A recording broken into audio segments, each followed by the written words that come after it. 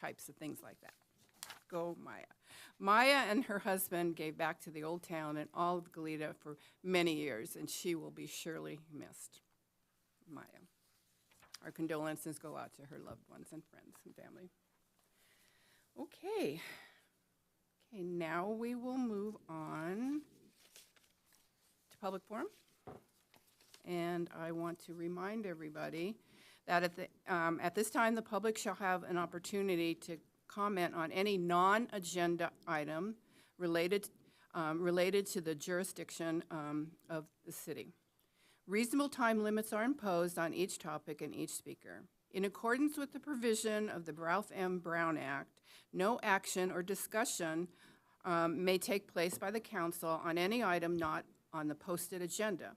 The council may respond to statements made or questions asked, and may direct staff to please report back on the topic at a future meeting. So with that, I do have 5 speaker slips for public forum, and if any members of the Zoom webinar wish to speak, please raise your hand and I will call on you. Our first speaker in person is Michael Baker.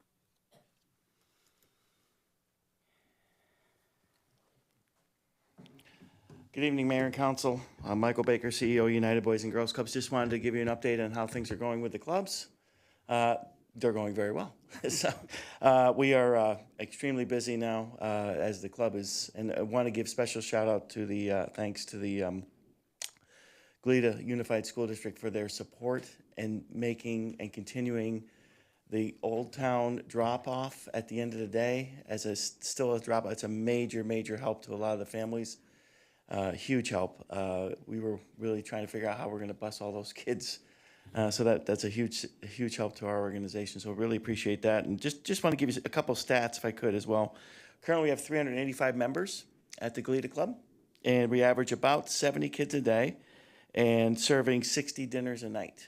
Again, keep in mind about 85% of our members at the Goleta Club are on free or reduced lunch program. That means they live on or below the poverty line. And if it wasn't for that food program for a lot of them, especially when you get later in the month, food becomes scarce. So it's really important that we're able to do that. We're very much proud of that. And look for the Goleta Club to open starting in Saturdays again at the end of October. We're excited about that. And I always say this, but I'm going to say it again. It's always a pleasure when you come to speak to the City Council. But it's even more of a thrill when you're able to look up on the dais and see someone that's a former club kid serving their community. So you want proof that Boys and Girls Clubs work? Just look right there. So I really appreciate what you're doing, and thank you again for all your support. thank you. Thank you. Our next speaker is Richard Foster, followed by Robert Zaida. Good evening, Madam Mayor, council members. When we first restriped Old Town very shortly after we went in, I believe it was Councilman Carioca who got them to take down the no U-turn sign at Kinman, which made it a lot easier for people to, well, it made it easier, not a lot necessarily, but easier to get around the corner there. And so I was down at the community center the other morning, Monday morning, I looked over there and they've restriped it so the buses can get out now. I don't know if you're all aware of this, but they've put a do not stop zone in there, and they've ground out the double yellow so that the school bus and assigned buses only can turn left. It's lovely that you can be that responsive that quickly to a need. I would just urge you to continue grinding out that extra stripe all the way back for a ways so that we have a left turn lane for all the businesses along there. And it is a little odd because it doesn't actually quite line up with the driveway. The buses are kind of turning into traffic, but I guess it really helps the buses. Otherwise, they had to go around the block. And so restripe it somewhat so there's a left turn lane from, say, Fuel Depot on down. You can do it. You just did it. Thank you. Thank you. A lot of thanks goes to our public works team. Our next speaker is Robert Zaida, followed by Phoebe Mansour. Good evening, Mayor, council members. As normally I'm sitting at home on Zoom. No. I've spoken and I listen to you guys from beginning to end usually. I've had roots here. My family moved here since 1972. So Goleta is deep in my heart, and I think we all love Goleta. We all love Goleta and want what's best for it. We have different opinions on what might be best for it. And at the last meeting, rightfully so, somebody was cut off. And I just wanted to come down here in person and thank you. And just know that in my 52 years of being here, in my group of associates and friends and family and what I've been associated with, I've never heard somebody speak in private even like that. And I can say that I'm proud to be disassociated from that. And I just wanted to be here today to say, even though we have differing opinions, we still have the same love for Goleta and its citizens. And I just wanted to say thank you to everyone. Thank you for that. Thank you. Our next speaker is Phoebe Mansour, followed by Ethan Woodill. Hello, my name is Phoebe Mansour. I'm a Goleta Old Town resident and a business owner, and I'm here today representing Shop Everytown. As you are aware, the restriping has had significant negative impact on businesses. So we are working with Shop Everytown, and we have Shop Everytown is a mobile app that has a search engine incorporated in it. So people can use the search engine in the app to search for business cards. For example, if somebody wanted business cards and you went to the internet, you would get Vistaprint, FedEx, Staples, Moo. You have a variety of online corporate resellers, and maybe I'll be lucky and I'll be somewhere down at the bottom of the page. Well, the Shop Everytown app focuses the search engine to just local businesses. And in October, we have a couple of challenges, and today I'm highlighting one, and this is the annual Halloween trick or treat. So we are enrolling the businesses now for the kids to use the app to go to the different businesses, get candy, scan the business's unique QR code to get points. Those who are on the leaderboard will have an opportunity to win a prize. And we also have collaborated also on that. We are partnering with the Greater Santa Barbara Hispanic Chamber of Commerce is a sponsor of that challenge. And the owner of Goodland Barbecue is also offering a free drink voucher. If you download the app and enroll in 2 challenges, you can have a free drink, no purchase required at Goodland Barbecue. Thank you very much. Thank you. And our next public speaker is Ethan Woodill.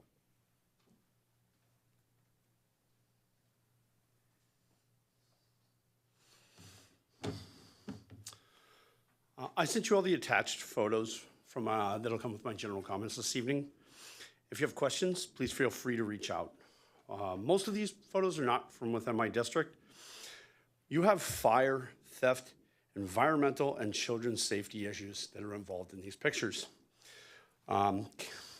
Please act and close the access from city property, as well as hold the business park owners, Caltrans, and Union Pacific accountable for doing their part. We owe it to our citizens and their children.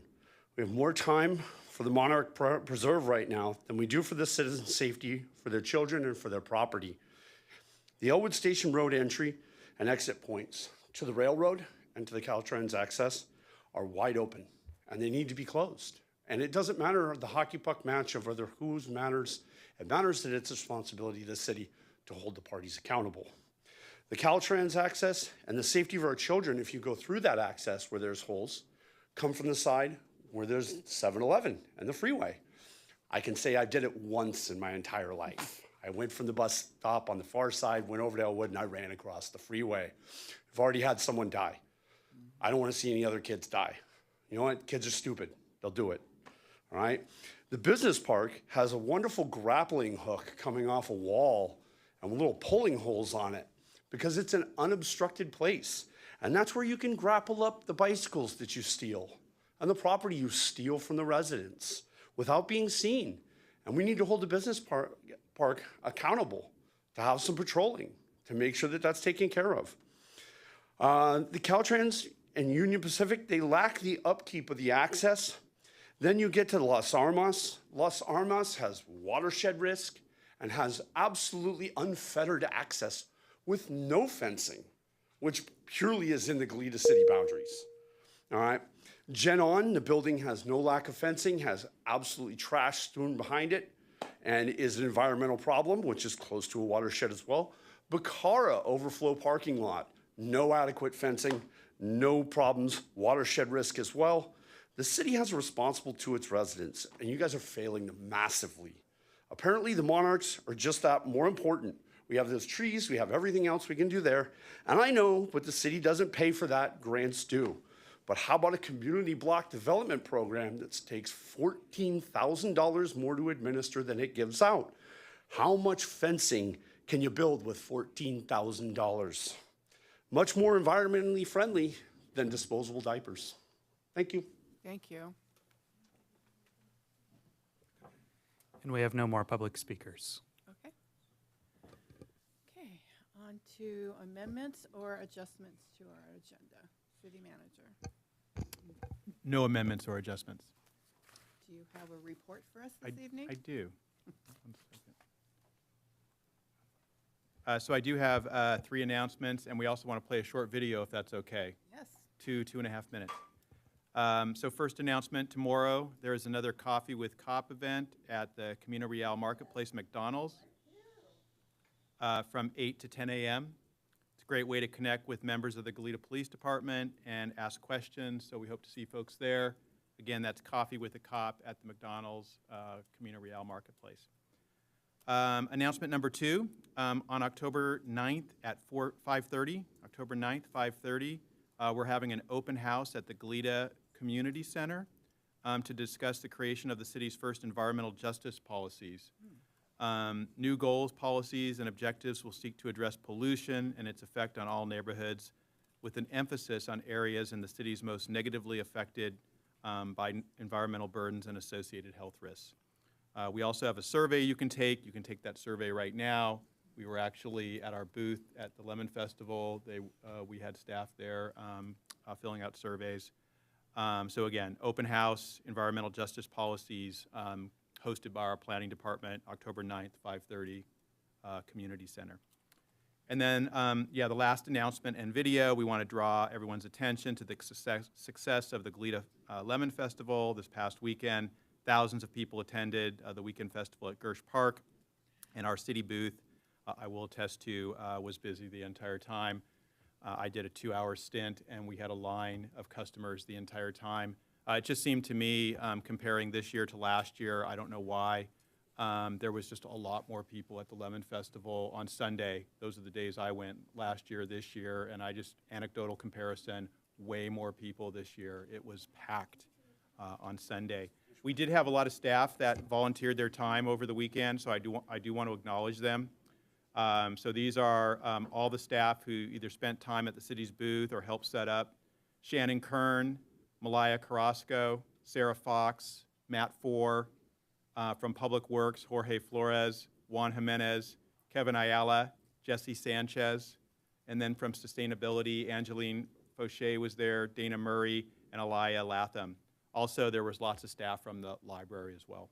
A lot of staff there. So great event. And with that, we do have a short video that our Public Affairs Department put together about the Lemon Festival. Is that queued up, ready to go? Awesome.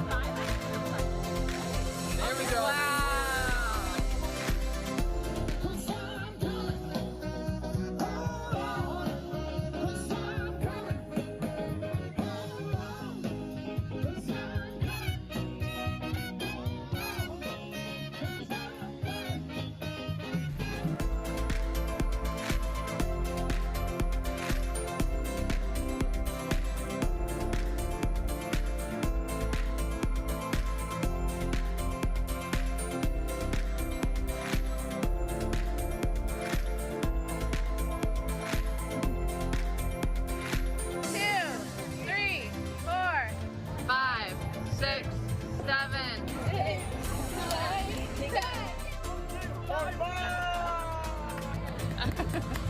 That is amazing.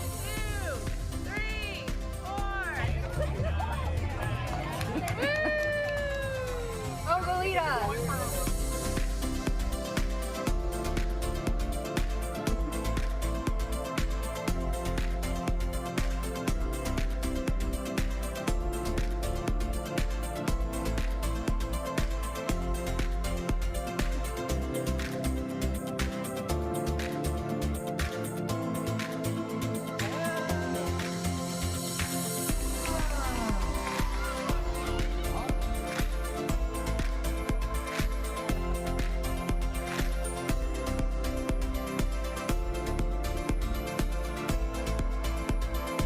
Time at the Lemon Festival. Yes, Goleta.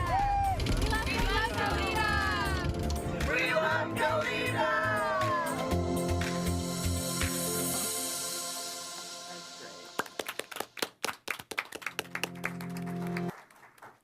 All right, Madam Mayor, if I may, I have to acknowledge 3 more people. Unbelievable, I didn't even catch that. That's what happens when you go to your Public Affairs Department and ask them to give you a list of everyone who volunteered. Guess what happens?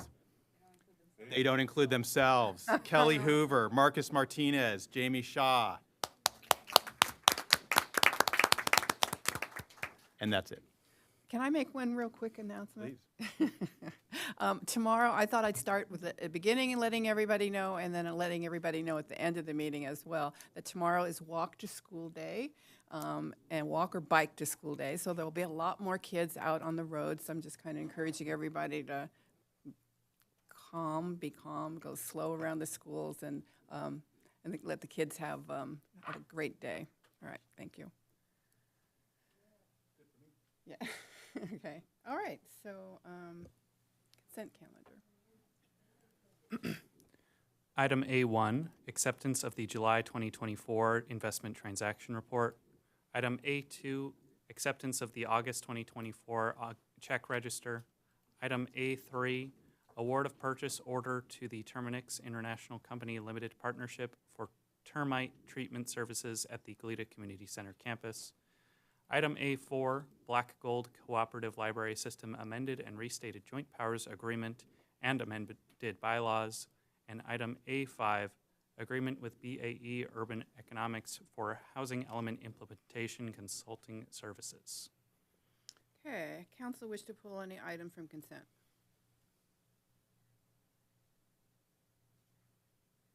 I'm seeing none. Do we have any speakers? I do have one speaker slip for item A5. Okay.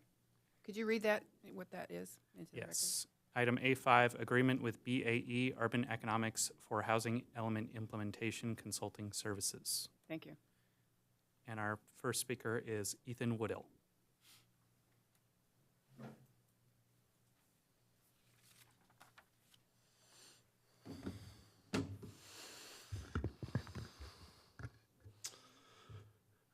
BAE is another group that's part of a disadvantaged business enterprise with the Department of Transportation.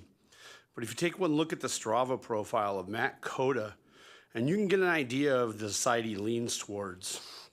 After the debacle, which has been Old Town, I am hesitant to see the contract given to BAE, especially given the housing in District 3 not being a walkable neighborhood, not having good transit services surrounding it, having a bicycle death and multiple rear end and broadside collisions just close to the Kenwood development, having massive traffic impacts. Ooh, hello. Whoa.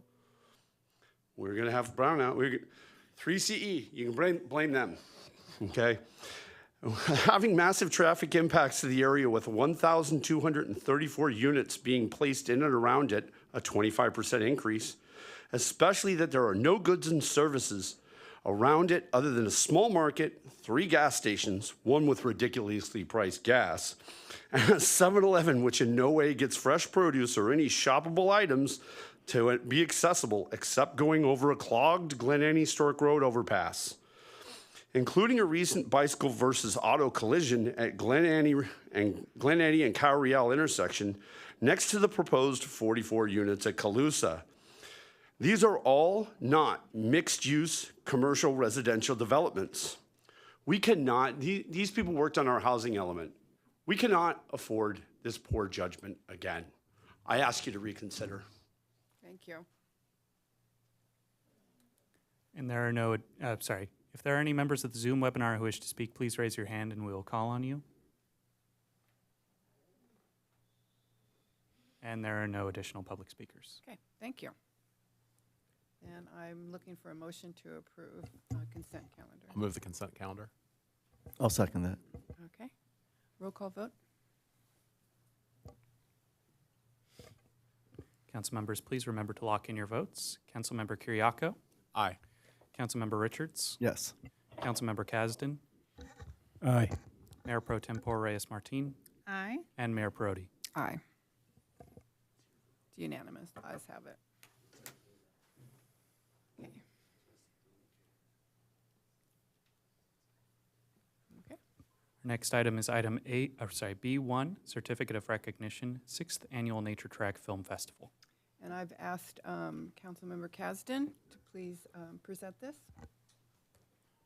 Okay, I guess well, I'll just, so for the certificate of recognition, we have Garrett Kelly, who's the managing director of the Nature Track Film Festival, Sue Eisenguire, if I got that right, who's the founder of the Nature Track Foundation, and Abby Pickens, program director, are here to receive it. And our certificate reads, I guess we usually go up there and read it.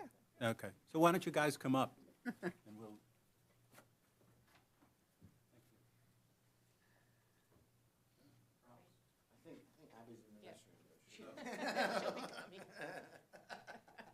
Well,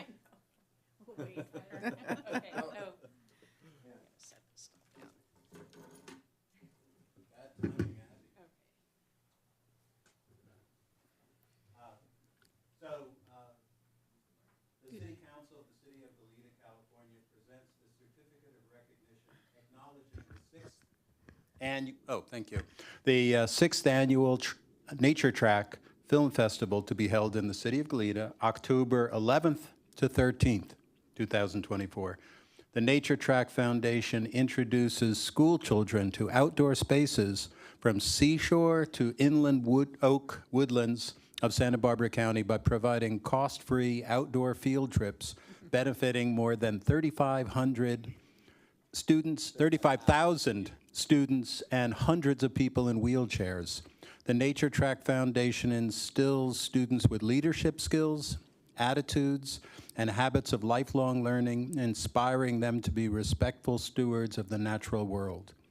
So the City Council of the City of Goleta proudly honors the 6th Annual Nature Track Film Festival, approved October 1st,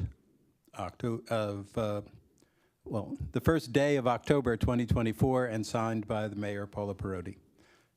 And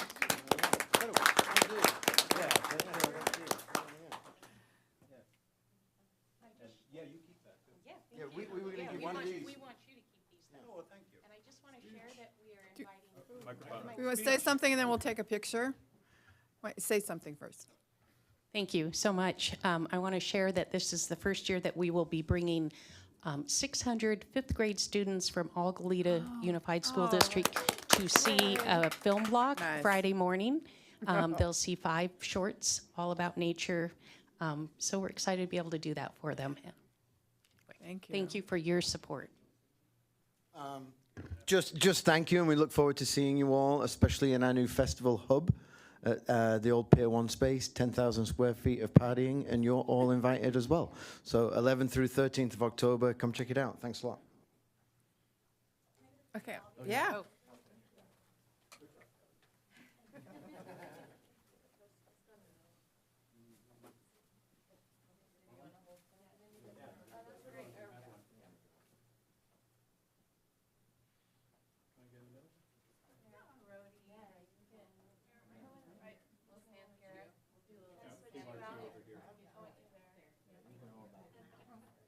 The mayor and the mayor.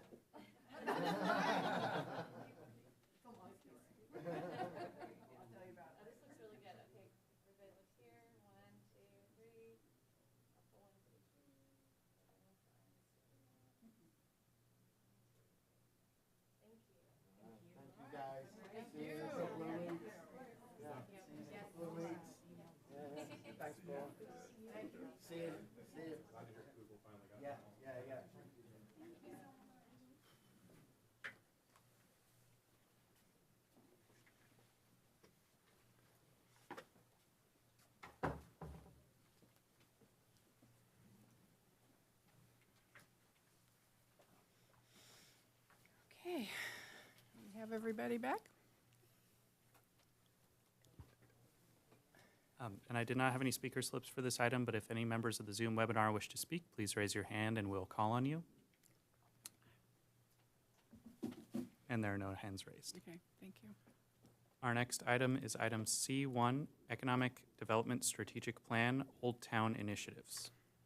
Thank you.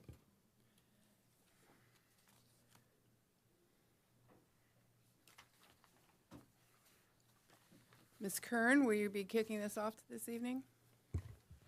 Yes, I will. One moment while I share the presentation.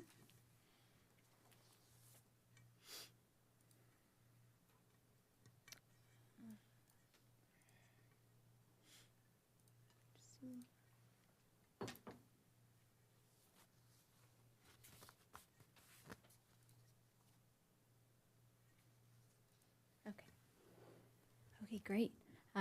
Good evening, Mayor, council members, members of the public. My name is Shannon Kern, assistant to the city manager, and I will be presenting this item today.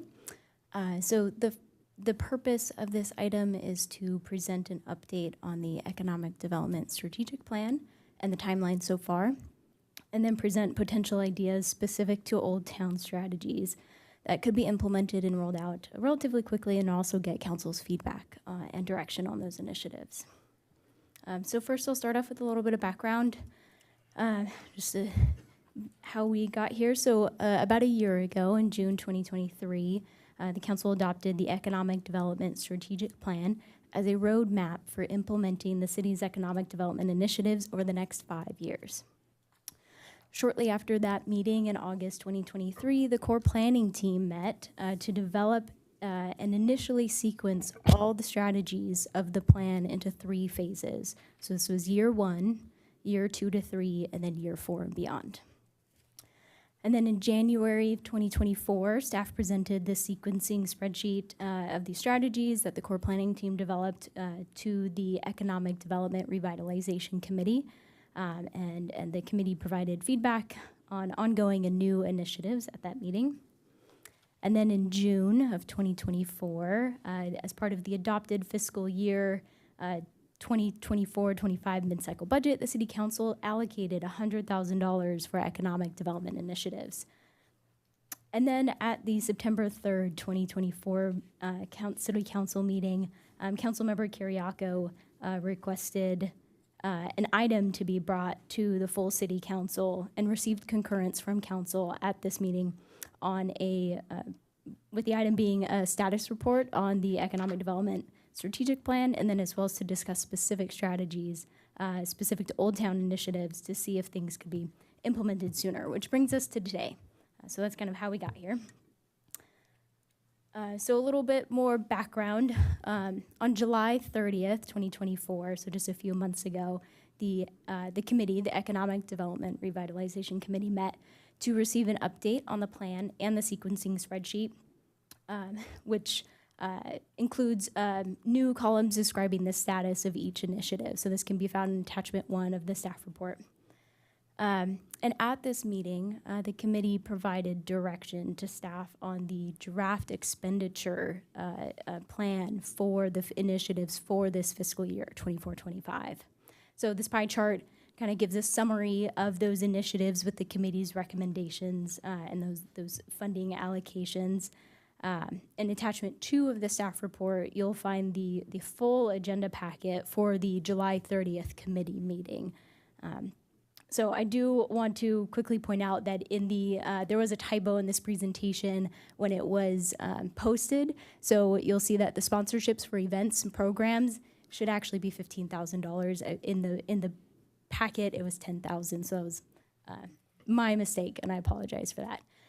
But so you'll see that, along with the sponsorships and events that was allocated for $15,000, there's a variety of other initiatives with funding like the Business Improvement District Analysis, Innovation and Technology, the Business Recognition Program, the Good Language Shopping Business Directory platform. So they're all listed there. So as I mentioned, the sequencing spreadsheet kind of lays out all of the strategies for each of the imperatives. So on the slide here, we do kind of have a snapshot of just one of the imperatives, the one that's related to Old Town. As I mentioned in attachment 1 of the staff report, you can find the whole initiative sequencing spreadsheet with all the phases. And so, like I said, this is one of these 6 overarching imperatives, and this is the one that relates to Old Town. So enhancing the experience of Goleta for both residents and visitors by leveraging Old Town's unique historical and cultural identity and investing in district placemaking. So you'll see that under this imperative, there are a total of 6 strategies identified, 3 of which are in progress, while 3 are in progress or plan to start this year, and then 3 have not been started yet. And so one of those, which would be the focus of this of today's item, is to study, identify, implement anti-displacement tools and strategies for Old Town businesses and residents. So as improvements take place in Old Town, careful steps should be taken to minimize the displacements of residents and businesses. And so we were able to do some research on anti-displacement tools and strategies since the request of this item. And so we did find some tools and strategies in other reports and examples from other jurisdictions. And several themes included promoting programs that equipped small business owners with tactical financial support, skills, and knowledge they need to maintain and grow their businesses. So on the slide here is a list of just some examples of programs. And I did want to highlight that we do have several existing established programs that align with some of those strategies. So the Old Town Heritage District was created and waived sign permit fees back in 2015. There's also the Weave Loan Program, which was established, or the Weave Small Business Loan Program, which was established in 2020, and this, which was amended last year to be a little bit more streamlined. And you'll see that there has been only 2 loans given out through that program thus far. We also have more recently, the Old Town Open for Business campaign, which our community relations team has developed and rolled out to showcase businesses. You might have seen some of the Instagram posts and other social media posts to encourage community members to support the businesses in Old Town, and also let people know about the businesses that they may not have known were there. So those are a few of the things that we already have worked on. And so while we do have some of these existing efforts that align with these anti-displacement strategies, a potential initiative specific to Old Town could be an Old Town Small Business Assistance Program, which could include 4 initiatives listed on the screen: a grant program, business license waiver, events promotions, and other agency resources, which I'll get into a little bit more later in the PowerPoint. And so I do want to help define the Old Town. So Old Town can be defined in a couple of different ways, depending on who you ask, who you talk to. However, for the purposes of this report and what we were able to look at with our time and resources, we have defined Old Town neighborhood as the triangle area. And on the next slide, I do have a map that we can kind of zoom in on. But the triangle area between Fairview Avenue, the 217, and the 101. So with the information, we were able to put this together and gather some of the data on the number of businesses within this Old Town neighborhood as defined within this triangle area.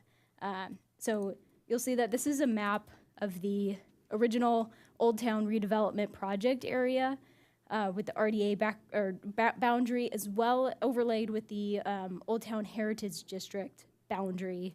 And I will go to the, and then this kind of zooms it in a little bit, and so you can kind of get a sense of where the Goleta city boundary is, where the RDA boundary is, as well as where the Heritage District. So those, where they currently are, and then what we are talking about today, or what we have the data on, is the Fairview city boundary. Then you go to the 217 all the way up to the 101, back across to the 217. So that's kind of the rough area, rough description of where we're looking at today. And so as I mentioned, we were able to gather some data on the number of businesses. So this table shows the businesses within that Old Town neighborhood with California seller's permits since 2023. And so it's broken down by major industry. And while, this was based off of the seller's permit, so the categorization may not be as perfect as it could be, and it is an estimate. But generally, our best estimate is 371 businesses within this triangle area of Old Town neighborhood. You'll see that, they are lumped. There's, several big categories. So I did just want to give a little bit of context. So the business and industry category, which is the largest number of businesses within that major industry group, that includes things like office supplies, furniture, garden, agricultural businesses, products and equipment, textile, furnishing, heavy industrial, light industrial, social organizations. So to give you kind of a sense of what that largest category looks like. So now to go into the 4 key initiatives that were proposed for this item. So the first is the grant program. And so the grant program was proposed as an idea that businesses who qualify and are within that Old Town neighborhood have the opportunity to access additional funding. So you'll see on the slide and in the staff report that there's a list of suggested criteria for the grant program, consisting of the businesses providing documentation to demonstrate that they have a net profit loss of sales. So that being pretty much the main criteria. There's a few others, but putting the responsibility on the business owners, and it's relatively objective to determine as far as a criteria. However, this grant is a concept that's proposed as an idea, so the award amount and the particular criteria are fully up to the council. This is just one proposed idea. So I won't read everything on the screen. It is in the staff report, but so the next initiative is the business license waiver. So this aspect of the Small Business Assistance Program was intended to be a little bit easier and simpler of a program to implement that does not require the businesses who do qualify to do anything extra outside of how they would normally apply for a business license or a renewal, and that everyone would receive the same fee waiver for their business license. So we do have an estimated cost based off of the estimated number of businesses within that Old Town area. So it's roughly $50,000 for a year to waive those business license fees. And you will see that some businesses on the list that are not eligible under the second bullet point there, because those are under specialty business license. So it's a different amount, different category. There's different steps to it. It's not a general business license. And then the third initiative that we have proposed is for events and promotions to encourage community members to shop and dine in Old Town, trying to get more people to the area. So I have a couple of examples of what those events and promotions could look like.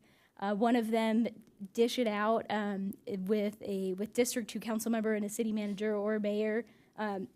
The city of Pismo Beach did a similar program a couple years ago, and so you'll see the flyer on the side. So that's one idea to just bring people together in a a local eatery in Old Town to hopefully help people, encourage kind of an informal meeting for people to come and talk about various things going on in Old Town, as well as supporting an Old Town business while they're there. In addition, a series of community walks that could feature Old Town businesses with discounts on food, drinks, and merchandise, art, music, things like that, to try to encourage people to go and walk and stroll along Hollister. And then we also have Holiday Lights in Old Town, Flip the Switch, which is not the official name. That may change. It's just something that I put in there. But this is would be a community event in November, and we're already planning on it.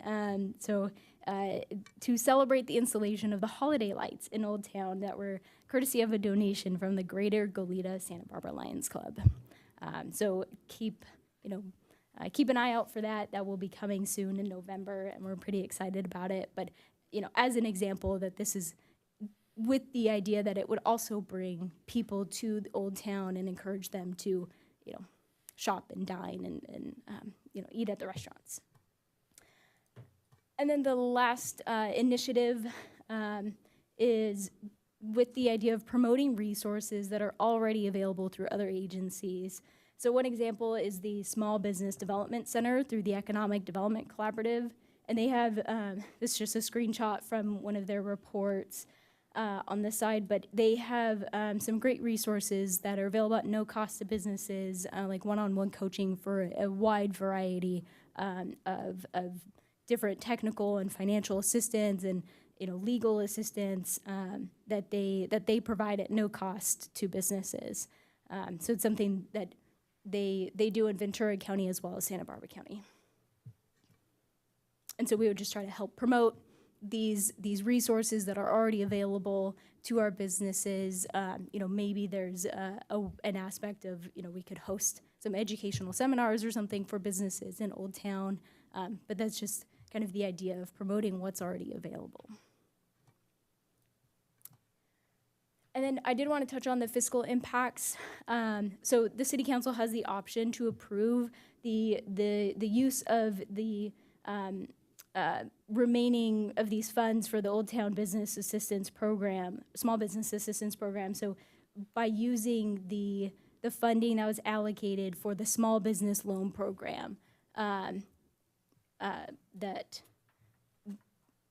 was originally established in 2020. So as of the latest financial update, approximately $185,000 remains in this Small Business Loan Program. And as I mentioned earlier, there were 2 loans that were given out over the last 4 years. One of them it has defaulted, but one of them is still currently active. So that's kind of where we get that estimate by taking those loans out. So council could reallocate the non-dispersed funding from the Small Business Loan Program to the Old Town Small Business Assistance Program. But there are a couple ways that council could decide to go as far as if a grant program is desired and some funding stayed with Weave to administer the program as an option, or to request that it. And I'll get into some alternatives in a little bit, but some could stay with Weave to continue a loan program if desired. Some of it could be returned to implement some of the other initiatives that were proposed, or a new initiative. But that's the funding that we've identified, that we have identified to potentially use to fund this small business assistance program. So these are the recommendations as stated in their staff report. So we are asking for direction from council on any initiatives proposed as the Old Town Small Business Assistance Program, and as well as direction on whether or not to send a notice to Weave to request any funding amount back and direction on allocating funding for the Old Town Small Business Assistance Program. And then, like I said, council also has alternatives and can provide different direction as desired. Like I said, these were just suggestions to kind of, open up the discussion for something like this. So, such as creating a forgivable loan program, an interest-free loan program, or removing the loan program altogether and reallocating.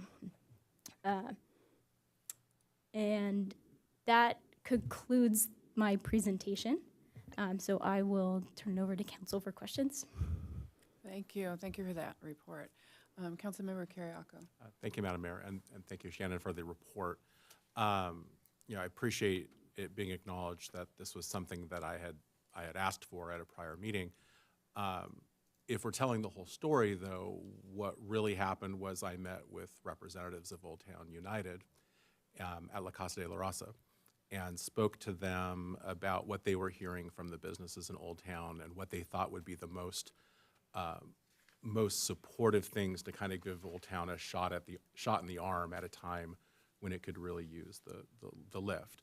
Because I think if we're being honest, I mean, going back to the general plan in 2006 and even further back, there's always been an acknowledgement that more needed to be invested in Old Town, more economic development needed to happen in Old Town, not to change Old Town, but to give Old Town the opportunity to do better for the people that live and work there. So my first question is, if I'm picking up what you're putting down, it seems like what you're proposing here is sort of a two-tier strategy.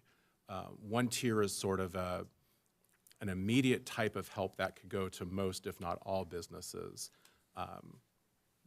Forgiving a fee so they don't have to spend money. The cost to the city is the opportunity cost of not collecting those funds.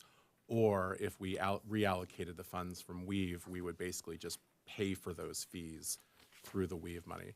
And then we're also talking about kind of a bigger strategy where we could put more money in the hands of more people, depending upon how much paperwork and effort they want to go through to get a grant. Do I have that basically right? Kind of a short-term, quick and easy, helps everyone, and something a little bit more targeted requires a little bit of skin in the game, a little bit of effort. Yes. Yeah, that's correct. Okay.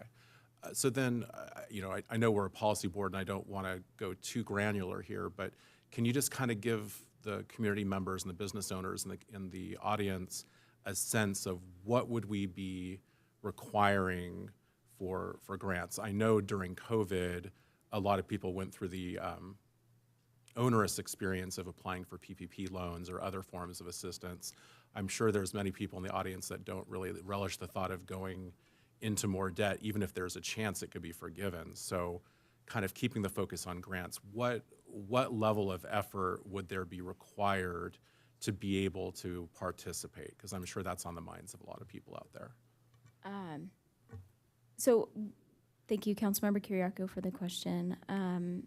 So providing financial records could vary, I think, depending on the business. And I'm not a loan provider or a grant administrator, so, and I don't own a business, but I would think that there are a variety of, potentially different financial information or documentations that could be available. So, referencing the item number 2 under criteria, we have some potential examples of, gross receipts, payroll taxes, bank statements, tax return, or other financial information. And the business owner would be submit what they think demonstrates a net profit loss. So showing that they have had a decrease in sales, whether that's a tax return from last year to, or from 2022, 23, and I think it depends and it can vary.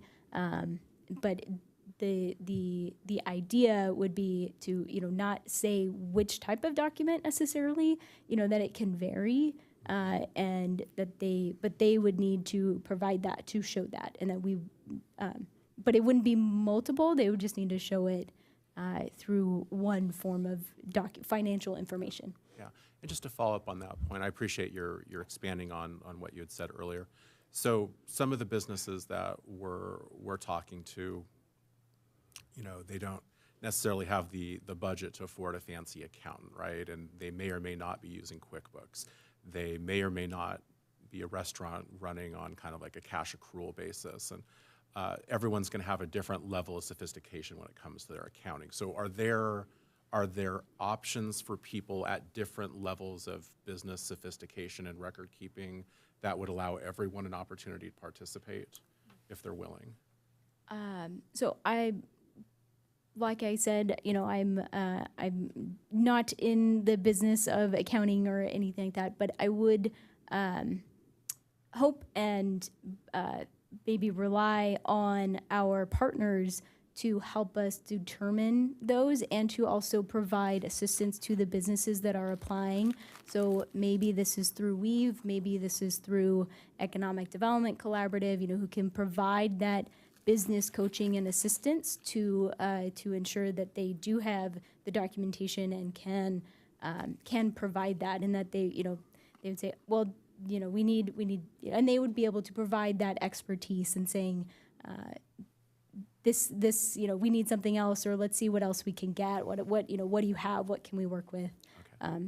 Yeah. So from a policy standpoint, if we just basically tell you, make it so, and recognizing you don't have all the details and have all the answers, we can provide direction. Staff can then work with our partners to make sure that our goal, if it is our goal, to make sure that a diversity of business types with different levels of sophistication, different types of business records would have a fair shot at being able to participate. That is something staff could work with our partner to accomplish.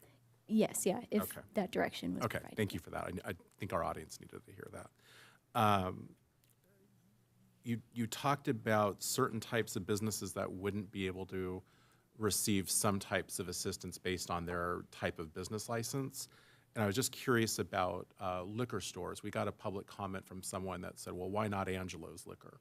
And I think about Angelo's, they're right there at the heart of the construction at Kellogg Square, where the bridge is being replaced as we speak. And I'm just trying to be mindful of the fact that we want as many businesses as possible to participate, recognizing that at the end of the day, they're going to really benefit from having a bridge that works, and they're going to really benefit from having a roundabout that works. But in that short term, while we're working to do these improvements, how can we make sure that a business like Angelo's would be able to participate? Is it a legal restriction that would prevent us from being able to do a grant to them? Is there any restriction on doing a business license fee waiver or reduction for them? I'm looking at my city attorney right now. Yeah, I think it's a policy decision associated with specific businesses and what the city wants to incentivize. Okay. Well, I think that Angelo's and High Time Liquor should have as good a shot at this as anybody else, so I'll just make that editorial comment. You know what, I've worked on this a lot at the Economic Development Strategic Plan level with Councilmember Reyes-Martin, so I have a lot more questions, but I'm going to let everyone else get a shot at this because they haven't had as much of an opportunity. Councilmember Caston? Thank you. I have comments too. So first, the waiver of the license fees for those affected, I think that's a good idea. I think it seems appropriate, so I would support that. The Old Town, this design of the Old Town Business Association, I can support this. This idea of just giving people $5,000 throughout the area without any kind of, it's just not, I won't support it. And instead, what I did, I would propose something different, and I left you copies of the proposal if you, on your table to see if that would help. But just a point of order, is this available to the public? Because I think if we're going to debate the merits of something that's I have on a our- couple of, one was left out. Can I give it to the city? I'll give mine to the city clerk. No. I think city clerk got one already. But I have Sorry to a couple interrupt of you. others Audience. if they want it. I gave one to the city clerk. Madam Mayor and members of council, I believe the city clerk did put some copies at the front desk. I'll go check right now and confirm. If anyone wants, here's a couple, here. So instead of focusing on losses, prior losses, what I'm proposing is that we focus on opportunities to promote businesses. And the idea is, again, to look at a grant program, but instead to ask the businesses and groups of businesses to submit proposals on what they think could attract customers, what they think would bring in more business to their areas. And so the idea is, what can we do to benefit that area, that benefit the group? And the idea that we have, I mean, in the strategic plan, it specifically emphasizes we want to help enhance Old Town as a walkable place, as a place where people will,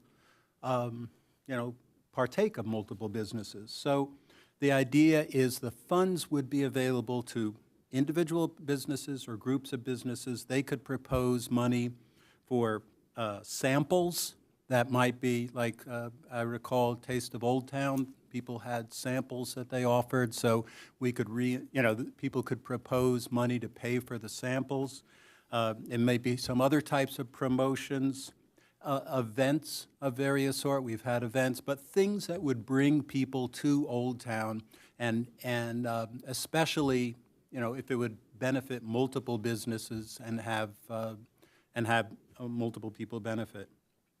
And the way I saw it working is sort of like other, potentially at least, like other grant programs. Either it could, one that would make sense would be sort of an ad hoc committee that would operate like the grants committee, in which we have 2 council members, whoever that, it could either be the Economic Development Committee or it could be Mayor Pro Tem, like the Grants Committee does, and then also some designated members of the public to participate. So for instance, it could be on this Grants Committee, we have a couple of members, including a Hispanic Chamber of Commerce representative and other people to weigh in on which of these proposals seem like they'll really benefit the area.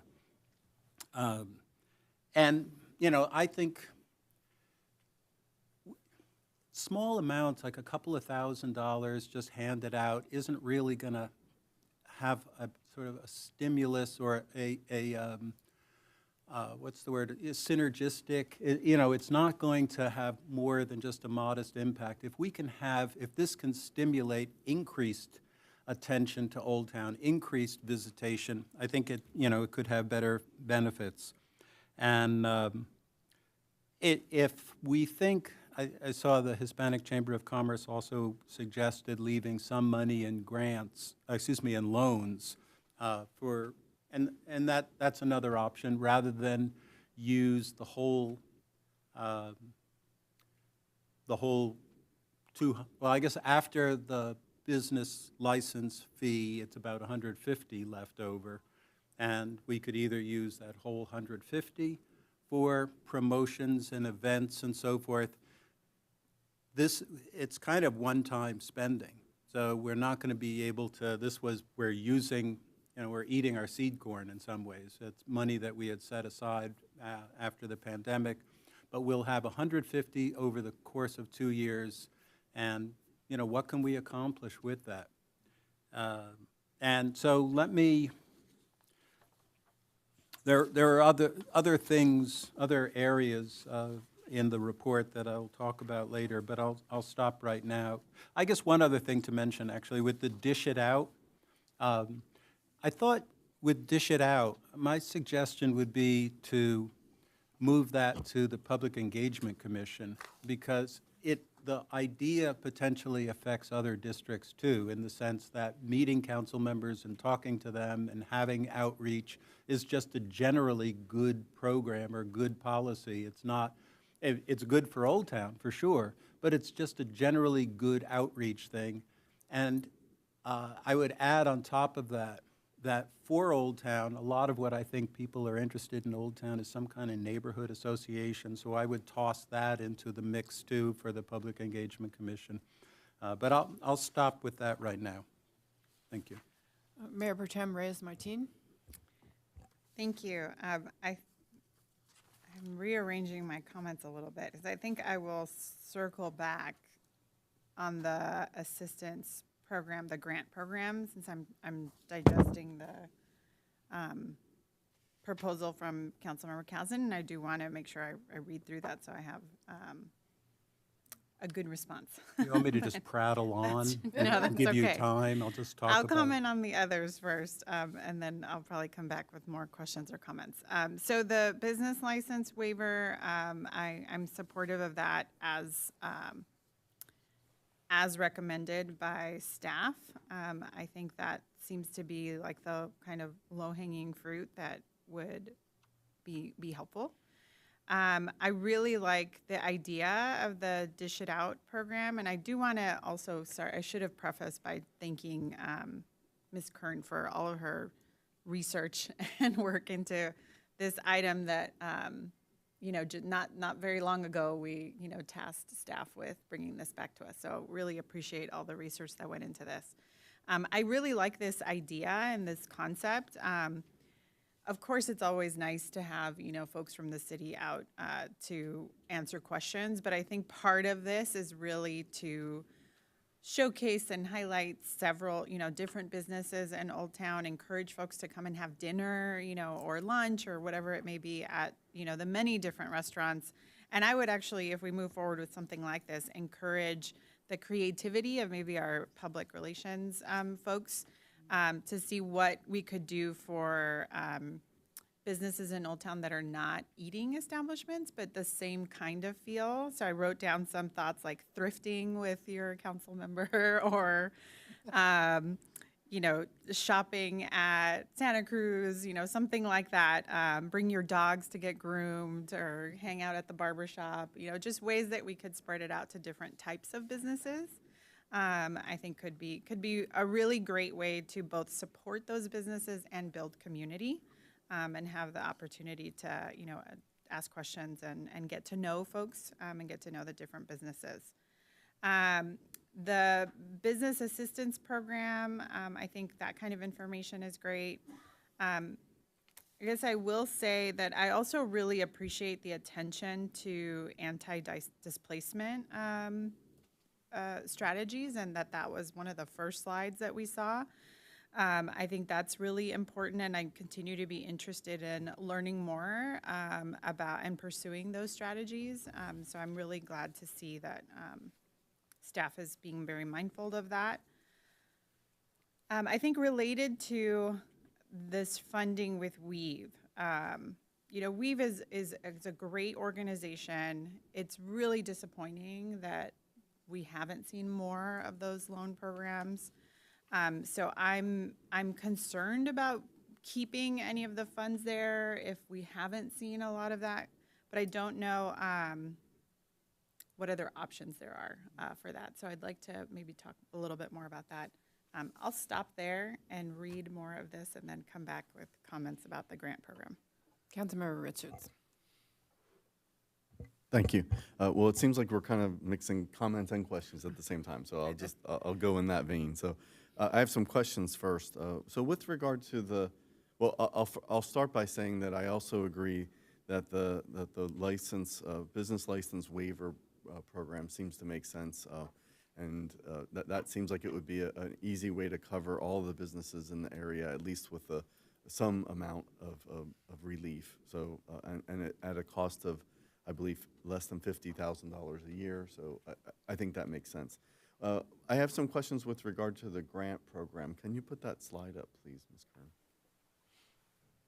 So the first question I have is the criteria number 1, small and micro businesses. So is there a way that we define that, or is that are there specific parameters of what makes a business a small business or a micro business versus a large business? Thank you, Councilmember Richards, for that question. And I did think about it, and it one of the balancing acts that with this specifically with the grant program is tying too many strings to the grant program. So by defining the number of employees, could potentially limit certain businesses, unintentionally limit or prohibit So there are definitions of small businesses through the, and it's federally defined, but it varies depending on the industry. So if you're in a certain industry, you could have 1,000 employees, and this is just an example. You could have 1,000 employees, but still be considered a small business for your industry. So it's not a one-size-fits-all. I generally use the term micro and small businesses to try to just encapsulate the types of businesses in Old Town without putting a specific employee number. However, I do think that's a policy call that the council could decide to add as far as criteria if a grant program is ultimately desired. Okay. So I hope that helps. Thank you. It does. It sounds like you're putting it back on us about, how to define that, which is fair. And I would just say that, for my colleagues that I agree that it should be for micro and small businesses. I can think of some businesses, honestly, in Old Town that I don't think that this is the kind of grant program that we would want to, give money, So without naming any names, but, if a business has 100 employees, I don't necessarily think that that's something that is what we should be targeting here. So I'll just put it like that. Another question that I have is for the second one where it says financial records. And it says demonstrate a net profit / loss, and I'm not clear exactly what that means. Does that mean that it needs to demonstrate a net loss? Is that what we're looking for, that only businesses who are operating in the red or are generating? Because to me, those are, maybe I'm not, proficient enough in my business classes. I did take business, but it's been a while now. But to me, I thought net profit is different than net loss. So maybe I just need to understand this better. Thank you, Councilmember Richards, for the question. The net profit, net loss are different, but you generate those numbers the same way. So it's total revenue minus total expenses. So you either have a net profit or a loss. I guess, that was an oversight on my part. Maybe it should have just said net loss, unless there are other parameters, right? So yes, it would be demonstrating a net profit or a net loss. Maybe we need to define that a little bit more. Okay, and I think that would be another area where I would love to hear from the public when we have public comment about, some of these criteria, like what seems to make sense, in terms of, I don't know if there are many that are operating at a net loss, then that would be good to know, or perhaps the net profits are reduced from where they had been in the past. So, I would love to hear more about that. So. I'll just put it at that.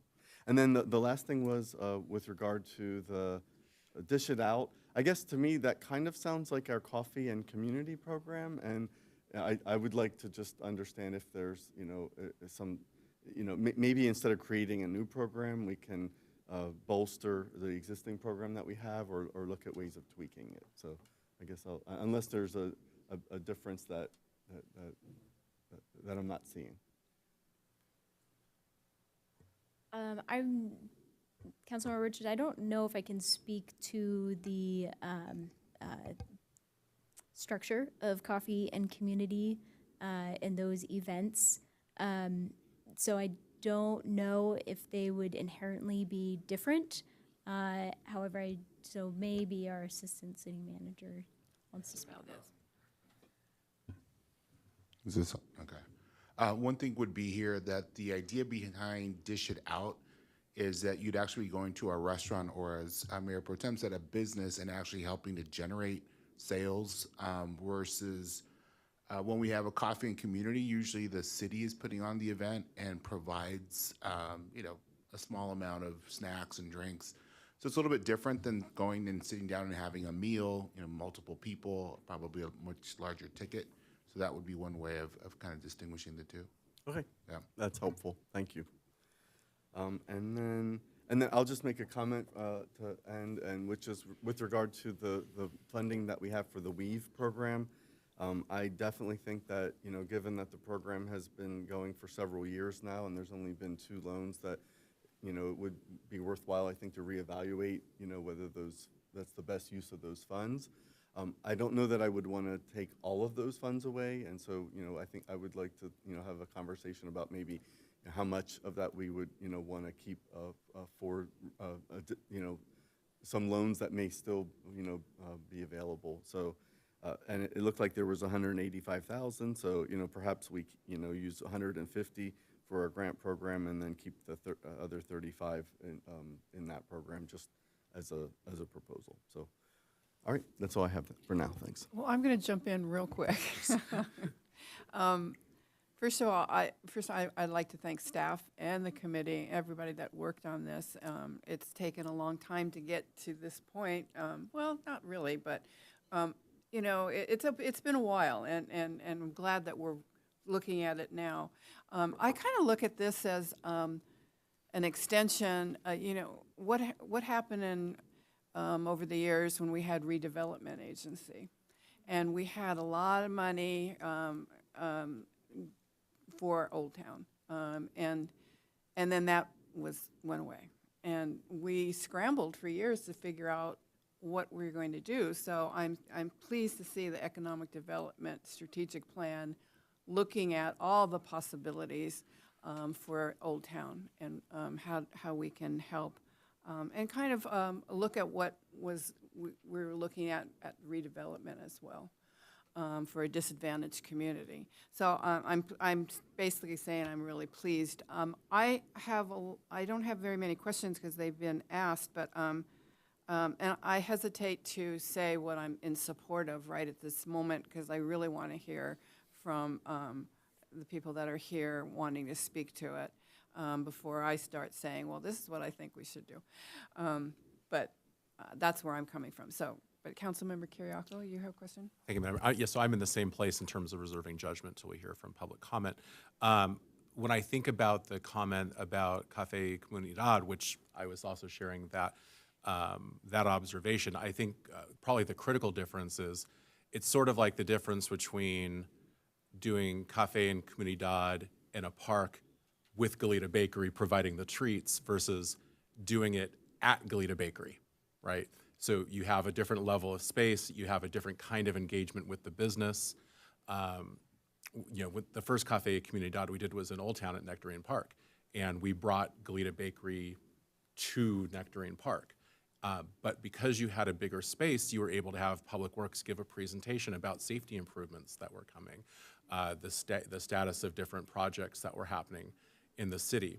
So depending upon the space that you pick for something like what are we calling it? The Dish It Out. Sorry, I'm not looking at that slide right now. The Dish It Out, you might have a different level of capacity to bring in homework for people to like read or learn more about and think about, right?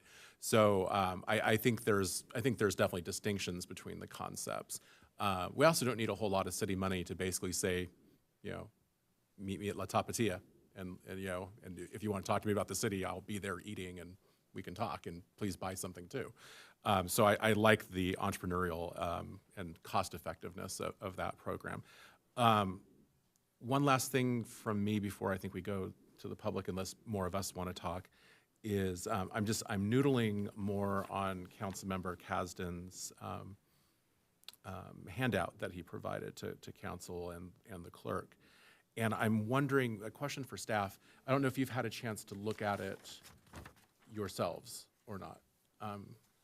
I'm just wondering, I look at that and then I look at the Old Town Open for Business category, and I think about the fact that there's already grassroots efforts happening in Old Town. People are already kind of taking it upon themselves to do things. For example, Lazy Eye, Andy Modugno, Blue Blossom, Centennial, Beer Hall, Old Town Coffee, Goodland Books have all gotten together, and they put out yellow balloons on third Thursdays, and they bring in music and they bring entertainment, they bring in art, and people go to the different businesses that are participating. And it seemed to me like the Old Town Open for Business would be a funding mechanism for something to help kind of give that a little shot in the arm, a little bit of a boost. So I'm just kind of wondering if maybe what Councilmember Kasdan's talking about, where we're kind of almost kind of challenging the community to come up with an economic development idea we haven't thought of, maybe what we ought to consider doing, and I don't know if we make that decision tonight, but maybe what we do is instead of a 2-tier approach, we have a 3-tier approach. And so the first tier would be something like business license help, get as support to as many people as possible during this time. A second level of support might be a grant program that's at a lower amount, with a lower amount of friction, realizing that not everyone is going to be in a position to like create an idea for the city to make the city better. They're just trying to stay afloat. They're just trying to get through a challenging time. And then you have this third tier, which Councilmember Kasdan has suggested, which is perhaps a larger amount of money for people that actually come up with a really good idea, and then maybe the Human Services Committee or the Economic Development Committee or some committee could basically vet the idea, and if they say, yeah, that's a great idea, they could fund it at a higher level. Maybe it's not 5,000, maybe it's 7,500 or 10,000 or something. I'm reacting kind of in real time to something that we got in real time here. So I really like the staff work here. I again really want to thank the community members that have approached the city about how can we work better together for the future and make Old Town work better for more people at this time in our city. And then maybe there's an opportunity to kind of make some of these other things work too. So I guess that's where I'm at, but I really want to reserve judgment on how I'm going to vote or what I want to do until I hear from the public. Do you have something, Councilman? Yeah, I had a couple of more observations. So I guess it's with the whatever we leave and weave, I think and I think it's worthwhile, but we definitely should still ask them to kind of reevaluate what sort of loan. Obviously, it didn't work. You know, they're a great organization, but that didn't work. So what would work? If we leave some in there with weave, is it zero interest loans? Is it or subsidized loans? You know, what would make the program? What do they think would make it effective for the people in the area? And I'm sure they must have some ideas on how to make that work. I just want to, you know, I don't mean to be negative, but two other things. So one is the $25,000 for the enhancing the reputation of Goleta, which is advertising about the tech capacity, I guess, or of Goleta. And I guess I would ask that you think about who does this benefit? Does it benefit existing businesses? Does it benefit residents? And to me, an advertising campaign of that sort is going to benefit property owners. If you have property owners, by enhancing the reputation of the city in that way, you increase demand for the property. And what it does, the impact is simply likely to be, if it's effective, increasing rents. So it's something that is, you know, on its face might sound intriguing, that isn't it nice to have a good reputation, but the people who benefit are those who own property. The people who don't benefit are the people who pay rents because it makes the properties more valuable by enhancing the demand for it. And so when I think, you know, is that the best use of $25,000 given all the needs that are out there in Old Town and so forth? You know, I would suggest tabling that, think about it more, and, you know, focus on, we have so many pressing needs. And the one other one that I wanted to raise also is to kind of kick it back to the committee to think about is with respect to the Business Improvement District. And it felt like you can't really do a survey until you know what it is you really want. And until the parameters of it are clear, in my experience, very, very limited, I admit, with business improvement districts, is that the larger businesses get taxed more and have more votes. So any like our T-bid that we have that is a tax on the hotels. The bigger hotels have a bigger voice in terms of the decisions that are made. And so so I guess the thing is that the structure of it, a business improvement district can be fine, but what is it that we want to ask people, if, you know, we're asking the public their views, what is it that we want? Do we want to have a flat tax, in essence, a small flat tax, and hence generate, you know, a smaller amount, but the burden would be less on the businesses that are involved? Or do we want to try and get a bigger tax for the area, but the decision-making would be dominated by, you know, the car dealerships and Santa Cruz Market and others who would have the dominant voice. So it's, you know, I think some of those fundamental questions on it sort of have to be worked through, and then you could go reach out to try and get the public's reaction or the business's reaction on what it would entail. Okay, thank you. Okay, I think at this point I'd like to go and hear from the public. Oh, sure. I'm not leaving, I just want some water. We do have 5 speaker slips, and if any members of the Zoom webinar wish to speak, please raise your hand and we'll call on you. Our first in-person speaker is Richard Foster.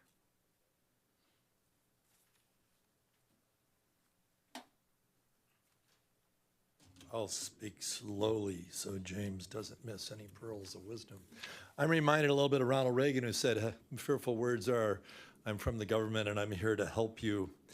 You know, what can we look at that we've done in Old Town that actually has benefited business? We've done a lot of things to improve the quality of life in Old Town. We've stopped flooding. That certainly helped business. I think the crosswalk lights, with the exception of the yellow one that people don't see, has been helping. But in terms of actually stimulating business, do we have any metrics that say, this is where Old Town was 10 years ago, this is where it is today, and this is a result of our efforts? I think the program of Open for Business is great, but is there anything checking metrics where we have a survey to see you're showing up? Because I saw that, and that's offset by hundreds of angry people on Nextdoor saying, don't go to Old Town, the traffic stinks. And so you're swimming uphill on that.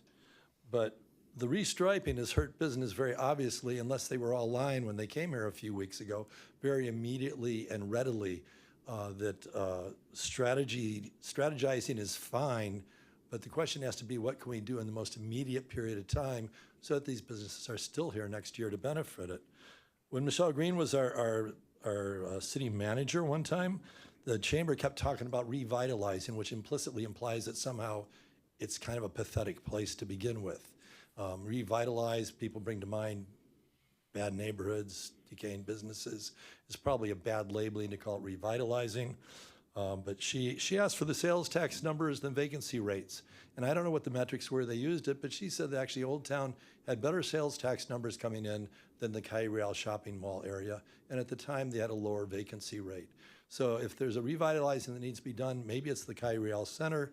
Go talk to the Tobes group about that. The anti-displacement, the best thing you can do to avoid displacement is don't run them out of business. People are expressing huge concerns about what the traffic changes has done to their business. That a $5,000 loan after you do the paperwork is not going to keep people afloat.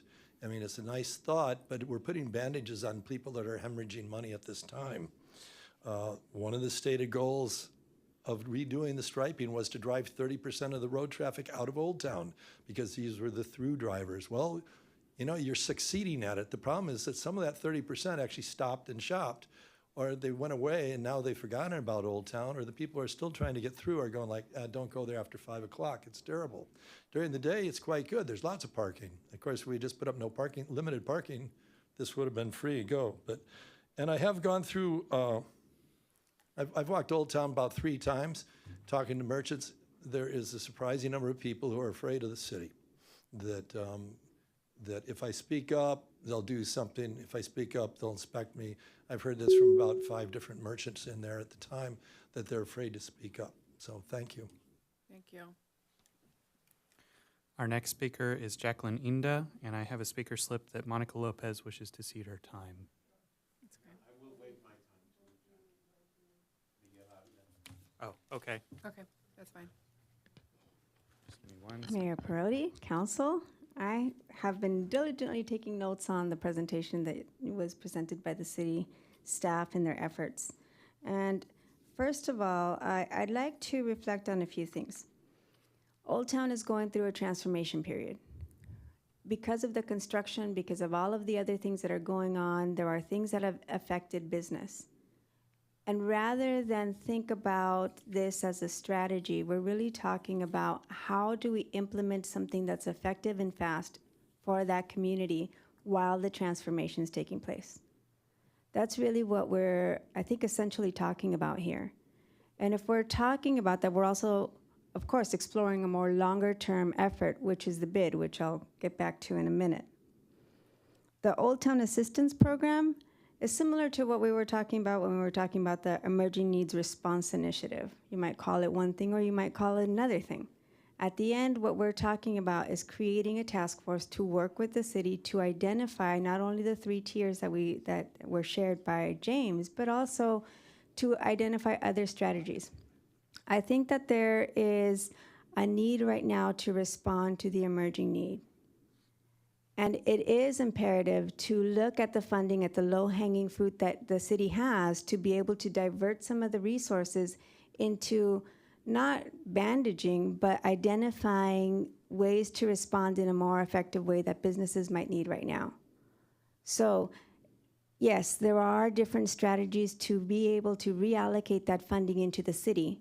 Have the city work with a task force, whether we call it the Old Town Assistance Program or the Emerging Needs Response Initiative, and start to create something that can quickly be devised when it comes to identifying grants, how grants are given out, if grants are given out. But I want to mention a little bit about grants. One of the things that we talked about, or that has been talked about here, are the license fees, right? There are other license fees that actually are a lot more expensive for some of these businesses, and that right now can be the question as to whether I continue my business this year or whether I continue to renew all of these fees and licenses. So rather than using the word, because every word matters, rather than using the word grant, maybe you might look at the word and explore fees in general, where people who might not be able to continue those other fees, like the fire inspection fees and insurance fees for the year, and other things that might really benefit the sustainability of that particular business for the next fiscal year, would be important. That might be a little bit more imperative than maybe just granting an overall certain amount, like a $5,000 small grant of a process, where then you're identifying, okay, this particular type of money went to something like helping those particular types of fees associated with business to continue for the next year. Those are things that could be explored, maybe not in a council meeting that will quickly come up with solutions, but in an emerging needs way, with the partnership of the Hispanic Chamber, with the partnership of business owners in Old Town, because there are many different businesses in that area. That corridor is a very valuable corridor because it's the heartbeat of the city. And so, of course, it has diverse businesses of all types, from nonprofits to automotive to mechanics to glass shops. You've got a whole diverse community there that builds and uplifts this community as a heartbeat. So rather than coming up with a quick response, one of your options that you have in front of you is to reallocate the $200,000 from Weave to be able to explore what to do with it. That's something that can quickly be voted on, say, tonight, right? Now, the next step would be to then identify, okay, are we talking about an emerging needs response initiative and who might be there? Or are we talking about an Old Town Assistance Program? Who might sit there as that task force? Let those businesses come together in that task force setting, because that creates partnership with the city. And right now, it is imperative. It is imperative to continue to build those partnerships because of so much history of the feelings of discomfort and displacement and COVID and all of these things that folks have been juggling. that have created divisions, not only with this city and businesses, but with many cities and businesses. So it is imperative to continue to build those relationships. And how you do that is to create those task forces so that you have the dialogue and you give people the power to identify how resources might be spent with the city. Because I could come up with solutions, individuals can come up with solutions, but wouldn't it be great if the ultimate idea here would be to divert those funds into a task force that could work hand in hand with the city, with elected officials, and of course with the businesses, to come up with how to spend that money more accurately so that it does roll over into the next year, so that it's not something that's helping to maybe pay the lights for the 1 month, but will keep the business open for the next, 2025, 2026, which is what we're looking at when it comes to this transformative piece, right? Old Town is going through a transformative process. Whatever the outcome is, we have to support the majority-minority community that lives there. It's self-sustainable, that area, which means that the community supports those businesses. And they need those businesses in order to survive as a community. It's an ecosystem. So the only way to support an ecosystem is to work with it beyond the scope. And I've got to tell you something, and I'll continue to say it. The city of Goleta was the very first to jump up and say, hey, you know what, we've got an issue with the pandemic. Let's figure out how to resolve it. We've got these reserves. Let's do something to support the businesses. And that led to transformative efforts in other cities. That was something that I was very proud to witness and see, be a part of, and be able to support. Now, moving now, we're looking at the same situation. We're looking at a transformative period. Back then it was COVID, now it's all of this transformation that's happening in the area. How do we look forward? How do we build? We build the way that we did back then. In that case, you had businesses that connected with the foundation, the Santa Barbara Foundation, and you created a partnership with multiple different agencies to create a response. Yes, that took a little bit longer than most people wanted to, but the city of Goleta drove that mission to the point of success faster than most other spaces. So I want to acknowledge that this is something that can easily be done, that it's not in the hands of council to decide, okay, well, let's figure out the micro details of a grant program, or maybe a handout for a business that might need it to keep the lights on. But rather give the opportunities to businesses to come up with strategies, and the way you do that is reverting the funds. Now, I understand that reverting the funds might not feel well when it comes to diverting funds from one agency to support an emerging need. But here's the reality. Weave provides grant programs all year long, regionally and in Ventura. They have the resources to do that. So you lean on your partners to do what they can do to step up in the plates that they have. And if the funding hasn't been used, then that funding should really be allocated for this 2-year process, because right now it's necessary.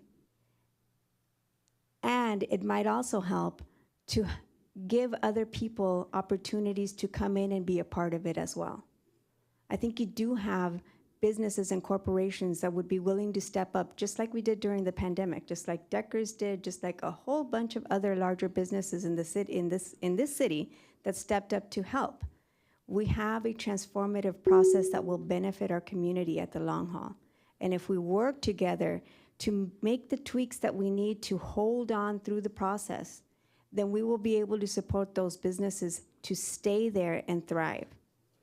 I think there are many different examples of how to identify things that might work in the long run. But let us work together on that. Thank you. Thank you. Our next speaker is Ethan Woodill, followed by Phoebe Mansour.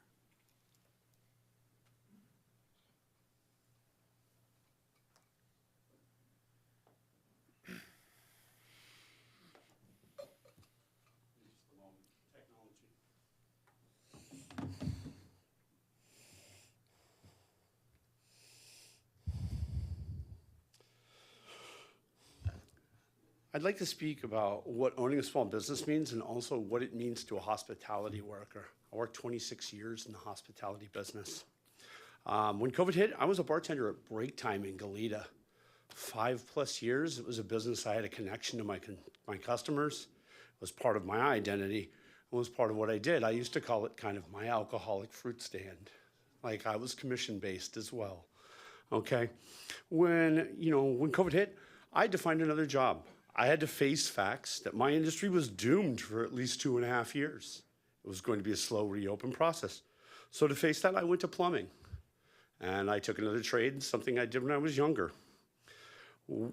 Let's talk about what it means to, as far as me working as a hospitality, I work with Jill's Place. I work with Convivo, with Peter McNee, who opened that restaurant. I know small business owners who open their business. And when you're a hospitality worker, it is your business. It's the same. I succeed or die with that person. What it means to a small business owner is not the brick and mortar of a business. It's your customers. It's your business level, your volume. It's all those pieces that make it. It's not at all the brick and mortar. And, right now, what it means to a business owner, I'm going to say, look at Phoebe Monster right now with her mom, okay? She's working extra time. She has less employees that she can put behind her desk. She's seen a significant drop in her business. And I'm trying to give as much support. We're all trying to give as much support. But now you're asking her to go further in debt after you put her in debt, okay? A bid is not the answer. A few times, Mr. Cassidy is right, okay? I got to take it right there. What interim means and what you guys did is something that needs to be talked about. There's this thing called an unethical experiment. An unethical experiment is when you take on an experiment with 2 variables because you cannot get any data that makes that experiment correct. And you talk on an experiment with a freeway being worked and a roundabout being done. So nothing from your interim striping program can actually bring data that worked. And what did you do when you did it? You cratered everyone's business. And there's not a dollar amount that you can give back that will make up for the damage that you've done to these people's businesses. Your 5-year strategic economic development plan and what it says, look, right now, FEMA and Hurricane Helene, equity is part of disaster now, okay? Does equity require you to give help, or does it keep you from giving help to someone if they need it in a hurricane? Why can't we just help everyone instead of driving everyone apart? Thank you. Thank you. And our last speaker is Phoebe Mansour.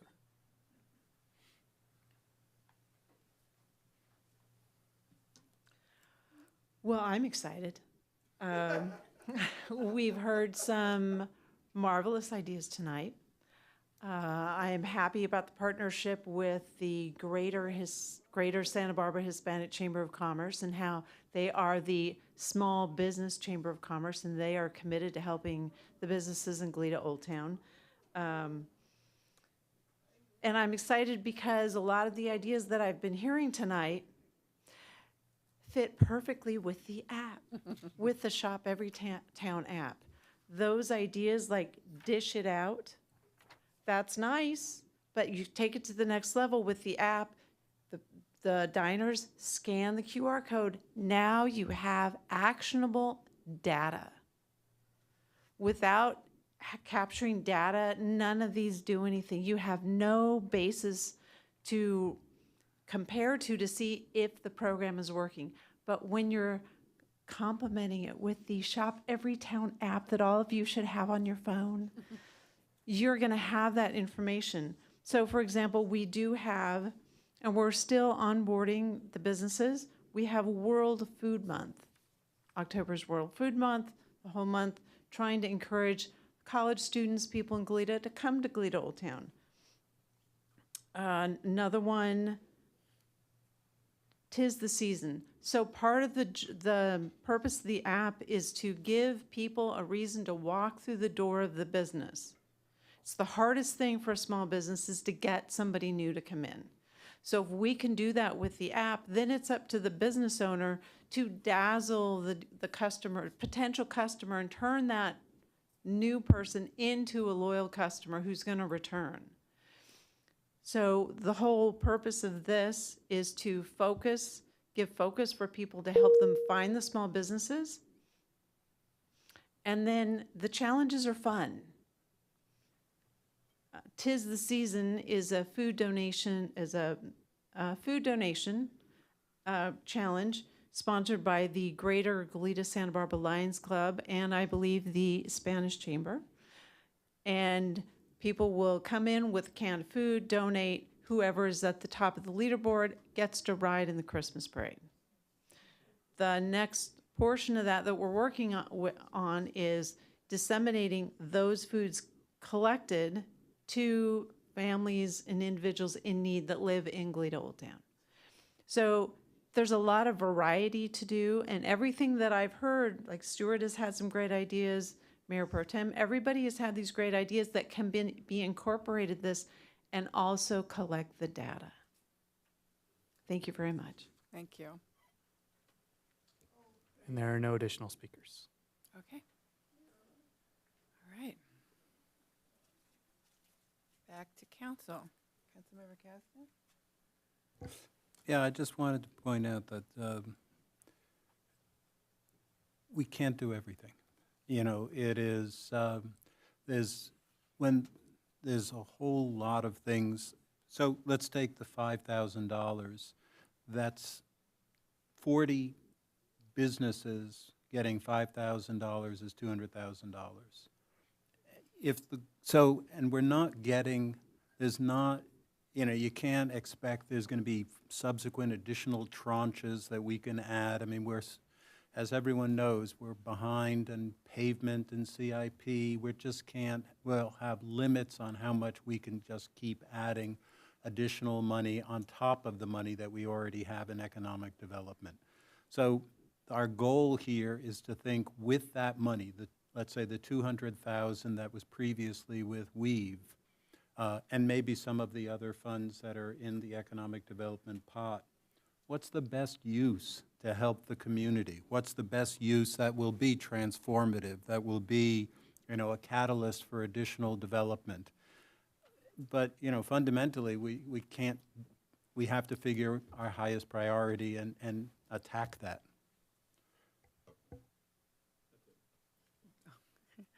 Councilmember, Luz Reyes-Martin. Thank you. I really appreciated all the public comment. It helped me kind of sift through my thoughts about the grant program in particular. So I think I am generally supportive of a grant program. I think clearly the criteria and what it looks like needs to be fleshed out, and I would really welcome the input of the business owners on what makes sense, what works. I think it is important that there is, to the extent possible, some kind of data or a report. I mean, I'll leave it to staff to sift through that. But I think at the end, I do think it's important for the city to be able to show, you know, this is how these funds were able to help support businesses in Old Town. And whatever kind of data or data points that provides, I think is really important to attach some kind, you know, some accountability. I was reflecting on Councilmember Kiriako's comments about there's probably a diversity of approaches that businesses take to accounting and how they do that.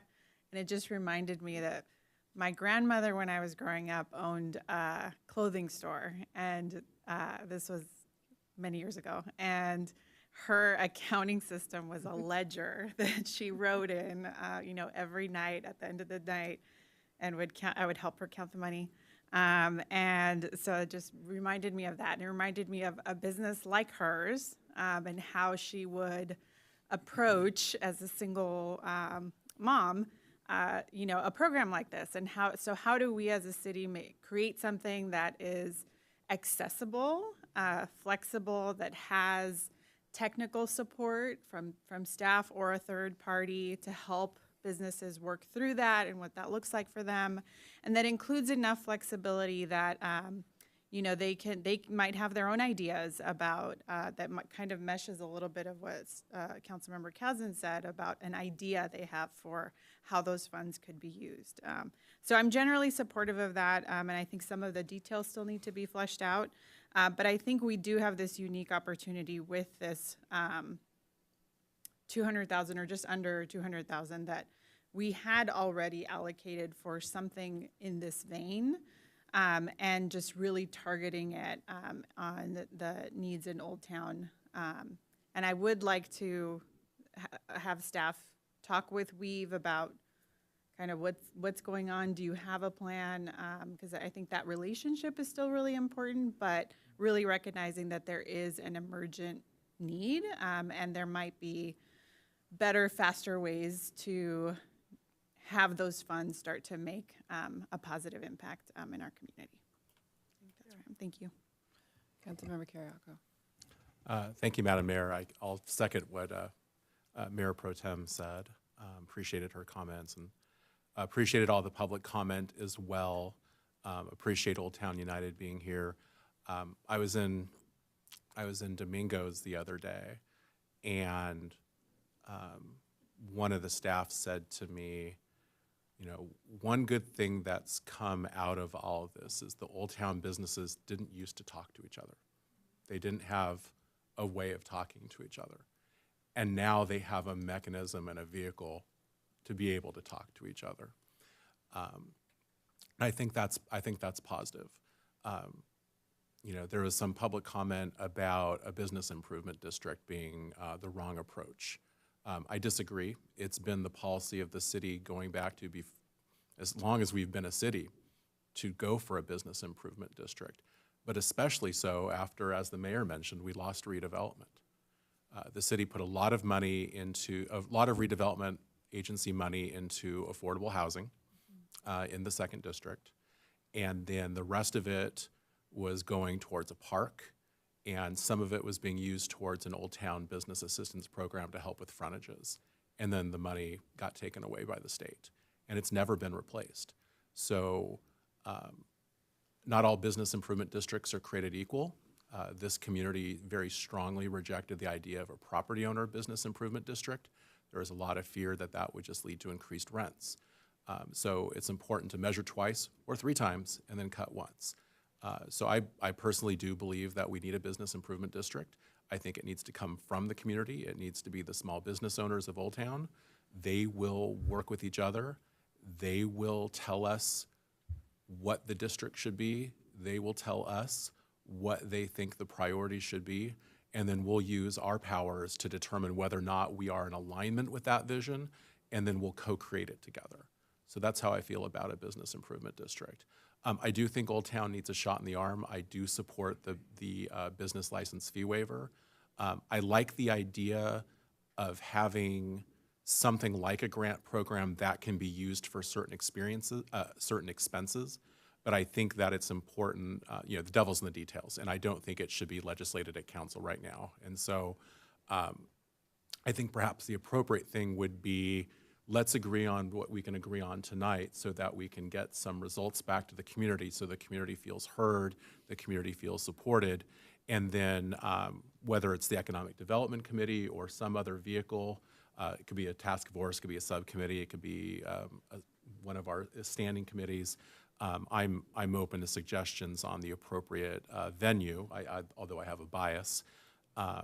I think we can use an existing process that we have so that we can move more quickly to partner with the community and then bring something to council that has been vetted and has been discussed so that staff can present it and we can move quickly to operationalize it at that point. I don't think we can make a lot of policy on that tonight, but I think we can kind of give the contours of it. I want to acknowledge Councilmember Kasdan's idea. I think there's a lot of merit to it. I don't want to try and workshop it too much tonight because I think we'll get sidetracked, but I think there's merit to it, and I think that could be discussed in a different venue as part of some of the other things that came up in public comment. But it's great to see you all out. Thank you for being here. Thank you for supporting each other and supporting our local business community, and we'll keep striving forward together. The last thing I'll say, and there was a comment made about experiments.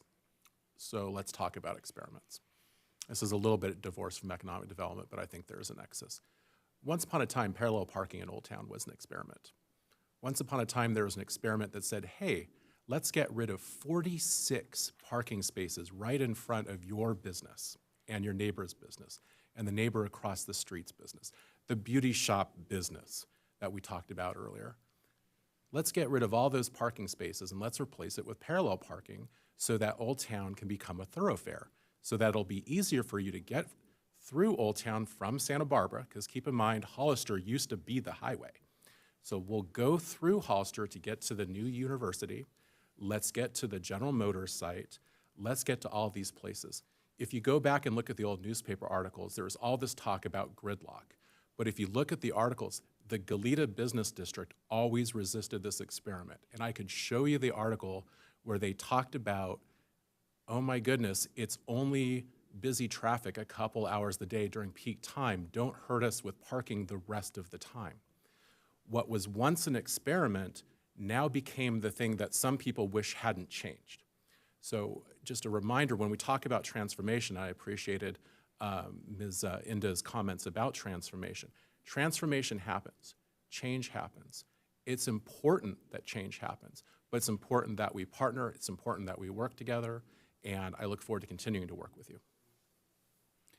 Well, I'm going to jump in because I haven't had a turn yet. Sure. And I know Councilmember Chasm has more to say. First of all, thank you all for coming and sharing and talking to us and hearing your thoughts. And, I will echo, I feel like we're pretty much saying pretty much the same thing, that we want to do something immediately, we want to help you immediately, and looking forward, what more can we do? So it's not just a Band-Aid, it's like in steps over the years. I like the idea of, we talked about the grant program needing input. I agree with that wholeheartedly.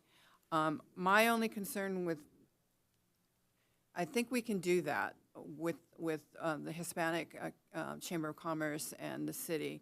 My only concern is if we were to try and handle all that, the funding, and disperse it ourselves. I'd rather an agency, another separate agency. It doesn't have to be Weave, but maybe we need to check with Weave what happened, what's going on.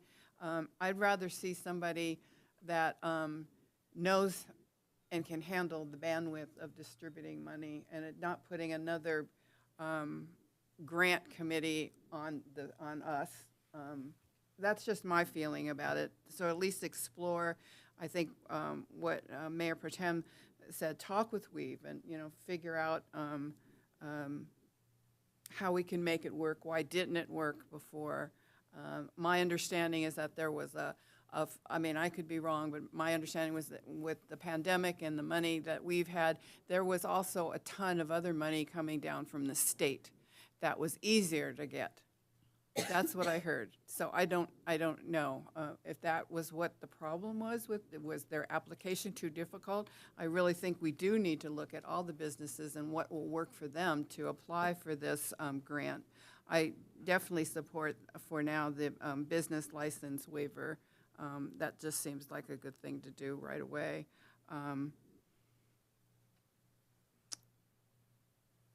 I really wanted to say, I highlighted it, and now I can't find it probably. Oh, the anti-displacement. That's something that is huge to me.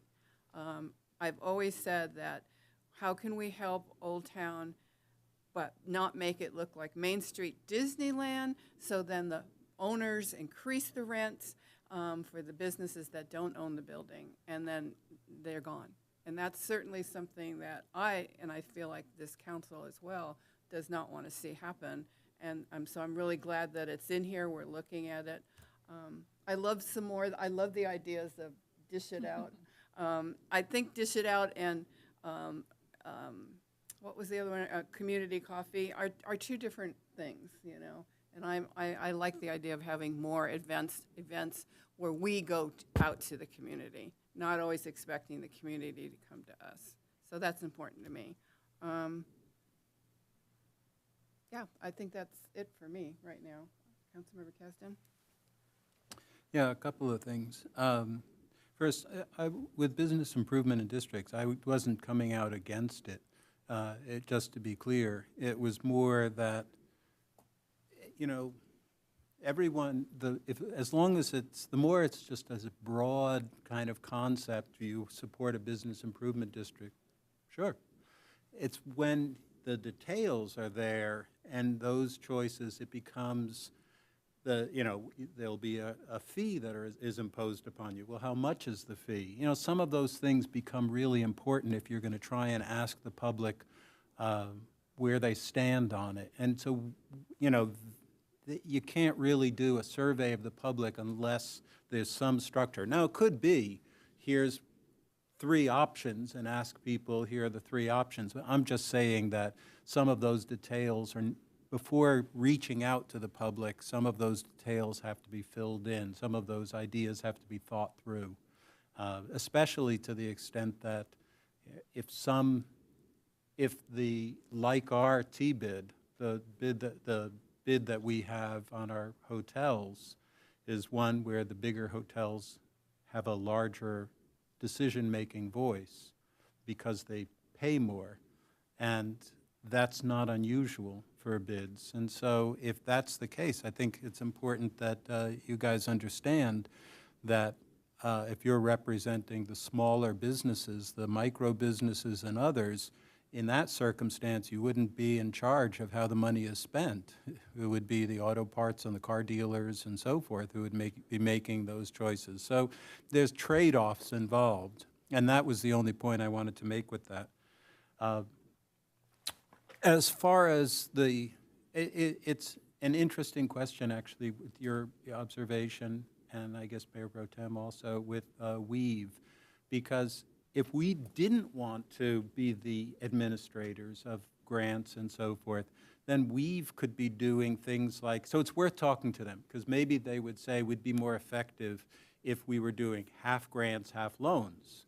Or, if we're not doing, loans are really cumbersome. They take a lot of work to do loan servicing and collect the payments and so forth. So there is no world in which we would want to be the ones who would be administering loan programs.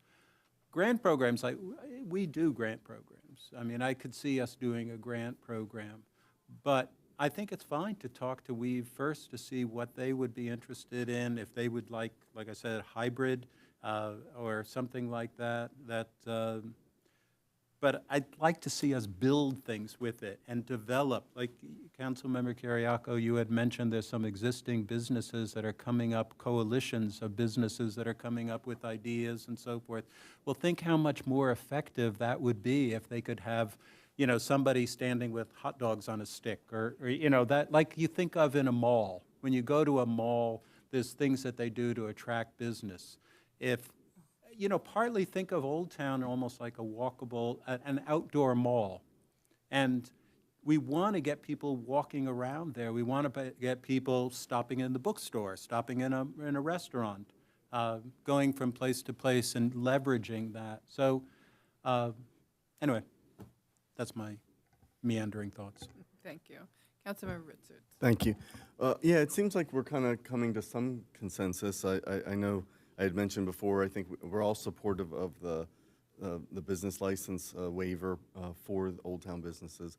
And I think we all support some kind of a grant program of some sort. I think there's a lot of details, though, that we need to figure out. I appreciate the public comment that I think whatever we do, we really need to make sure that we have businesses of Old Town at the table, and that we're hearing from them about what the criteria should be or how those grants are given out.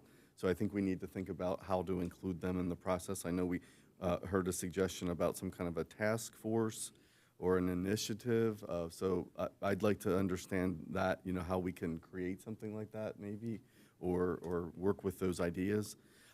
I had a question too. There was a speaker who asked about whether or not there were other fees or licenses that could be waived, and I'm just wondering if there's something easy, or if there's a blanket type of a fee or a license that we could look at as well, in addition to the business license. So I don't know if we need to answer that now, but I guess I just want to throw it out there that I'd be interested in knowing what other options there were in terms of fees or licenses that we could also look at waiving.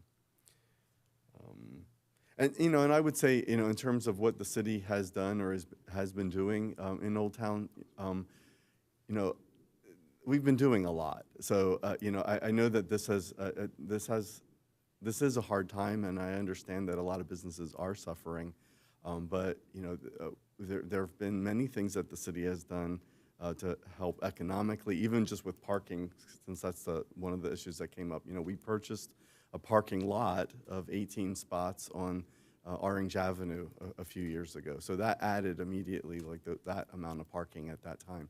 And besides what we've done to help businesses specifically, we have a 4-acre park that wasn't there before. We have a community garden that was not there before.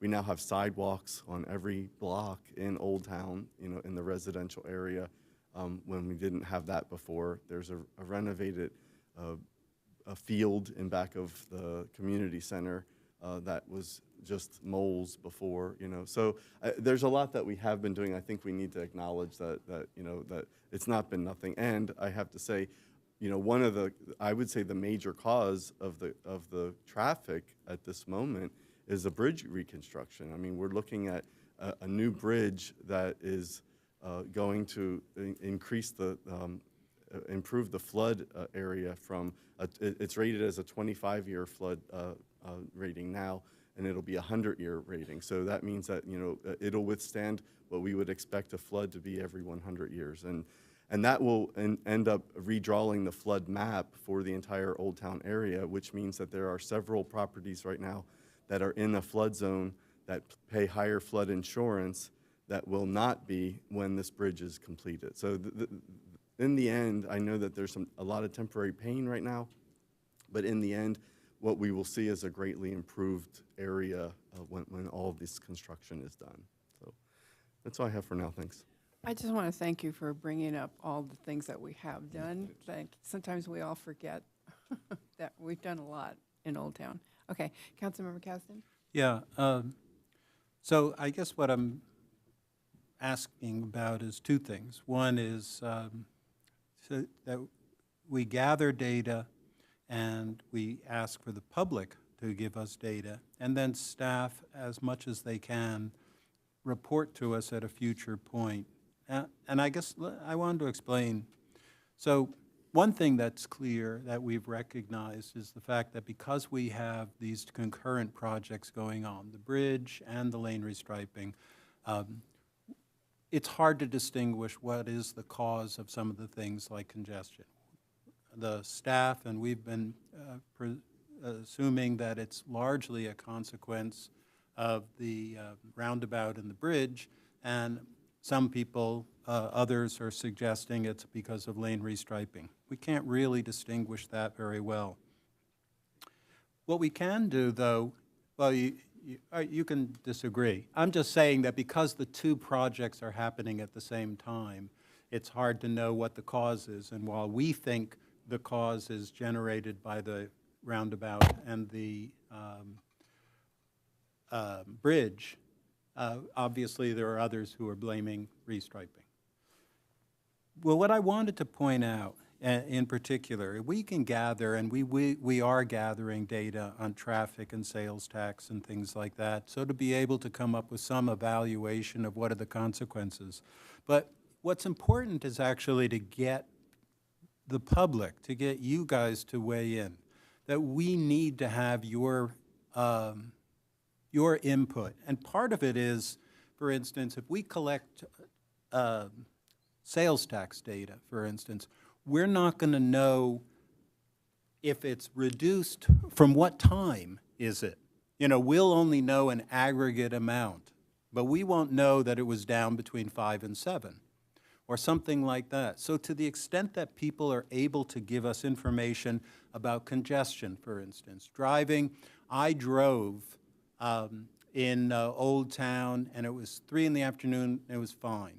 Or I drove in Old Town and it was 5:30 and it was very congested. That's helpful. It's helpful for us to know what is the challenge that we're facing. If you have some of the things we've heard is, people have complained about back-in parking.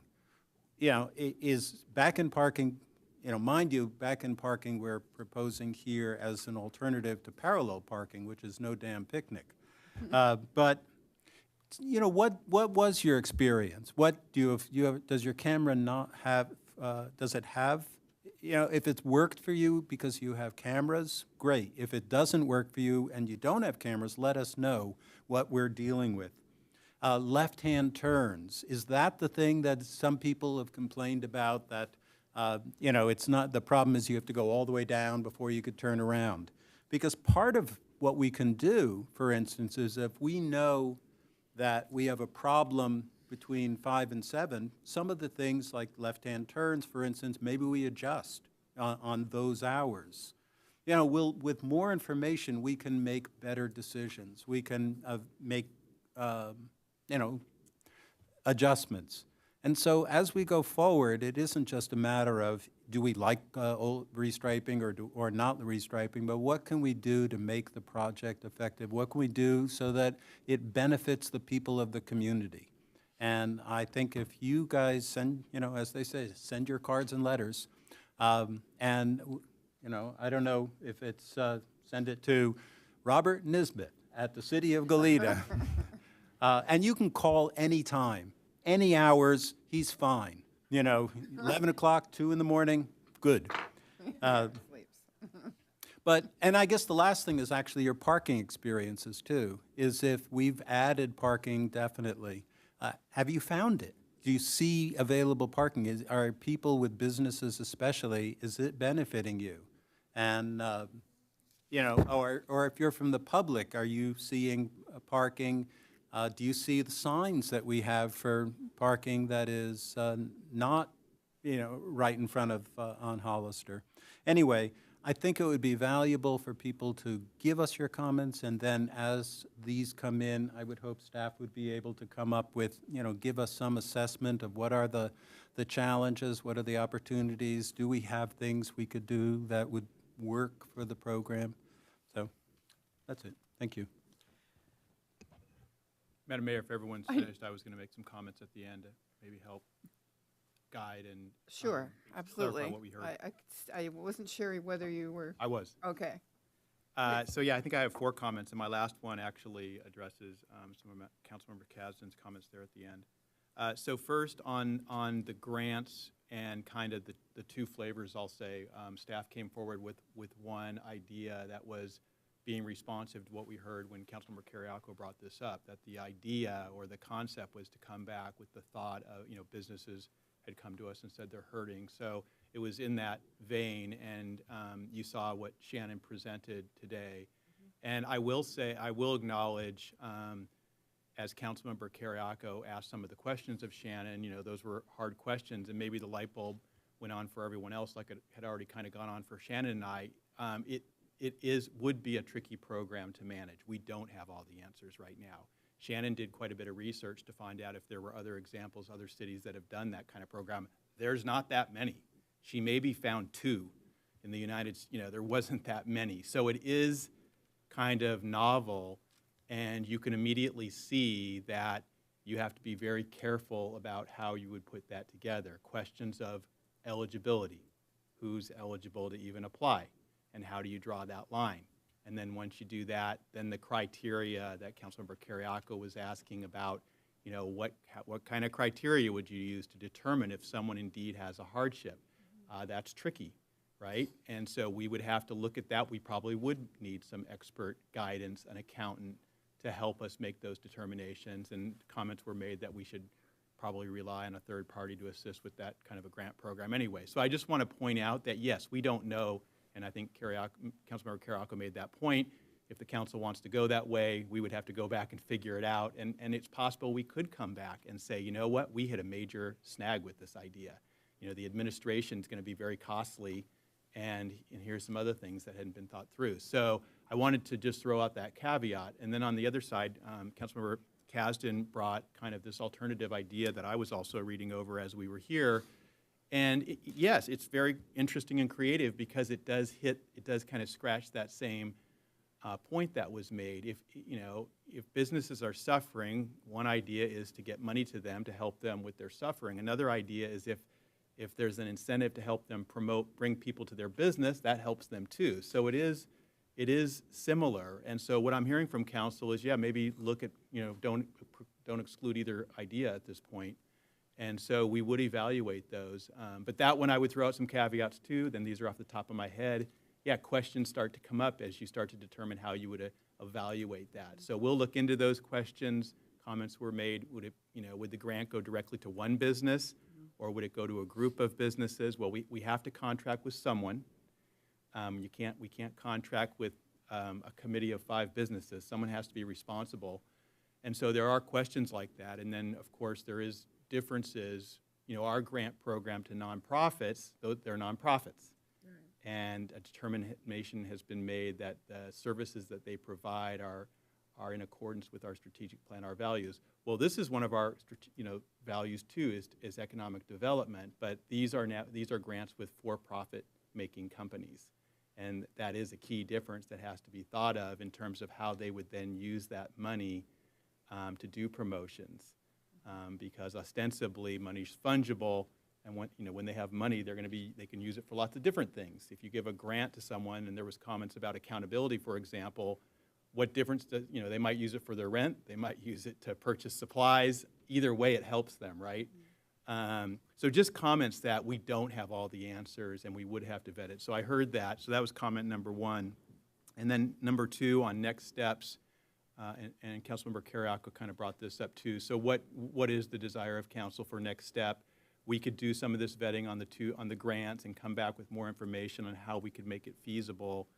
But is the desire to come back to the council? There was a suggestion we could go to a committee or some other venue to do that, where there's a venue to hear from businesses. So that would be helpful if we're coming back to council, if we're coming back to a committee, what the desire is there on the next steps. And then just the amounts would be helpful too. There was comments made that maybe we should split the money, talk to Weave, see what they can do.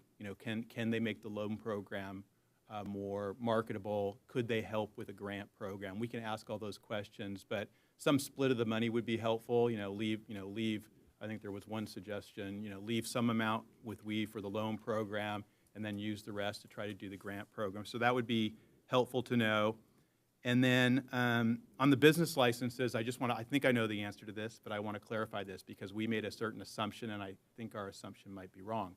So we made it sounds like there's concurrence to do 1 year of business license waiver that estimates to around $50,000 for a year. That money currently has been budgeted. We assume we're going to make that revenue. And so our assumption was that the money from the Weave that we have available to us would come back, and we would use $50,000 of that to backfill the lost revenue. I'm not sure. I want to make sure I understand if that's the council's direction or not, because it doesn't have to be that way. But I just want to make it clear that right now, our budget is counting on that revenue. So once we do that waiver program, that would be $50,000 less in revenue. We either backfill that or we don't. If we don't, we have to make it up some other way. So I just wanted to get some clarification on that. And then on the get information to staff, and we do have the hotline, of course, but there's been conversation about Project Connect various times at this council meeting about having a status update with metrics where we could look back and really see how it's going. That's come up many, many times. So I do want to summarize that to see if there's any new feedback. So in talking with the public works staffs most recently, they have indicated to me that they could start doing the measurements that they need to do kind of towards the end of the year, then analyze the data, then put a report together, put it on council's agenda, looking to be like probably the first March meeting. So that would be March 4th. That also kind of times with previous direction that we've received that we should maybe consider waiting. 6 months was thrown out at one of the council meetings. I went back and watched the tape so that there's enough time to try to get the best data we can. Our traffic engineer has also, I see him in the back of the room, he has confirmed that to me privately, that waiting a little longer would be more beneficial. He thinks he would get better data. So that's what we're proposing, unless we hear something different. If that's too slow, we could probably speed that up. but we're putting out on the calendar March 4th for coming back with kind of a big kind of update. Here we are, it's been 8 months since we did the restriping, and we would come back with various data points. I will just summarize some of the ones we've talked about, where we do have base data, and I see Derek inching, so at any time, but some of the ones we've talked about is number of accidents.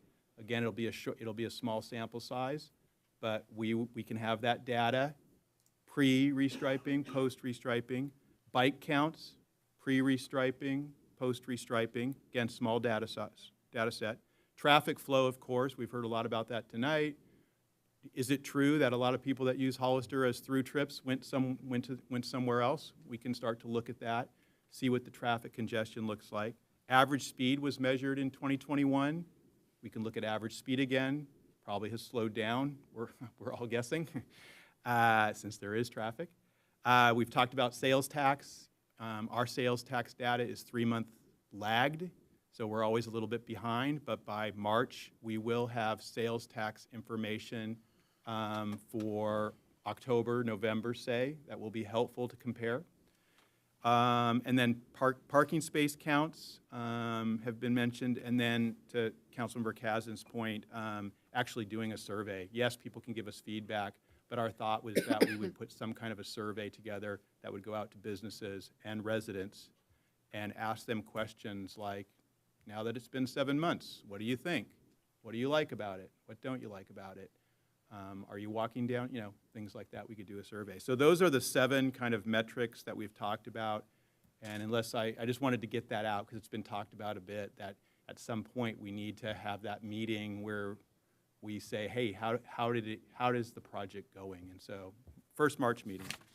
And then if you have any questions for Derek, he's here. And then the first 3 points I made, just kind of next step, do we come back to council? How do you want to split up the money? And we'll move on evaluating kind of both flavors of the grant. Okay, thank you for that. Sorry, that was a little long-winded. No, it helps. Councilmember Carriaco? Thank you, Madam Mayor, and I'll try not to be long-winded. So I appreciated your summary. I think what we ought to do is let's front load the business license program. I need to kind of have a sense of how long it would take to actually implement that.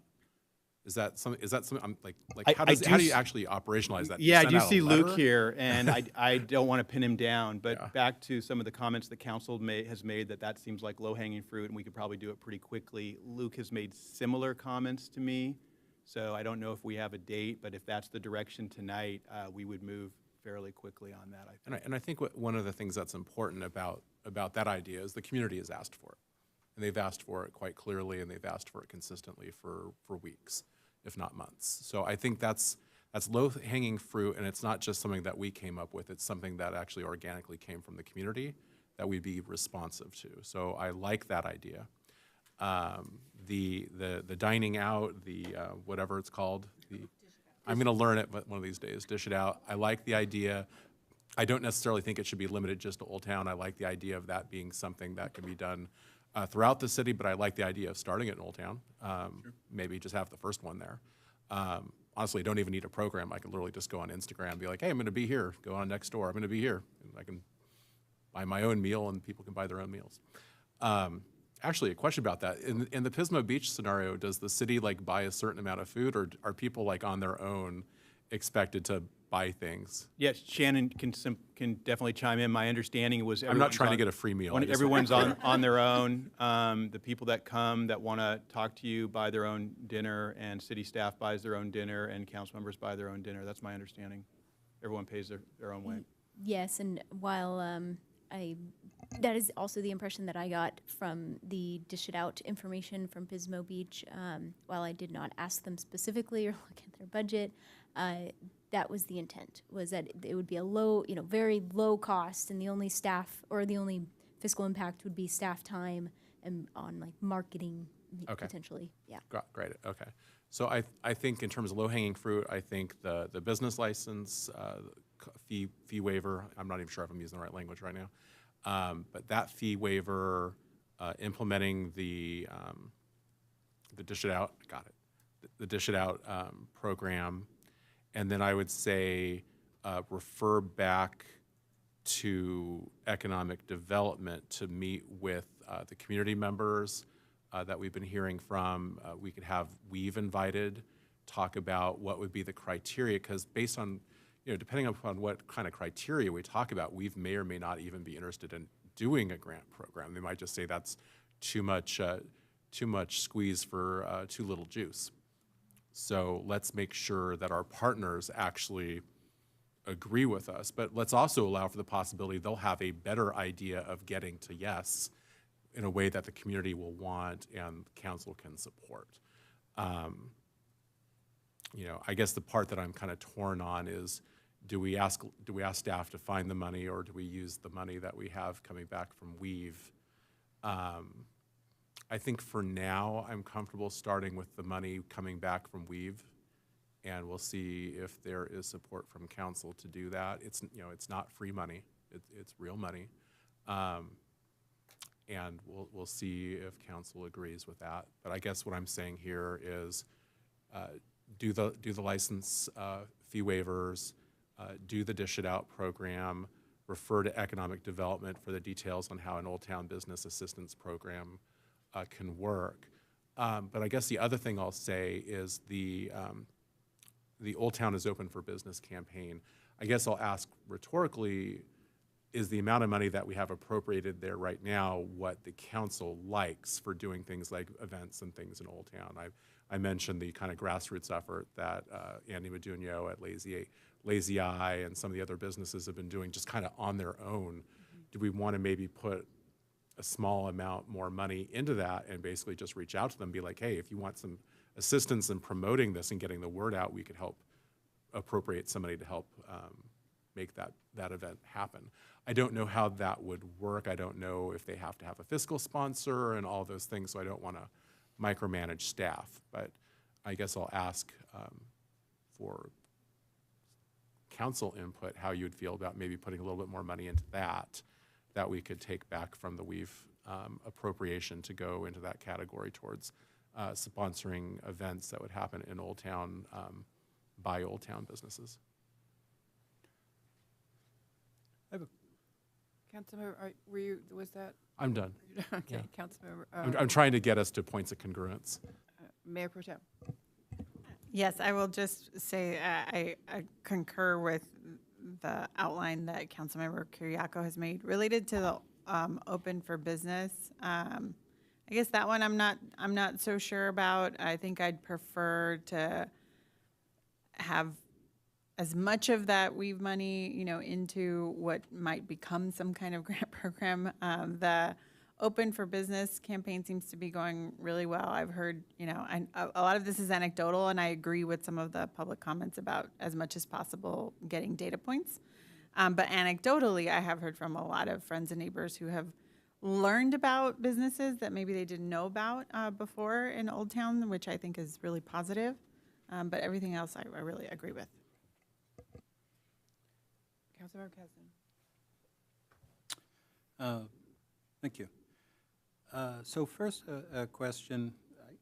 Maybe I don't know if I understood clearly before. Are we able to give money to for-profit entities for grants and so forth, or do we need a nonprofit intermediary to receive the money and they allocate it to businesses? The city can allocate Directly. city funds directly. Okay, just thank you. As long as it's some sort of public purpose implied. Okay. So let's see, not in any particular order. I'm fine with the Dish It Out. I would, as Councilmember Kiriakou meant, look to and hope to see it expanded to other parts of the city, but it's perfectly reasonable to start and appropriate to start with Old Town. And where were you thinking of eating? Oh, anyway. And with the grants, the nature of the grants, I would note that, were we doing, like, give everyone $5,000, or, people who suggested they had an economic impairment. The chart listed 371 businesses in Old Town, and if we gave everyone $5,000 after the license fee has been reduced, we're only talking about some 30 businesses that would be able to receive it. So it's not, it would just be, that whole money would just be gone sort of really quickly without having a big impact. As far as measuring impacts and so forth, there's only so much you can expect $5,000 is going to do for businesses, whereas, you know, to the extent, and this goes to, I think, Councilmember Kiriako's and Phoebe Mansour's idea, to the extent we can leverage it and bring in the enthusiasm and so forth of businesses with their ideas, and, you know, the bring stuff together, it's probably gonna, it could potentially have a bigger impact. I'm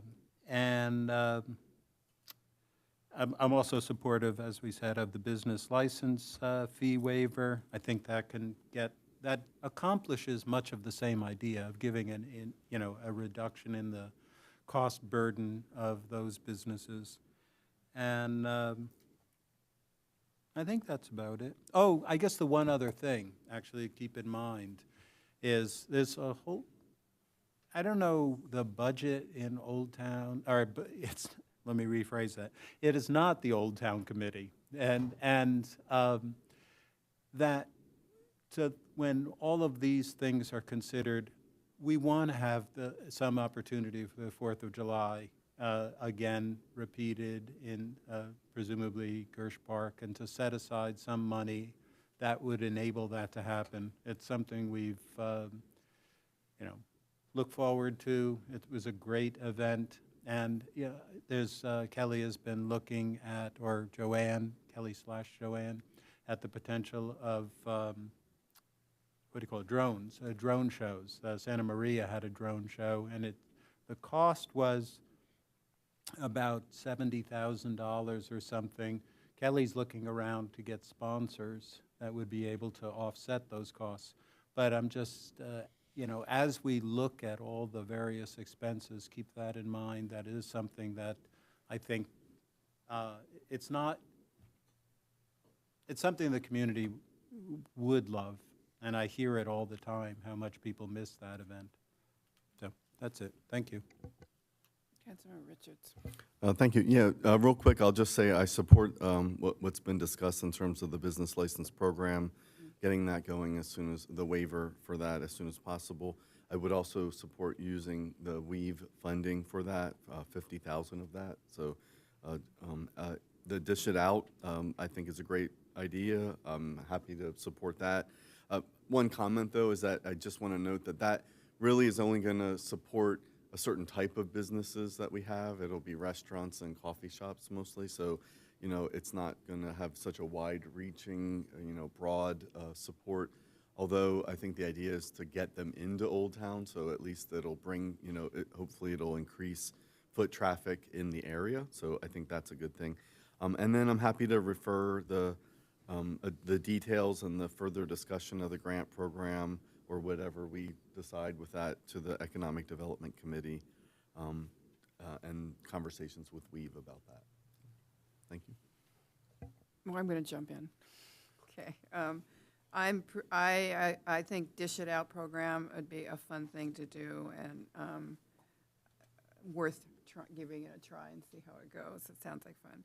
Business license waiver, I definitely support that idea, and putting 50,000 from Weave into that, because otherwise we're going to have to find the money to replace that.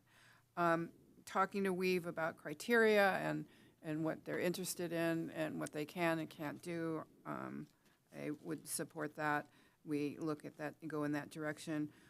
Old Town Open for Business is okay, and I like it, but it's limited to who really it sees it. It's on social media.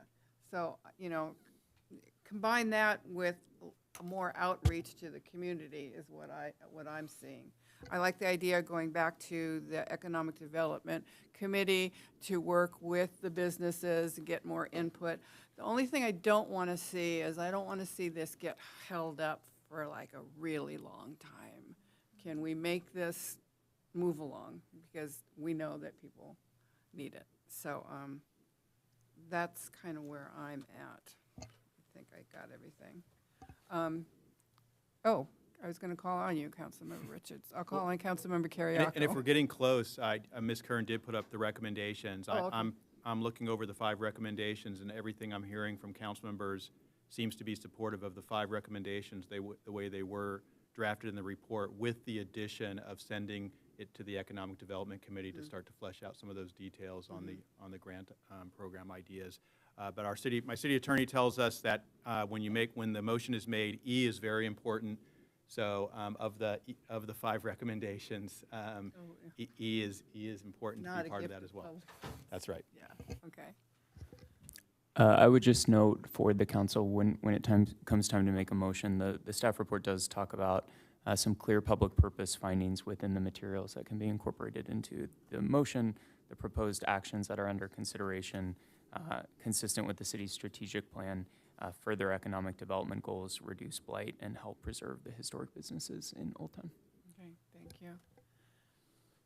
Did you have something you wanted to say? But now your name's on here. No, I had gone before. Oh, okay. I did. Oh, you did. Councilmember Carriaco.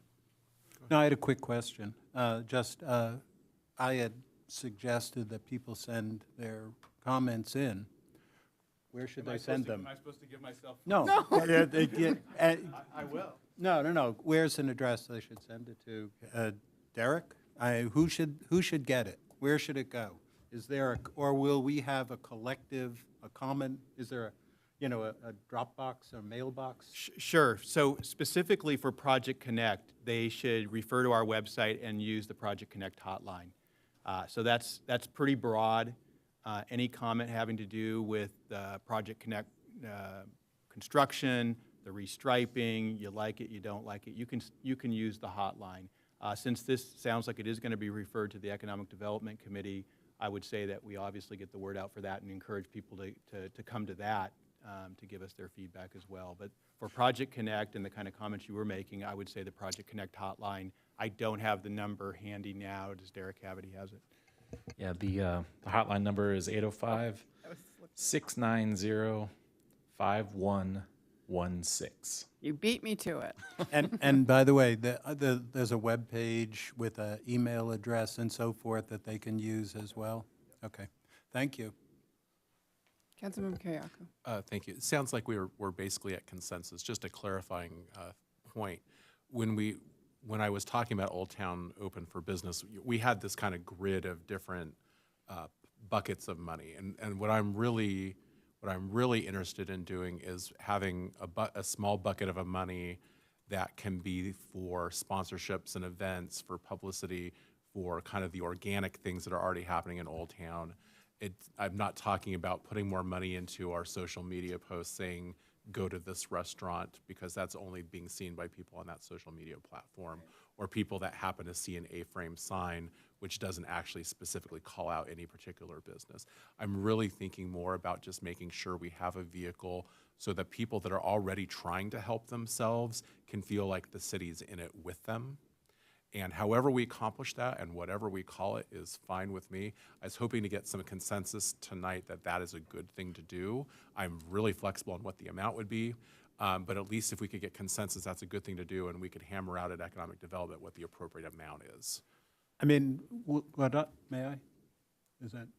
Sure. I mean, I definitely support that general idea, because that general idea is a way of attracting business and customers to Old Town, and that's the same thing that I presented in the context of a grant. So the best, if it works best in the grant venue or the grant sort of thing of people soliciting their ideas, that's great. If it's better from the city, yours is, the Open for Business is more like the city saying, we have this idea. But the general concept of what can we do to attract more customers, more foot traffic, more visitors to Old Town, through events or whatever it is, yes. So just to finish, I guess I'm just curious do we have consensus and does staff have clear direction? Or are we not clear yet? I think we are. As I recall, when Shannon showed the pie of what the Economic Development Committee voted on when they met last, I think it was 8,000 went to that category. And so it sounds like there's concurrence we haven't spent any from that category yet. So when we go back to Economic Development Committee, I heard that maybe the pie slices get moved around just slightly and maybe that 8,000 is upped a little bit and we can start working on how we can help promote those with that slice of the pie. I mean, I guess I would say it should be flexible in the sense, maybe it's rolled into that grant program. You know, that there's what's the best way to get to that outcome, attracting business. So I guess I would say don't be rigid that there must be 10,000 left as opposed to, that fluid. I can think of something positive that we can all do, and I think we have been trying, is to let the community know that Old Town is not, how do I say this without getting into trouble? Old Town is open for business, and it's clearly, there's clearly plenty of parking now. There's clearly, there's traffic jams, but there was traffic jams before at peak hour. That's when it gets busy. But I mean, I go there at least 3 times a day just to check on things, and it's fine. And if people would just please stop saying it's horrible and stop going there, that's a problem. That is a problem that you're creating. So that's my 2 cents. I just had to say that. Couldn't hold back. Councilmember Richards. Yeah, thank you. There was one thing I had meant to say that I didn't, I think Councilmember Kasdan made a great point with regard to the grants. And, if we give out $5,000 grants, that won't go very far if we only have a pot of money of $100,000 or so. So I don't have the solution, and I'm not necessarily suggesting that they be smaller or larger, but, I just know that I think that it would be important to be thoughtful about how to best leverage that money so that it's actually helping more than maybe just that business that's getting it or that owner, but that it's actually doing something that's more like synergistic that helps the entire neighborhood as well. Councilmember Carrier. I have one more question, and I'm asking this almost for my colleague, Councilmember Richards as well.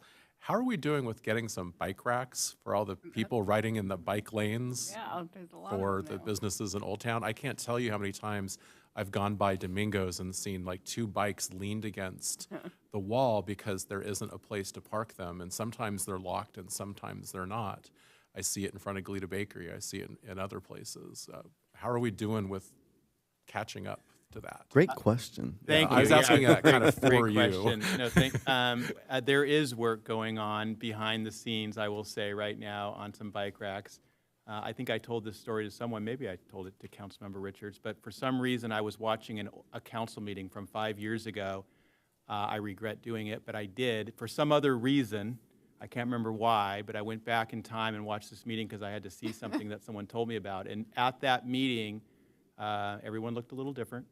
Yeah. And I did see at that meeting, Councilmember Richards asked for bike racks somewhere on Hollister. And I, of course, didn't work here yet, but I'm like, wow, that was 5 years ago.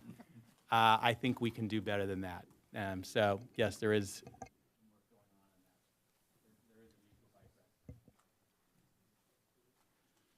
Okay, somebody want to propose a motion? Somebody want to take a stab at it? I'll move that we direct staff to proceed with the business license fee waiver and to direct staff to work with the Economic Development and Revitalization Committee, community stakeholders, and Women's Economic Ventures to develop grant programs and other initiatives aimed to provide support to Old Town Goleta. That we direct staff to send notice to Women's Economic Ventures to request the return of, someone insert the amount here, 50,000? You know, I took it as leaving it open for now, since we are Okay. going to the Economic Development Okay, you Committee. don't We need a did number. hear the 50,000 to backfill, that leaves 135, and it sounded like the split of that 135 TBD. Okay, so I'll direct staff to send notice to Women's Economic Ventures to request the return of a designated amount of funding to be determined, identified for the streamlined small business loan program per agreement number 2020-58. And find that the Old Town Small Business Assistance Program is not a gift of public funds. I did not say D. I'm not sure if I need to based on the discussion. Councilmember Kiriakou, I think it's permissible without a D. I would just note that and confirm with you as a motion maker that the findings related to the public purpose stated on the record and in the agenda materials also apply to that business license fee waiver that's under consideration. I so say. And I had one clarifying question, because I know there was discussion about the $50,000 from Weave for purposes of the business license fee waiver, so I wanted to confirm if that's part of the motion for. That was part of my motion. I was asking for the exact amount, and that's where we got a little. Okay, perfect. Thank you. Little off. So now I guess I need a second. I'll second. Okay. Roll call vote. Council members, please remember to lock in your votes. Councilmember Kiriakou? Aye. Councilmember Richards? Yes. Councilmember Kasdan? Aye. Mayor Pro Tempore Reyes-Martin? Aye. And Mayor Brody? Aye. Okay, the ayes have it. We will now take a 10-minute break. Thank you.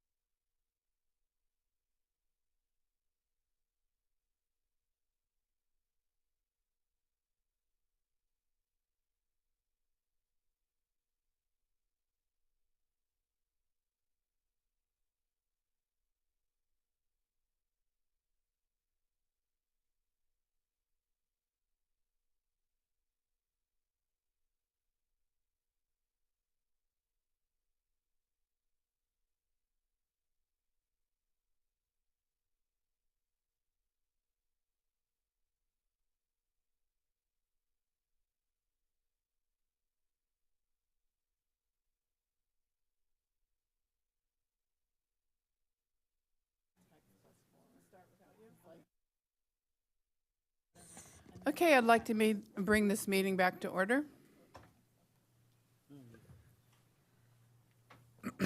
Our next item is item C2, options for the provision of temporary off-site library services during the Library ADA Safety and Building Improvement Project. Great, thank you. Mr. Fort? Hi, good evening, Madam Mayor, council members. My name is Matt Four. I'm the General Services Director. I'm here leading a team. With me is Joanne Plummer, the Neighborhood Services Director. This is really a group project. We have a number of other staff here to answer questions or who contributed to this. Miss Elizabeth Saucedo, the City Librarian, Ms. Cassidy Leera, Senior Management Analyst with Neighborhood Services, and also Kelsey Hamilton, Recreation Supervisor based at the Goleta Community Center. So we're here tonight to talk about the Goleta Valley Library. And the library is about 50 years old. It's a good structure. It has served the community well. In 2023, city staff applied for a Building Forward Library grant from the state librarian. And the grant totals $5.3 million. The grant award was about $4.2, and the city matched $1 million of that grant fund. The interesting thing about the grant is it's specifically designed for infrastructure improvements. We've heard a lot about strategic planning with the library. This is purely about infrastructure. It's rebuilding, systems and capital improvements to keep this building in good shape for the next 50 years and to accommodate the next visioning process and strategic planning that we undertake. So in October of 2023, we were notified that we were successful with the grant, and it's going to cover a number of things. One of the primary elements of this grant is a series of Americans with Disabilities Act improvements throughout the library itself, most notably the restrooms, but also the paths of travel from the parking lot to the entrances, both entrances, and a number of other ADA upgrades. It will also modernize the HVAC system that is old and we think oversized. Thirdly, it will install life safety and security upgrades, things like a fire system, modern day fire system, access control, and other efficiency upgrades like LED lighting retrofits to the building itself, things like door and window replacements and upgrades to the old exterior systems, and also fascia repair and exterior paint. So this is very preliminary. We're going to share with you a preliminary project timeline, and I want to set a little bit of context before we talk about these options. The project itself must be fully completed by June 30th of 2027. And that, in the capital world, is a tight timeline. I want to set that. That's an important point. We can do it. I'm confident we can accomplish this, but it really doesn't leave a lot of wiggle room. So we're looking at a June 30th, 2027 completion date purely for planning purposes. So when we plan a project, we look at the furthest point and we work backwards. So for planning purposes, where we are now in very preliminary design, we have set a benchmark of construction beginning June 1st of 2025 potentially. That could change, but we just said, what's the soonest we could be into construction? And then we developed the project timeline on that. We also evaluated a number of options to phase the work, to avoid closure and all of those things. The other point I want to make, this is full-blown construction. This is going to be a massive capital project to this 15,000 square foot building. The parking lot will be completely used as contractor staging and material staging and outside work. The approaches, one of the things that we're most excited about are these ADA compliant approaches to the front doors, but that's going to tear up the entire approach from both entrances. The restrooms will be out of service. It's a 50-year-old building. We suspect and expect to have asbestos remediation, lead remediation, and things like that. All things that are great. By the time we're done with this, big sections of those unwanted materials should be out of the building. And finally, with this type of large-scale construction, that will result in prolonged and long-term utility shutoffs. And so that's sort of the That's what we're looking at what the library will look like and what would be available during that. So we looked at all those factors and said, is there any way we could phase this? Is there any way we could do this concurrently where we have visitors and patrons using parts of the library while we work over here? It just isn't possible. If we had several more years and a lot more money, we probably could. But on a 30 or 32 month, timeline remaining to deliver this project, it's just not. So for those reasons, we're estimating that the library will be closed for about 18 to 24 months. What that'll allow for is closure of the library a little bit early. We're thinking just after spring break, for example, of next year, to allow for the relocation of equipment and collections and workstations and all those things. Because we're here tonight to talk about temporary options for some sort of modified library service delivery during construction. So it'll take some time prior to construction for us to relocate those materials, the black gold networking infrastructure, all the electronic infrastructure. And it also includes a prudent contingency for a 50-year-old building. 50-year-old buildings are going to have some surprises, right? And so we know something about this building. We don't know everything about it. We just finished a seismic retrofit on the Goleta Community Center, and there were lots of surprises, and it took longer than we expected by a lot. It's sort of the expected unexpected, right? We know there are things we don't know, and we know we're going to encounter them.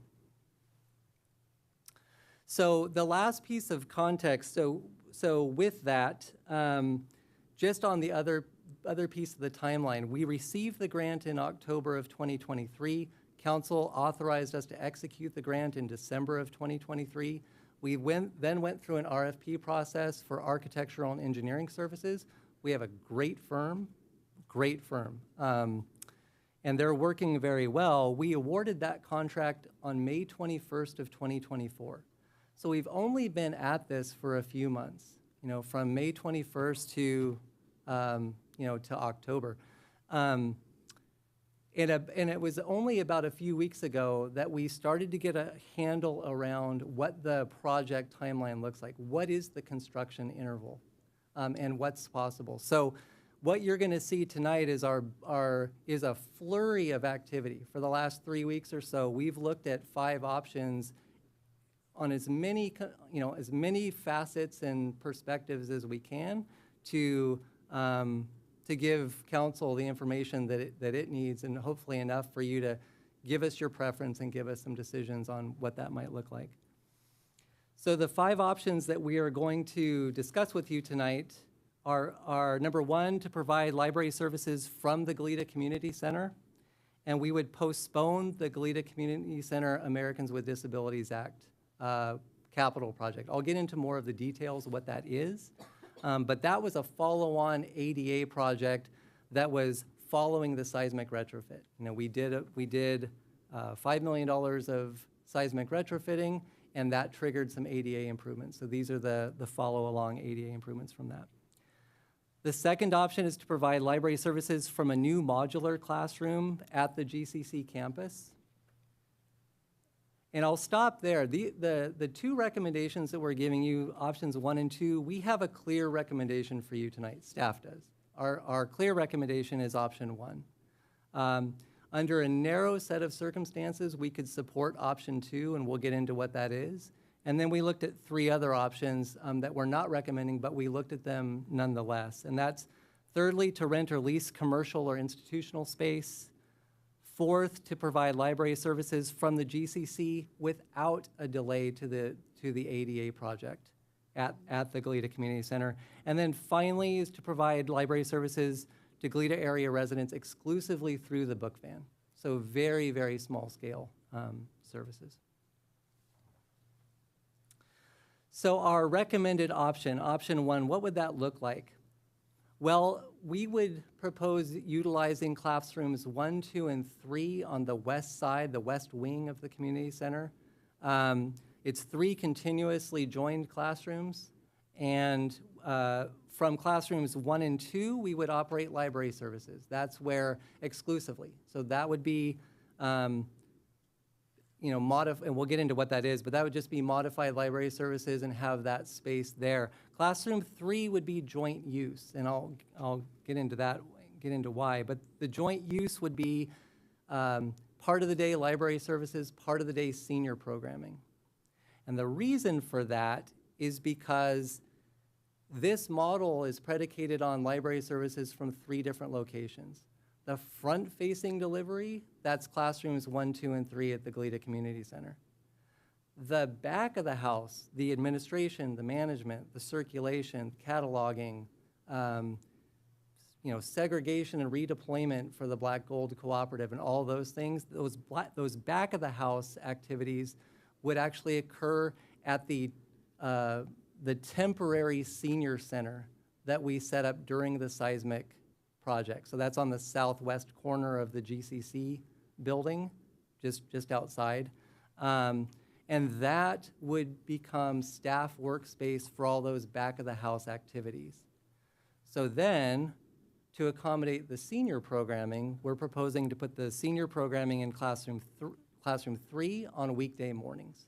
So weekday mornings, senior programming, weekday afternoon, library services. And then finally, for storage, because our working assumption now is that the majority of the library materials and equipment, the things that we can protect in place during construction, we'll do that. The things that we need to move out for replenishing collections, for use in classrooms 1, 2, and 3, we're proposing to store those on the 2nd floor of City Hall. So those are the 3 locations. Classrooms 1, 2, and 3 for front-facing, the current temporary senior center for back of the house, and then the 2nd floor of City Hall for storage and replenishment of that rotating collection. What? Okay. All right. So in terms of what modified library services would look like, this would be similar, and I'll just say this would be very similar for a number of the options. For option 1, option 2, if we were to purchase a new modular classroom setup, even leased or rented space with the 3rd option. But modified library services, what we have contemplated, limited distribution of collection materials for all ages, children, teens, adults, seniors. Holds and pickups from the library cooperative, Black Gold, so we can fulfill our obligations to that interagency system. We're proposing limited computer workstations for public use and printing because we know that a lot of our patrons use the library for technology needs. We would have 1 to 2 staff workstations for circulation and reference services. We're exploring the potential for self-check machines. That's one that we haven't been able to conclusively determine, but we're in negotiations with Black Gold about the feasibility of that. And then finally, the potential for modified programming. If you think of the Goleta Community Center and the patrons there, we have a preschool, we have Head Start, we have senior programming. So a lot of opportunities for interdemographic, inter-age group sort of interactions. There's a front lawn, there's a big campus. It just lends itself to other opportunities for really creative and innovative library programming. And I'm going to stop there and see if Ms. Plummer has anything to add to that. Thank you, Mr. Four. When we were looking at the community center and the opportunities for other programming, we were looking at and evaluating potentially a varied schedule for operations. Currently, we're closed on Mondays. We are looking to see if we could possibly open on Mondays to have expanded hours. And we're, as Mr. Four said, the intergenerational program opportunities between whether it be library patrons or community center patrons, as well as that space in the senior lounge area. That would be an opportunity for people to even come in and read during a senior lounge time, and really kind of making the community center is for the community, the library is for the community, and so bringing all the communities together. under this option, our preferred option or our recommended option, as I said prior, the GCC Americans with Disabilities Improvement Project would be postponed until after the library project is complete. You can switch over.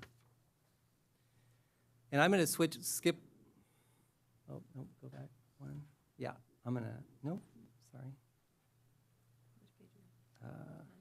9. There, okay. So I'm going to skip around on this slide a little bit, just to talk a little bit about the ADA project that we'd be postponing. We have until 2030 to complete that project and expend the grant funds. Those are, the funds are administered by the Department of Housing and Urban Development. We have until 2030 to complete that project and finish those funds. We're comfortable with the nature and scope of the ADA work. We're comfortable that even with this postponement, we can complete that project by the time of the grant deadline. We've looked at that in a number of ways. The other thing that gives me confidence is that we would not wait until the library project was complete to resurrect that project. So probably 6 to 9 months prior to the end of the library project, we would be finalizing plans and specs, coming to council for authorization to issue the notice of bidding, run through the bid process, award the agreement, bring it to council. So our hope is that we can take these two paths and merge them into one, so at the time that the library project is complete, and the second that we disband the temporary library services from classrooms 1, 2, and 3, we're right into the ADA project. And so that's our strategy behind that. The other item that I'll mention now is we're also planning to, because we're postponing the ADA project, this full-blown ADA project at the GCC, we're also planning to do some interim measures and enhance access on an interim basis while we complete the library project. Things like converting one toilet stall in each of the GCC restrooms to ADA compliant, moving the stall walls and things like that, lowering paper towel dispensers and things like that, lowering door handles on the classrooms, doing some other things, and then also regrading and restriping a couple of ADA spaces at the GCC. So it's not we can't do the full ADA project while we do the library project, but we can certainly do some things to improve accessibility just in recognition of the postponement. So now I'll go back up to the top of the slide here.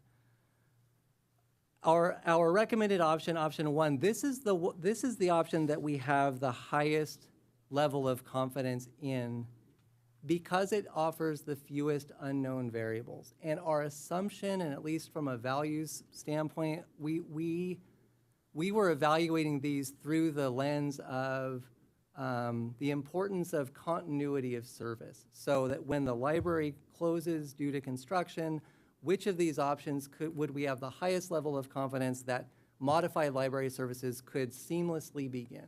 And so that's what's reflective in option 1. It's our highest level of confidence because we know the building, we know the rooms, we know the site, we know the internet connectivity, and it helps with discussions with Black Gold on moving equipment over and getting that taken care of. We also own the building, and so it takes the variables out of play of finding a suitable commercial or institutional property, whether it's available on the market, whether we could complete the tenant improvements on time, and so it's those sorts of things. We call this the lowest risk option because it has the least number of unknowns to us. And I'm going to stop there for a second because we're going to go into option 2 next. And if you have any questions on option 1, maybe we can take those. Mayor Pro Tem, do you have a question? Yeah, and I appreciate you kind of stopping to take some questions. I have a lot of questions and they're a little on different categories, so I'll try to focus a little bit on just general. Thank you for all the work. I can tell that there's a lot of work and coordination that's been happening with staff to try to problem solve this, and I really appreciate that. And I'll also start by saying I really believe in and support the infrastructure work that needs to happen at the library. It is a beloved, heavily used asset of the city. And it is prudent and responsible for us as a city and a council to ensure that it's safe, that it's meeting, latest requirements, that it's ready to serve the next 50 years of Goleta residents, or really Goleta Valley, beyond the Goleta Valley patrons to that library. It's also a workplace, and it's really important for the staff that work there to have a great place to work. So absolutely agree that that needs to happen. I appreciate that you really evaluated whether the work could happen while still keeping it open.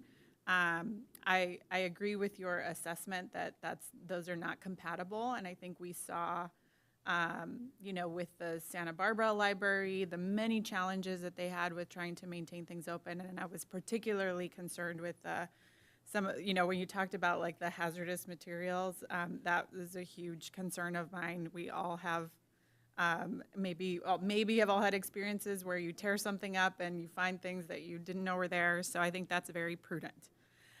All that said, this is a really big deal. It's a really big deal to close it and relocate library services. So I think it does merit, lots of questions from this council and to really flesh through a lot of this. So I'll start with, can you tell me more about the communication or coordination that's happened with some of our partners? So our county partners, this is, of course, the city has ownership of it, but it really serves the broader community. So our county partners, the Friends of the Library, who are such an important partner, I'll start with those two. Thank you, Mayor Pro Tem Reyes-Martin. Regarding the Friends organization, I'll start with them. We did reach out to the Friends prior to the packet release. We wanted to come first to council and talk about options, and then once we have direction from council as to where we're going, then we'll be able to get a further conversation. Once the packet was released, we did directly email the staff report to the Friends organization, and we have spoken with them. Again, following a decision this evening or discussion this evening, we'll be able to have further conversations with them. Obviously, nobody wants to see the library close. It's a tough pill to swallow, but it is one that we have to look at. So it'll be a little bit of a challenge, but once we know where we're going for our library services, then we can start to identify adequate locations or adequate space to accommodate some of the services by the Friends and what they're doing for our library and all the funds that they raise for the library. They are a vital partner, and we will continue to work with them. We just don't have a lot to tell them right now because we don't know where we're going. And regarding the county, we have not spoken to the county. We did look at our county agreement and to check to see if there were deadlines. Black Gold has certain deadlines we have to meet for moving services, and right now we're within that window, and the county is a similar window, and there's nothing in our contract that says that they would prohibit us from relocating or closing, but we would need to notify them as soon as we have a new location. Thank you. That's really helpful. So I think, there may be a lot of other questions tonight. So, I mean, given that we haven't had maybe more formal or any conversations with the county, I'd be a little hesitant tonight to say 100% for sure, let's move forward with this, whatever path. So I just want to preface that because I think that's really essential that that they're on board with this plan and that they're not going to object, and that we talk through that with them. And same with the Friends of the Library. I think even though, the language was, once we know where we're going, well, there does seem to be a clear recommendation from staff. And so then talking through what are the concerns of the Friends of the Library, how can we kind of work through some of that would be important to me. That does lead me to, as far as the location, on the one hand, I think many of us have expressed a desire to have library services in Old Town. So that's, one silver lining to have better accessibility to the library in Old Town. So I think that part's great. Did you, on that point, did you look at, I was looking in the staff report to try to compare square footage of really the, I don't know how best to phrase it, but like the patron areas, so places where the public would actually be in. How do the 3 classrooms compare to the existing library? Madam Mayor, Councilmember Luz Martin, the library in total is 15,000 square feet. And so what we would subtract from that would be the, the work areas, the meeting room, the big conference room where the artwork is and things like that. Although that's used for programming too, so maybe not. Right. We do a lot of programming and, storytelling and things like that, so maybe that does belong. I think we could exclude the staff areas because those aren't front-facing. The classrooms 1, 2, and 3 are a little less than 3,000 square feet. It's about 2,900. And so that sort of is your comparison. We will not replicate the full services of the library in classrooms 1, 2, and 3. It will certainly be modified, but I think if you've seen the library staff work, they're pretty innovative. They can do a lot in small spaces. And so, but just for proportionality, it's probably That's a helpful. fifth. Thank you. 20%. So did you consider using more space at the community center, like the dining room, or was that considered? The community center currently is open for business, and we have rentals and activities that are happening, including our senior programs. We have our senior nutrition program that meets every day in the dining hall right now. We have large programs that operate in the dining room in the multipurpose room. No, what is it called? The auditorium, thank you, sorry. In the auditorium on a regular basis. So we see a lot of meetings and a lot of weekday rentals as well as weekend rentals. So if it's the desire of council for us to forego rentals and those activities, then we could look at that. But because there was so much effort to bring patrons back into the community center and bring back the spirit of the community center as it once was, staff has been working hard to do that and are succeeding. And so we were looking at the facility to try to figure out where could we best house the library services so that we could have both types of activities happening and working together to complement one another. Thank you for that. I think part of what I'm trying to balance is the library is not just a transactional space, and I know you all agree with that.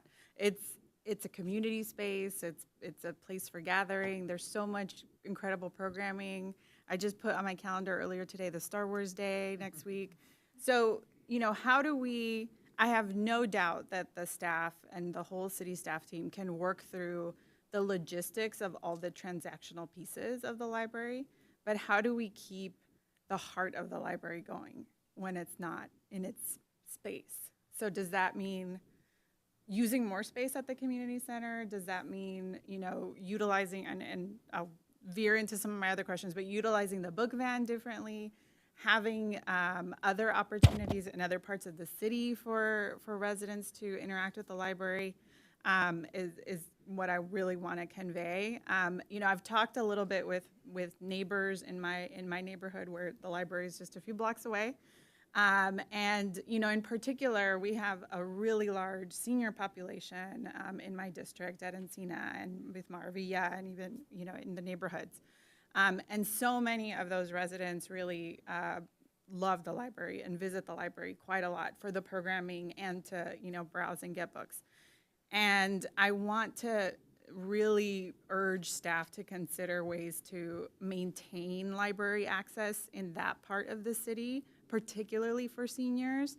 And I don't know what that could look like, but Mr. Nisbet reminded me that during COVID, there was that system of picking up and dropping off books, so there's at least that. Could something like that still take place in other parts of the city? So I'll stop. I have other questions, but I'll stop there because I'm sure Mayor Pro others Tem, I'd like to share that while we didn't look at the dining room or the auditorium for day-to-day operations for the library, one of the great aspects of utilizing the community center is that we do have all of those rooms accessible at various times of the day and during the week, and those can be scheduled out like we schedule our meeting room at the library now for a lot of our programming. we can utilize those spaces, and they're varying sizes. So for smaller programming, for larger programming, so we have extra space within the confines of the community center that can definitely be accessed for those programs and services, as well as Mr. Fore mentioned earlier, the uniqueness of having such a great outdoor space, a grassy space, both in the front of the building and in the back of the building. And then we have our city librarian here that I believe would like to share a little information. I was just going to preface this with, to Mayor Pro Tem's point, not that we're advocating for losing the heart of the library at all. Just comparatively speaking, I was going to ask our city librarian to comment on what happened during COVID. And, you know, in a sense, we lost much of the functionality of it, but still maintained service, so. Thank you, Mr. Valdez. Good evening, Madam Mayor and Council. My name's Elizabeth Saucedo. I'm the city librarian for the Goleta and Santa Ynez Valley Libraries. And I appreciate the opportunity to share just a couple of contributions to the discussion this evening. I would like to share, of course, I acknowledge the magnitude of the project and all of the different considerations that go into it. And I appreciate, on behalf of the library, the attention and discussion that has gone into it and is taking place tonight. As Mr. Valdez shared, there is a reference point that I feel it's valuable to add to the conversation. The Goleta Valley Library did close once before, along with libraries around the world in 2020, as we closed for the COVID pandemic. And so just to share a little bit about what that experience was like in terms of how that could possibly relate to the project that we're discussing this evening. In looking at the in sort of the comparison, when we closed for the pandemic in March of 2020, we did so with very minimal notice. You know, as times were changing so quickly and information was becoming, you know, it was changing by the hour at the time. So we closed with minimal notice. We also closed for an indefinite period of time, which was quite a variable to navigate. And lastly, we closed for a very heavy and difficult reason, a global pandemic that was unprecedented in our lifetimes. Through that, you know, we pivoted within a matter of weeks of closing the library to provide online services that were designed for all ages to be able to access. Staff thought of creative ways to bring the library to patrons within their homes, setting up resources that could be accessed via telephone, via website, online story times, even thinking of creative ways to pivot that included mailing out activities to families at their home addresses. Within months, we had established sidewalk service where we could provide limited service to patrons to pick up requested materials without actually having access to the building. And so in doing so, we received quite a bit of feedback from patrons that we were an invaluable resource during quite a difficult time, that children learned to read by watching pajama story time, that patrons still felt connected to one another through online book clubs, that patrons were able to still access materials to navigate changing times through the way that the library was able to creatively and collaboratively provide service that was constantly striving to meet those needs of our community, that we are always sort of use that as our North Star, is what does the community need and how can we meet that need? In looking at the project that we're discussing this evening, I do notice a couple of distinct differences between the case study of how successfully staff were able to pivot during COVID and the sort of work that's outlined ahead of us. I do see that in a project this evening, we have the gift of time. We are looking at a closure that's 6 months ahead of where we stand today. So we have an incredible project team with a lot of support and collaboration to help us develop service that we don't have to sort of think of on the spot. We have 6 months to prepare and plan and put something into place that we feel will meet those needs of the community. It's also, thankfully, this time, a definite closure period. So rather than an indefinite pandemic closure, we're looking at something that is inherently, by nature of the project timeline and grant funds, a finite period. There is a must complete by date that we're working towards. And so I do have a degree of comfort, although a closure of a library is something that, as we can all agree in this room, And for anyone who may be watching at home or watching the recording afterwards, it's the last thing anyone ever wants to see for a library. And so given that we do have a positive reason this time, I think is probably the most significant difference, is that this is not a closure that is based on something that is inherently very difficult.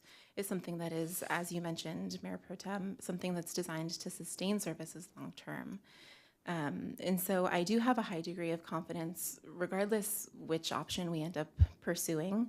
I have a very high degree of confidence for our staff, our project team, our city, to not only do this, but do it with excellence. I have every confidence in our staff, and I think that we have a very relevant case study in our most recent example of the COVID closure 4.5 years ago, to sort of use that as our credentials to pull this off together, totally taking into account there will be a significant amount of effort involved. I think that we're all aware of that, but I do balance that with, regardless of that effort, regardless of that undertaking, that we all see the value in library services, and we're 110% committed to finding a way to ensure that highest level of service continues during this closure period, and then also once we reopen through the next 50 years and beyond. So those are my reflections on sort of the comparisons between the two closure periods. If anyone has any additional questions for me, I'm happy to share. Otherwise, I can turn it back over to our city team. Councilmember Carriaco, do you have a question? Sure. For Elizabeth? I don't want to jump the line if there's other people that were. Okay. I do have a question. I don't know why. Okay, So go ahead. do we have a sense for how many visitors we get on either a daily basis or an annual basis for the library? Sure. So the statistic that we pull most often is that in non-summer months, we average about 13,000 visitors a month. In the summer months, during our very heavily utilized summer reading program, that participation jumps to about 16 to 17,000 per month. I could calculate it further, but I would probably be incorrect. And so that's the number that I do know with confidence. That's our monthly statistic for visits. Okay. Did you work on the grant, or is that primarily neighborhood services staff? I have some questions about how the grant works, so I'm not sure if you're the person to ask or if I should ask someone else. Councilmember Carriaco, it was a joint effort between General Services and Neighborhood Services. Ms. Cassie Lair is here. She's really the expert on the grant terms. Okay. Yeah, maybe that would be best then. Fantastic. Thank you for your time. So I Thank you. can ask those questions, I guess, when it's my turn. I don't want to, again, jump the queue. Does anybody else have questions for Elizabeth? Councilmember Kasdan? Yeah, I guess following up on some of the comments you made and Mayor Pro Tem made, that so I remember obviously in the pandemic and driving up to the library there, and you would go and people would get a bag of books that they had ordered ahead of time, and it seemed to work pretty well. We were able to get, our supply, and I gather people began using online books even more than they had been through the library, more than they had before.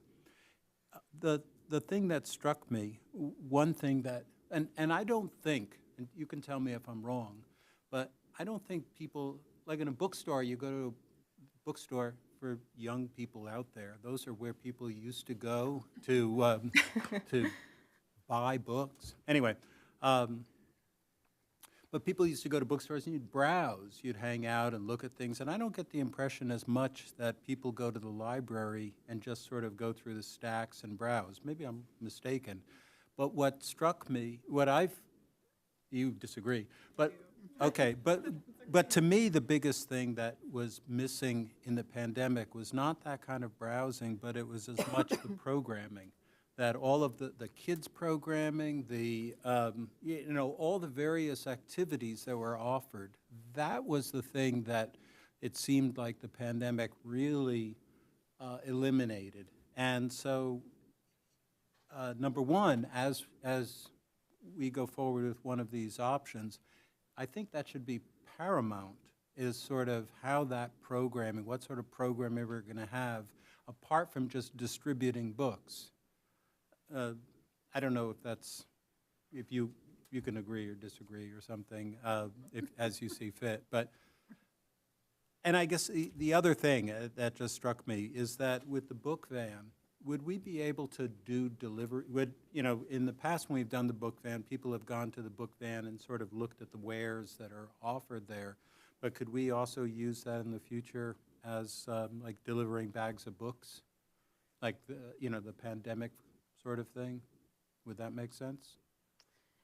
All fantastic questions, Councilmember, and I'm happy to speak to them.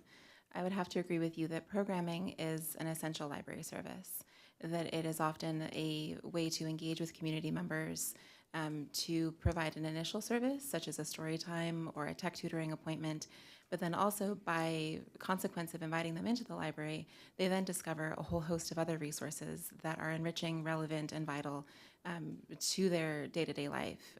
And so we find that it is very powerful to bring our community together to provide essential services in terms of information, access, literacy, social connection. And so we would definitely be looking for ways to ensure that programming continues to a very high degree. And so we've, in preliminary discussions that will become more firm following a formal authorization, we've explored tentatively ideas such as outreach story times at schools, at parks, at story walks, to find ways to use this challenge as an opportunity to expand programming, maybe in ways we haven't yet explored.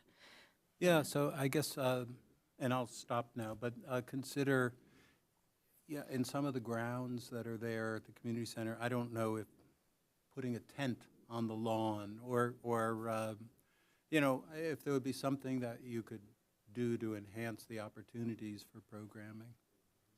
A teepee, that'd be nice, or a yurt. Anyway, all right, thank you. Councilmember Richards? Thank you. Well, I first want to thank Mayor Pro Tem. She had a lot of great questions and comments, and I supported a lot of them, and I had some of those same questions. And I agree that this is a very important project. It's important for us to maintain the library and keep it in a condition for our community and for our residents and for the employees.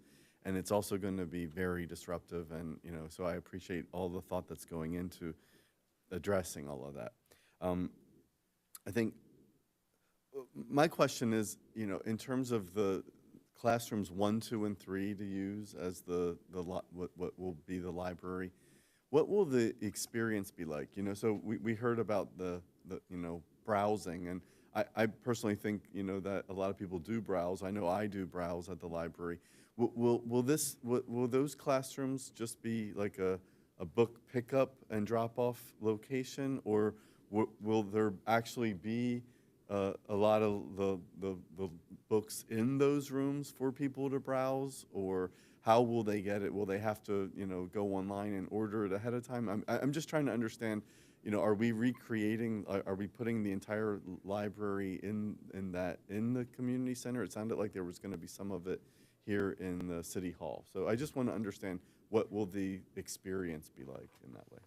Councilmember Richards and Council, we are looking at having some of our collection at the community center for browsing, for participatory activity, and then the rest of the collection that's here stored at City Hall will be interchanged by library staff so that the collection can change through and change out periodically.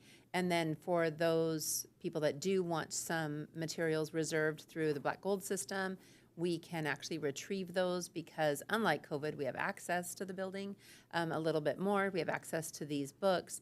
And so as Mr. Ford mentioned, we really have 3 working locations, and then the expanded book van as well, services if we wanted to explore that. So there will be browsing. It won't be as much because the space is smaller, but there will be browsing. We would be trying to emulate what we see at the library in the best way we can, as Ms. Saucedo expressed, and trying to continue that continuity and everything that the community loves, and then also utilizing the rest of the facility in whatever way is needed to provide some of those programs and services so that it doesn't take up the space in the browsing area. Yeah, I guess I could see the entire community center becoming a library in some way, because, people are going to need a place to, they'll want to go somewhere to read their book. And, I think, as we talked about, it's more than a transactional place where people just go and pick up a book and then leave. It's a place where they'll want to stay, they'll want to hang out, they may want to look. And so I guess I'm wondering, if those 3 rooms are enough, and if we should consider, looking at other spaces in the library, although I'm also very aware that that would impact, our income from the rentals.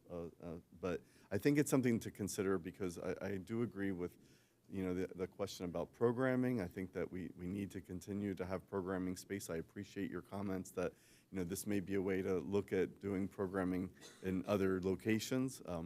So that's an important, thing to think about. But I do think that there will be a need to look at having enough space in the community center for all of the people that we want to serve in that location as well. So, thank you. Did you have another question, Councilmember Carriaco, for Elizabeth? Yeah, no, if it's my turn in the queue, I'm ready to ask the rest of my questions that see aren't your for the name. library director. It's your turn. Okay, thank you. Okay, so I have some questions about the grant.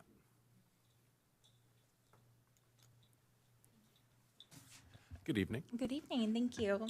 So I guess my first question is, the grant that we were ultimately successful in achieving, my understanding, first of all, my understanding was it was a very competitive It was. It's the Building Forward Facilities Improvement Plan grant. So this was round 2 of funding. So it's specifically for facilities improvements in California state libraries. It was highly competitive. I believe there was only 30 libraries awarded the last round, and we were one of them. Okay, well, there's a lot of libraries in California, so that's pretty impressive. And funding hasn't been secure for them since probably 2011, so that's a big deal in terms of how the state funds libraries versus how it used to. My next question is this a relatively new grant, or is this an existing grant that's been around for many years and has always generally worked about the same way? This is relatively new, so it is unprecedented when it comes to the state library systems. It's really hard to get infrastructure grants, especially for maintenance and facilities. And that's what this is really tailored for, is upgrading and modernizing California state libraries. Okay, so the reason why I'm asking that question is I'm trying to get a sense of achievability. So if, Mr. Ford talked earlier about usually capital projects have more lenient deadlines when it comes to grants, because you open up a building and you learn things, and you learn things you didn't know, and so there's a recognition in those processes that they're going to take a while. And so what I was trying to get at is, did we have a sense that other libraries have successfully achieved going into older buildings, finding out what's in them, and being able to get the job done on these tight timelines? So I guess I'm trying to get a sense of, have any libraries successfully asked for and gotten extensions? Is there an extension request process? A lot of times state funding, they'll give you like one extension. Like if you're going to Caltrans, they'll give you like one extension for something, state highway funds and other things. So I'm just trying to get a sense of, do we have any flexibility to be able to ask for permission to go a little bit longer so that we can do this project in a way that minimizes the impact on the thousands and thousands of people that live within walking distance of the Goleta Valley Library? The grant term is specific on the date of June 30th, 2027, but it is something we can always engage the California State Library just to see what the process is and if it's doable for this project. Okay, and perhaps we could speak with our state representatives. I know for a fact that Senator Limon has a very strong relationship with the state librarian, and that's been helpful to us, for example, in getting the book van.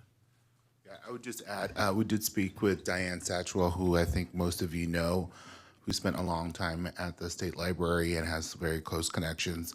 She's actually looking into seeing that, just to confirm, right? But generally speaking, when she first started with us in July of 23, she said those are one of the most inflexible folks. Not a critique, just a fact about deadlines and not extending things out. So I do want to preface that with that's been kind of the historical tone that we got from Diane. That doesn't presuppose that they wouldn't do it for this, but in general, like a lot of their reports, they do not accept late reports. They're very Okay. I very think I'm good. strict. I think I'm good with the grant now. So just moving on, let's talk about cooling centers. So, at the risk of repeating myself, I've expressed on more than one occasion the need for the Goleta Community Center to get to a place where it can function as a cooling center. We have senior programs that run out of that facility. There are times I go to the community center, and there's like a band performance happening out on the front lawn, and I don't immediately want to assume that that's because, oh, it'd be nice to do it outside. Part of me wonders, is that because doing it inside wouldn't make sense because of the warmth and temperatures and conditions? And so that gets me thinking about how will this nearly 100-year-old building function as a library? So I do have some concerns that we're asking people to go from a situation where they have one physical experience when they're in the library, and then asking them to go all the way across town, go across the freeway, come into Old Town, and then be in a probably substantially warmer building during the summer months. Have we thought about that? Have we thought about how we would tackle that? You know, fans, like lots of access to cold water. What are the things that we can do if we go with option one? How are we going to make sure that that is a safe, comfortable situation that we're inviting the community into? Madam Mayor, Councilmember Kiriakou, yes, we have thought through the cooling center in a number of ways. One is in the temporary side, yes, fans. We're going to have to move air, especially in classrooms 1, 2, and 3. The tricky part of the Goleta Community Center, and it's always been, is the electrical system. I think we had this discussion during our work plan. The electrical system is the limiting factor at the moment for a lot of things at the community center, but most notably, intense electrical use, things like HVAC. The good news is, as we did commit to in our work plan, to having an electrical engineer evaluate the GCC campus. We've contracted that service. It's underway. So that's going to answer a big question for us in terms of what would need to be done to the electrical system. And it's old knob and tube wiring in a lot of cases. It's old. It's as old as the 100-year building. But with those upgrades, that will be a major step toward the, even isolating a section. We're not going to probably not put, cool the entire community center, but maybe the dining room or classrooms or something like that. As part of that evaluation, we did say there's a lot of interest in having some portion of this campus being a cooling center. Please team up with a mechanical engineer to evaluate that. What would need to be done so we could isolate? I think we were looking at the temporary senior center initially because it already has ducting and other infrastructure in place. So yes, that's underway. I think for the 2-year interim, we're going to have to, move a lot of air with fans, and we will have a hydration station that we're installing, refrigerated, that will be in the front lobby. So that'll help also. Okay, so are we confident? This point was brought up to an extent earlier by Mayor Pro Tem Reyes-Martin. Our MOU with the county for the provision of library services. If we go forward with option one, are we 100% certain that we are meeting our obligations in that MOU? Because there's significant county funding for per capita associated with that. And I would hate to find ourselves in a situation where we didn't dot an I or cross a T, and then our county partners are holding us to account. I can start, and I don't know, Matt, if he has anything additionally. So we did have our legal team review our, what they call the county-wide free library system, I think is the actual name of the agreement. There are clauses in there where we do have to notify them of potential changes, but what we gathered from the attorneys is that it wouldn't preclude us from doing that. For example, Buellton right now is closed, right? And they're gonna be closed for a while. So that is permissible. The idea is you notify the Library Advisory Commission, the county one, you notify county HCD, and apparently notifying is all we have to do. But I think part of that involves also explaining why. There's obviously allowances for emergencies. This would be for something similar. You know, we're upgrading a facility. And so part of what we're doing is with this, you know, trying to mitigate the impact to the community. But what we've gotten so far is that we can actually go forward with this. Okay. And as we get to a place where we have our books, rather than being in one central location feeding into the book van, having books in multiple locations, are we concerned that that might add any costs to the delivery of services that are existing right now for the book van? If rather than having to go to one location, they're having to go to 2 to 3 locations to get books in order to stage the book van, are we concerned that might add to any additional costs? I don't think we've analyzed that all the way. I would assume there would be some impact to it. I don't know if we're prepared to answer that tonight or how big that number would be. Okay. I probably have more questions too, but I realize I've been going a while, so let me kick it back to everybody else. Thank you. Mayor Pro Tem? Thank you. I have just a couple more questions. To pick back up on the cooling center question, a couple of things I think related to, one, just the visitors to the library and the staff that's there, and the comfort. So I think one question is, how do we regulate the temperature? And in the community center, not just when it's really hot, but also when it's really cold. I've been there when it's really cold, and it's really cold. Maybe that's gotten better. But I think that's one piece of this. But I'm also just really concerned that the library has been used as a cooling center as an emergency response, in an emergency response kind of way, when we've had extreme heat or weather events, like we're having this week. I think we've all gotten 10 emails or texts about the heat this week. I look at my app, and every day it keeps inching up. It's like supposed to be 93 or 94 this weekend. And the library is a welcoming, free, open to the public space for seniors, families, you know, like many folks in Goleta. I don't have air conditioning at home. I've used the library as a place to get some relief with my kids. So how do we, that's really important to me, that as a city, we still continue to have a space for that. We are going to have extreme heat events in the time that the library is offline. It's going to happen. So how are we as a city prepared to respond to that and provide a space for residents to have some relief? I know we get, you know, the anecdotal suggestions of Costco, Ice in Paradise, and those are good options, but they require you to pay. You have to have a membership at Costco, and for anyone who's been to Costco, they're really cracking down on getting in there and making it a lot harder, making sure you're a member. And, you know, Ice in Paradise also, you have to pay, you know, to you know, go at the ice rink, except for the days when you're in the library and you can go do that. But that's really important to me, that we are prepared to respond to that, because I know it is really used. So do you have a response for that part of my question? Madam Mayor, Mayor Pro Tem Luz Martin, I think it's similar to the answer that I gave to Councilmember Kiriakou. I think we're, you know, some combination of a cooled hydration station, and we're going to have to move a lot of air. You know, in the winter months, to get to your point on cold weather, we do have a whole series of heaters that we purchased when the natural gas line went down in 2021. And so we have that. Those are high energy, they're high electrical use things. So again, that's why we're putting so much focus in on the electrical system now.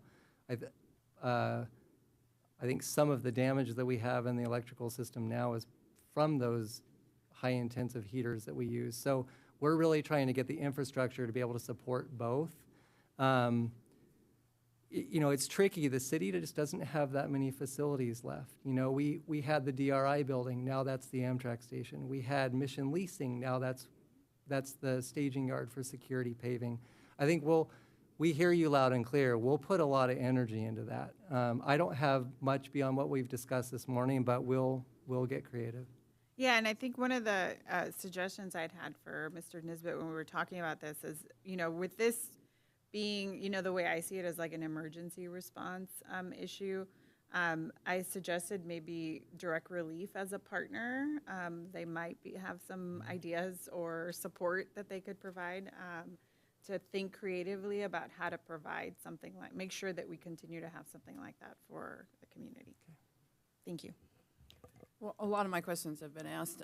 You know, when I first saw this item on the agenda, I thought, oh my gosh, you know, this is huge. This is a big project. But also the fact that I was able to go with a couple folks over to the library to show me what the plan was for doing this project. And really, to me, it really boiled down to a safety project. It was a lot of safety improvements that are so needed, access to another exit on the other side. I mean, just things that it just makes sense that we'd want to do. The pathway, the restrooms over there are not ADA. There's a lot of improvements that are so needed. So I totally support, and luckily we got a grant to do this. But what I was struggling with is the fact of moving everything over to the community center. I would not want to say, and I don't think I'm hearing this, that you're displacing the senior center. That's still going to be there, correct, Mike? That's contemplated to be to utilize Classroom 3 for part of the day for senior programming. Wouldn't it be great, I mean, I started thinking, like, wouldn't it be great if we could engage some of the seniors to, like, do some things at the library? You know, there could be that collaboration. You just don't know. But that was just my thought. I think seniors and young children would be great, you know. I do have concerns, and I don't know if this is the time to bring it up, but I know a lot of the students from the junior high go after school. I mean, my husband grew up here, right? And he said he always remembers going over to the library after school and to do his homework. So how's that going to work for those students? That's not going to work probably. So that's a hard one. Madam Mayor, that's a good point. I'm not exactly sure. I think we can reach out to the school district and, you know, make sure that they're aware that we need to close the library for this construction project and see if there might be some other opportunities to fill that gap temporarily. Yeah. Okay. Yeah, that's all I had for right now. Thank you. Well, I appreciate, Oh, excuse me. No, yeah, I'm going to I can move through these next ones pretty quickly. I think we had much of the discussion in this previous one. All right, so I'm going to move on to option 2.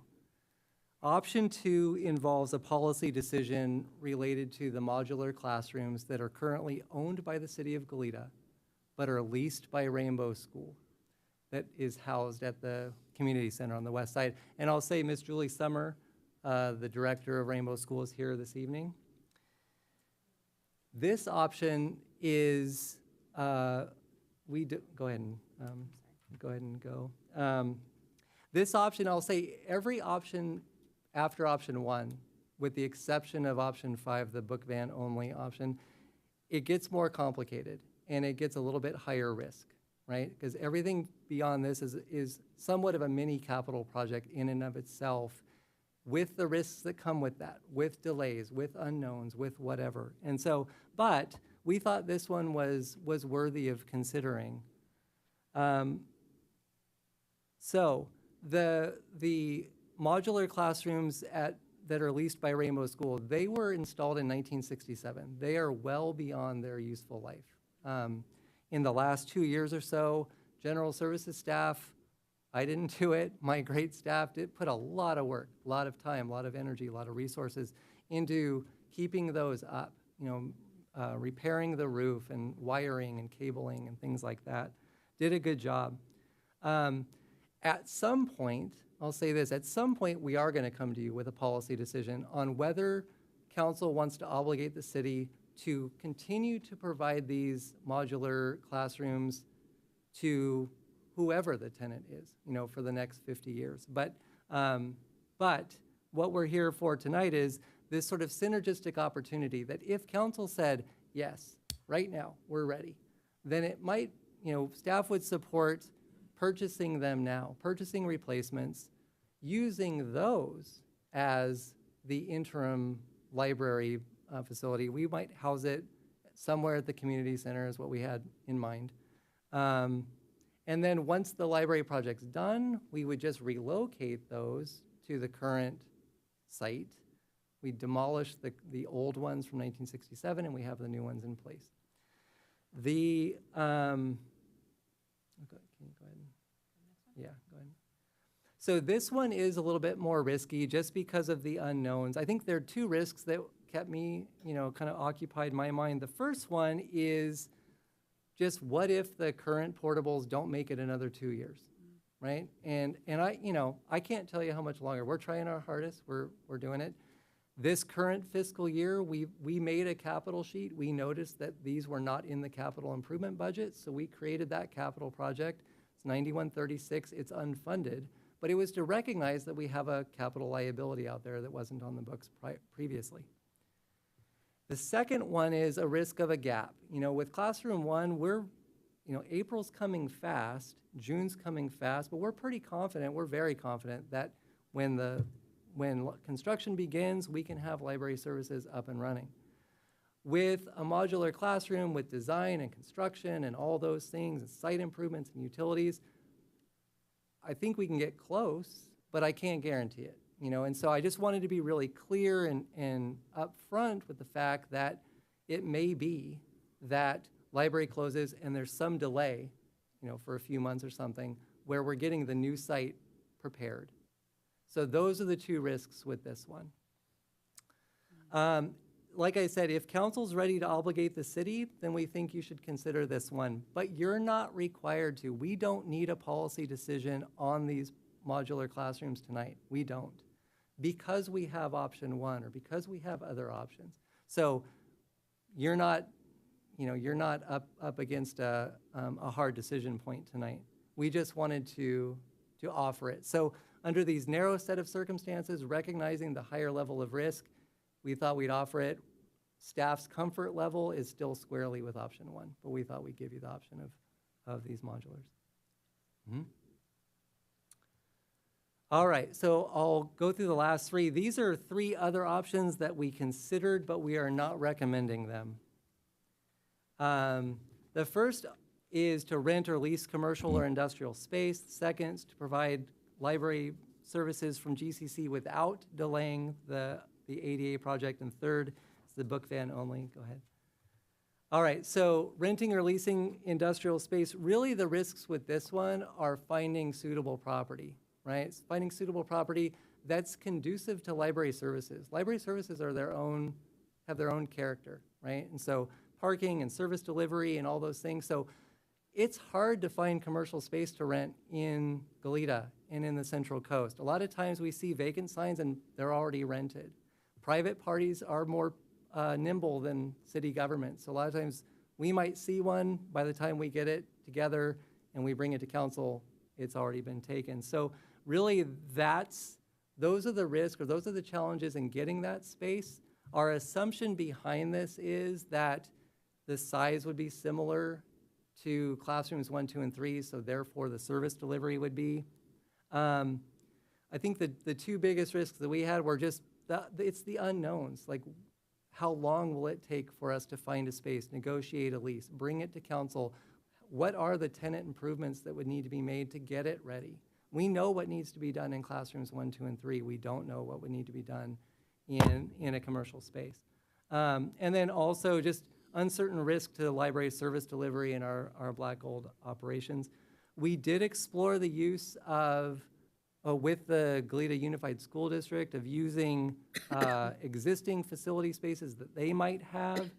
That didn't yield any options that were viable. It did potentially open I'll just say a possibility that we need to delve into further of maybe putting the modular unit on the adjacent maintenance, operation, and transportation yard.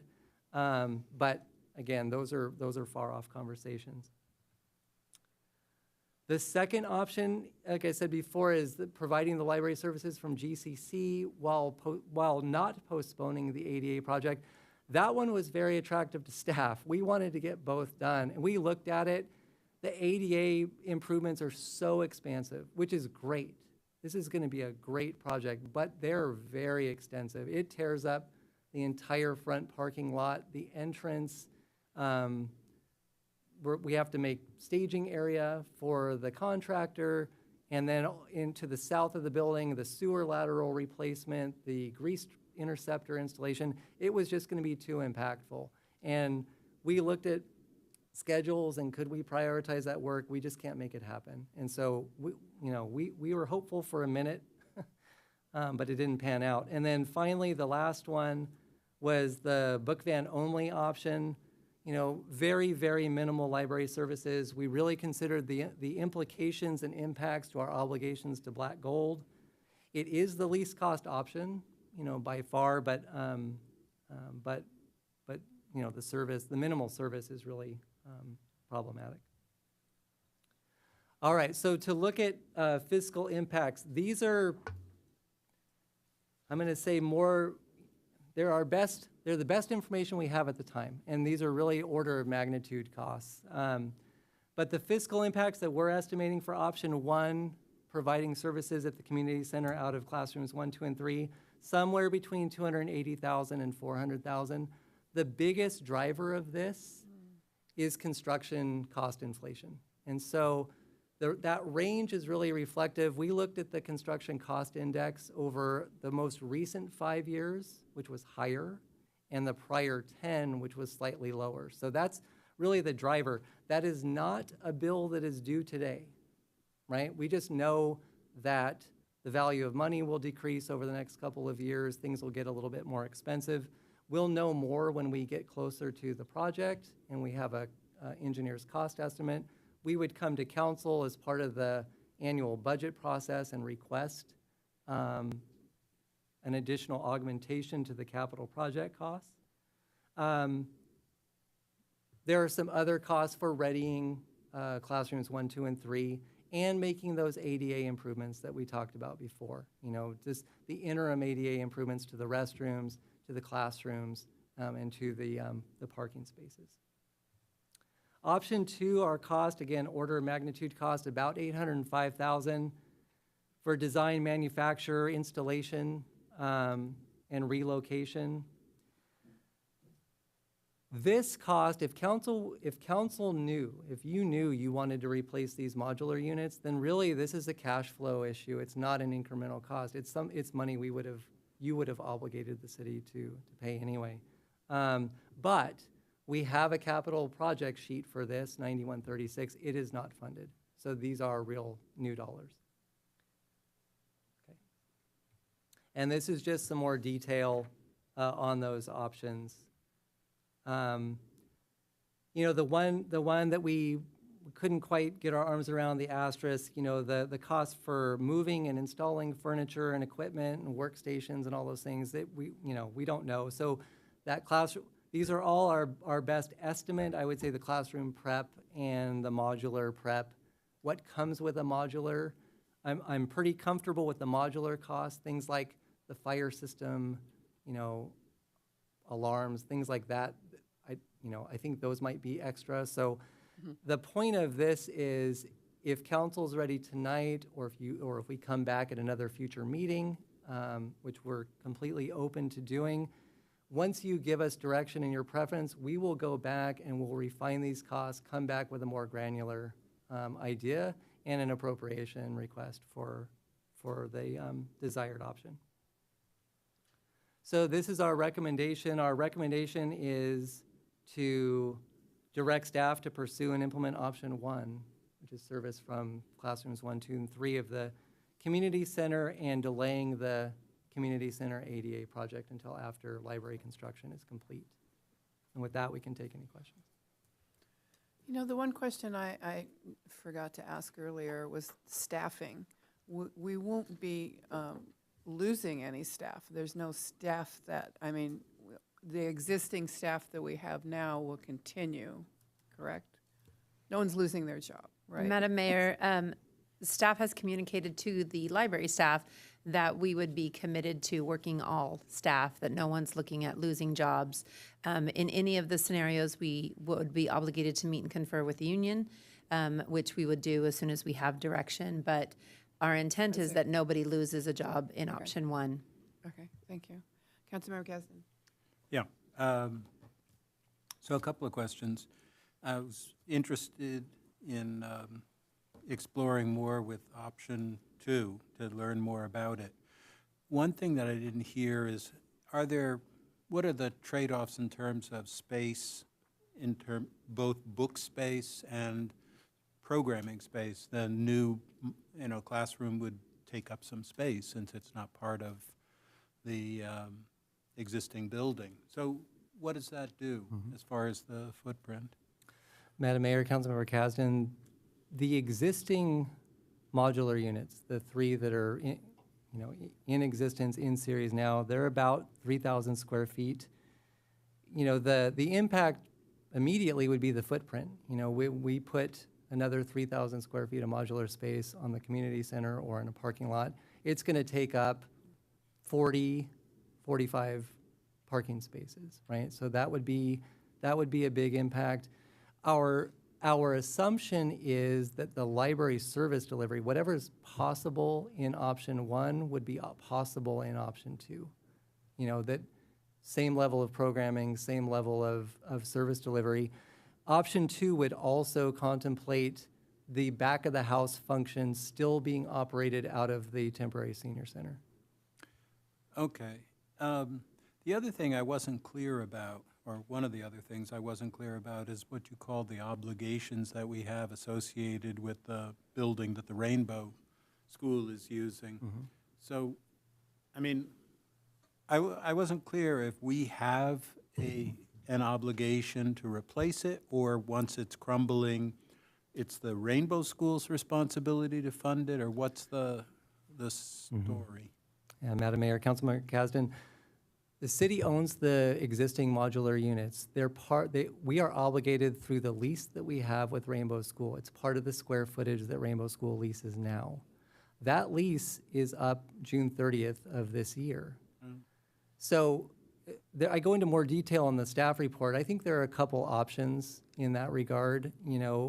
One option is the city council continues to say, yes, we want to continue to provide that same square footage. As these are deprecated, we will replace them. I think the second option could be that the tenant, whether it's Rainbow School or whomever in the future, could use them by attrition. So at some point, you can use them, they're part of the lease until they can't be used anymore, right? Until they're just unsafe.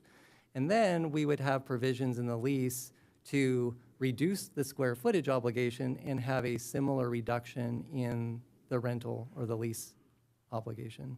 So, but in other words, if we wanted to continue to house the Rainbow School there, and you've said that the lifespan of the building is already come and gone, then I think it sounds like option 2 is cheaper. That we have, that the $600,000 that you have for the new modular classroom is a cost we will be bearing.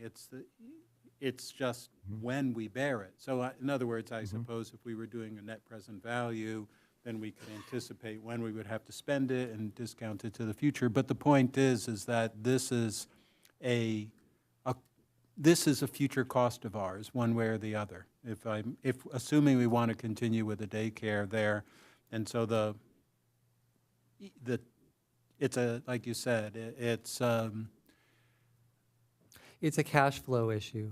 You know, it's an unbudgeted cost, but again, to your point, it's dollars that you would have spent anyway, right? So we would have to find the funding, but it would be funding that, for all intents and purposes, the council intended to spend anyway. I think so yes, you're correct. I think and then there's the risk tolerance of, can we make it? Can we make it another 2 and those sorts of things. Okay, so in other words, financially, it sounds like if we're looking at the pros and cons, financially, option 2 might make more sense because, in the long run, it's cheaper. It comes down in some ways, or part of what it comes down to is whether just as a mock library, which makes more sense, or if they're equally similar services that are provided. Is that right? And the other reason why staff included this, and I guess more of the policy context, the bigger decision of outside of the library grant, what does council prefer to do with these, is there's a lot of activity. There's been a lot of discussion at the GCC. There's a recently completed strategic plan. There's a lot of discussion about what do we want to do with it? What do we want to do with the space, internal, external, all those things. So I don't think, staff certainly doesn't have an opinion on the question of whether to continue those modular units. We just wanted to this was an opportune time to bring up the larger policy decision in the context of that. And we'll be bringing that back in the capital discussion anyway. So this is good. It's a good start. right? But this is a very opportune time to bring it up because it's, we would be reduces our long-term costs in essence. Instead of paying $400,000, my thing just disappeared. The other question I had is I recall that with the community center that we postponed our outreach and postponed the strategic plan for the community center until after the ADA was. Am I recalling right? Or that what I remember my recollection, or I guess we were going to decide whether to use a third party, an outside party to administer the strategic plan or do it. That's what I'm. So it puts all of that on hold in option 1, all of that is on hold on what we're doing until after the ADA is done, which would be 4 years or something, as opposed to the option 2 where ADA is going forward and we could proceed sooner. Is that? Councilmember Kasdan, regarding the strategic plan, implementation of the strategic plan happened as soon as we opened the doors to the community center. So we've been working at chipping away each of those components of the strategic plan. The timeline in the strategic plan, each of the goals have a timeline associated with them, and that start timeframe for those goals are upon completion of the ADA project. And so that's when the goal timeframe, so if it said 2 years from this point is when this goal should be achieved, that's when those goals are set. As well, council had decided that upon completion of the ADA, then they would consider whether the city still wanted to manage the facility or if we wanted to look at an outside vendor. Okay. So in other words, it pushes, option 1 pushes off those decisions because we don't start the ADA until after the library process is done. So it's a good 4 years or so before we proceed with those other strategic plan items. Is that right? Councilmember Kasdan, on some of the strategic plan items, as I said, we're chipping away from a programmatic perspective. General Services is chipping away from the infrastructure perspective. And so just because we're not in the ADA project doesn't mean we're taking the strategic plan and putting it on a shelf. we're looking at it on a regular basis. Actually, Mr. Hamilton is going to be presenting an update on where we were last year and some updates to the strategic plan to the next Parks and Recreation Commission meeting, just to share where we're at with that and what we've been able to accomplish in the short time we've been open. So we are looking at it on a regular basis, looking to see where the cart is, where the horse is, making sure that we can, as Mr. Fore mentioned, the electrical evaluation was an important evaluation because then that can next address exterior lighting and interior lighting and everything else that comes with that. So we are not just setting it on a shelf. We are chipping away at it. So even if the library were in there, we would continue those efforts to the best of our abilities. Right. So I guess the last question is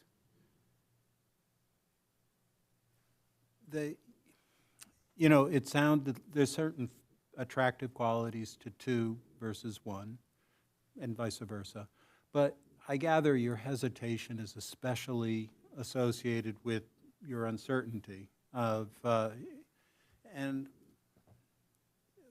it get done? Is 2 going to be slower? And is that unquantifiable in a sense? Are these, unknown unknowables? Is it acquiring and installing and you just don't know? I mean, how much should we be put off by option 2? Or do you have like 90% confidence? Madam Mayor, Councilmember Kasdan, I don't for the,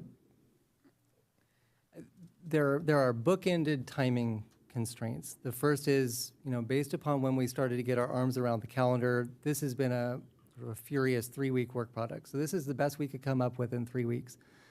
The other side of that is April's coming quickly. And so between October and April, it's not impossible, but it's, I think from a business continuity standpoint, and maybe and I would defer to council, I think our assumption was that continuity of library services was a key value. That's sort of the lens we were looking at these through. If that's the case, then I hesitate with option 2.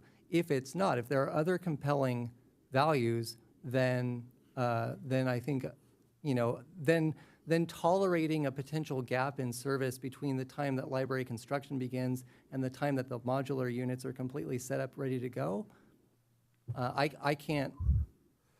Well, I guess I had wondered if so I didn't realize that was the biggest concern because I would think the book van and other things could fill in, but with either of them, it's not hitting the deadline for when the grants are due to be completed. That isn't it. It's maintaining service, which is and not having any Correct. gaps. Correct. Okay.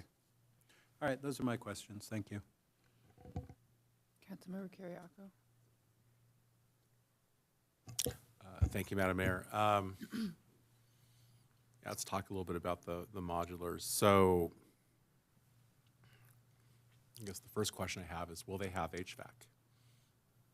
I think will we they can be air-conditioned modulars? We could spec them for what we wanted. I'd have to go back and look at our cost estimate as to whether that included, but sure, they can be outfitted with. I mean, HVAC. I'm thinking not just about staff, I'm customers. I'm also thinking about staff that will be working on them.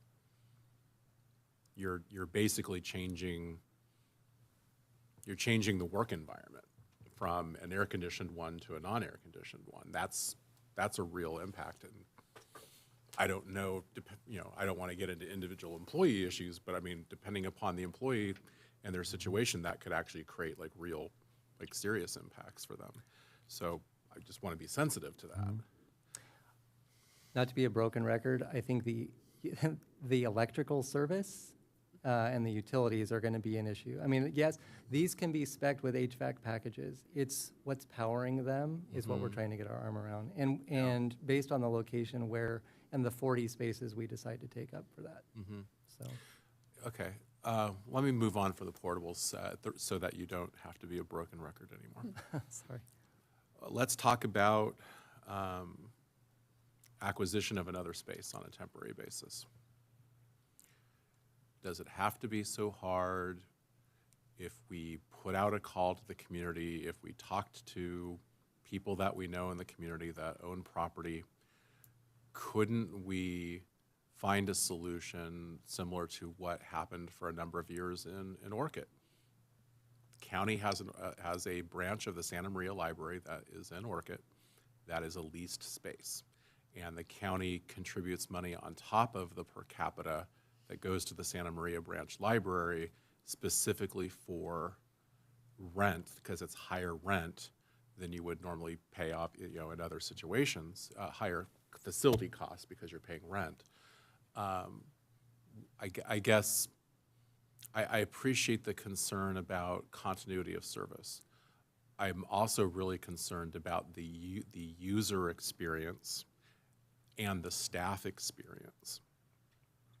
And I'm hesitant to over-rely on the book van to fill serious service gaps. I don't mind it serving a temporary gap in between the library needing to be staged for construction and begin construction, and that being the book van kind of helping to be the runway to get us to a leased space that could have water and sewer and trash and electrical and air conditioning and all the things that the modern library customer has come to expect over a nearly 50-year period.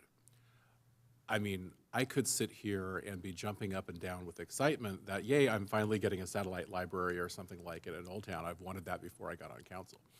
And I think it would be a really good thing for Old Town to have a satellite library. And I think it would bring more people in, and it could be good for the businesses. It could be good for a lot of different things. But I don't know that I want it like that because of this. You know what I mean? There's got to be a value that we're all one city, we all have one future, and it's not about one neighborhood versus the other. And the bottom line is most of our schools are north of the freeway. The Goleta Valley Library is centrally located. It's very convenient to a lot of people. And while the community that I specifically am elected to represent hasn't had library services and doesn't have a public school in it, our students get bused over to the other side of the freeway, and so they're already kind of over there after school. And so the library kind of makes sense where it is for a lot of them right now. That doesn't take into account seniors that live in Old Town and other things, but that's another topic for another time. So I guess I just want to know, why shouldn't we be taking option 3 more seriously and more aggressively putting time and energy and resources into identifying a space? It's been done before, it's been done locally. I know it was very much appreciated in Orchid, and they're working on getting a permanent space, and I think they're making progress on that. Why can't we do something like that for our residents? I know that's a tough question. Madam Mayor, Councilmember Kiriakou, I think a number of things are possible. Looking at commercial space is possible.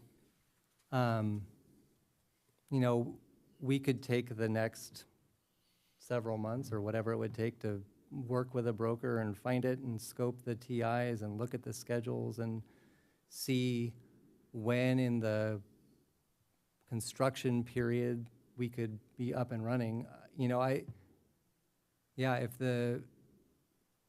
Like I said, I think we were looking through the continuity of service. If the user experience is the overriding priority, we could scope that and come back and have some idea of what the timeline and costs and things would look like. Okay. I don't want to get into deliberations, but I'll just say, going into hearing from public comment, I'll be very curious to hear what people have to say. It seems to me like we have some must-dos. We must provide good service. We must come to some kind of resolution about the portables. We can't just continue to hope that they hang in there. And I think we have to decide what is an acceptable level of service on an interim basis. And I think I'm still wrestling with some of that. So thank you. I really appreciate your responses. I'm not trying to challenge staff directly. I'm trying to challenge the process and some of the assumptions. I think we need to hear from the public. Let's see if they any concerns, questions? Do we have any speakers? I do have one speaker slip, and if any members of the Zoom webinar wish to speak, please raise your hand and we'll call on you. Our first speaker in person is Richard Foster. Good evening again.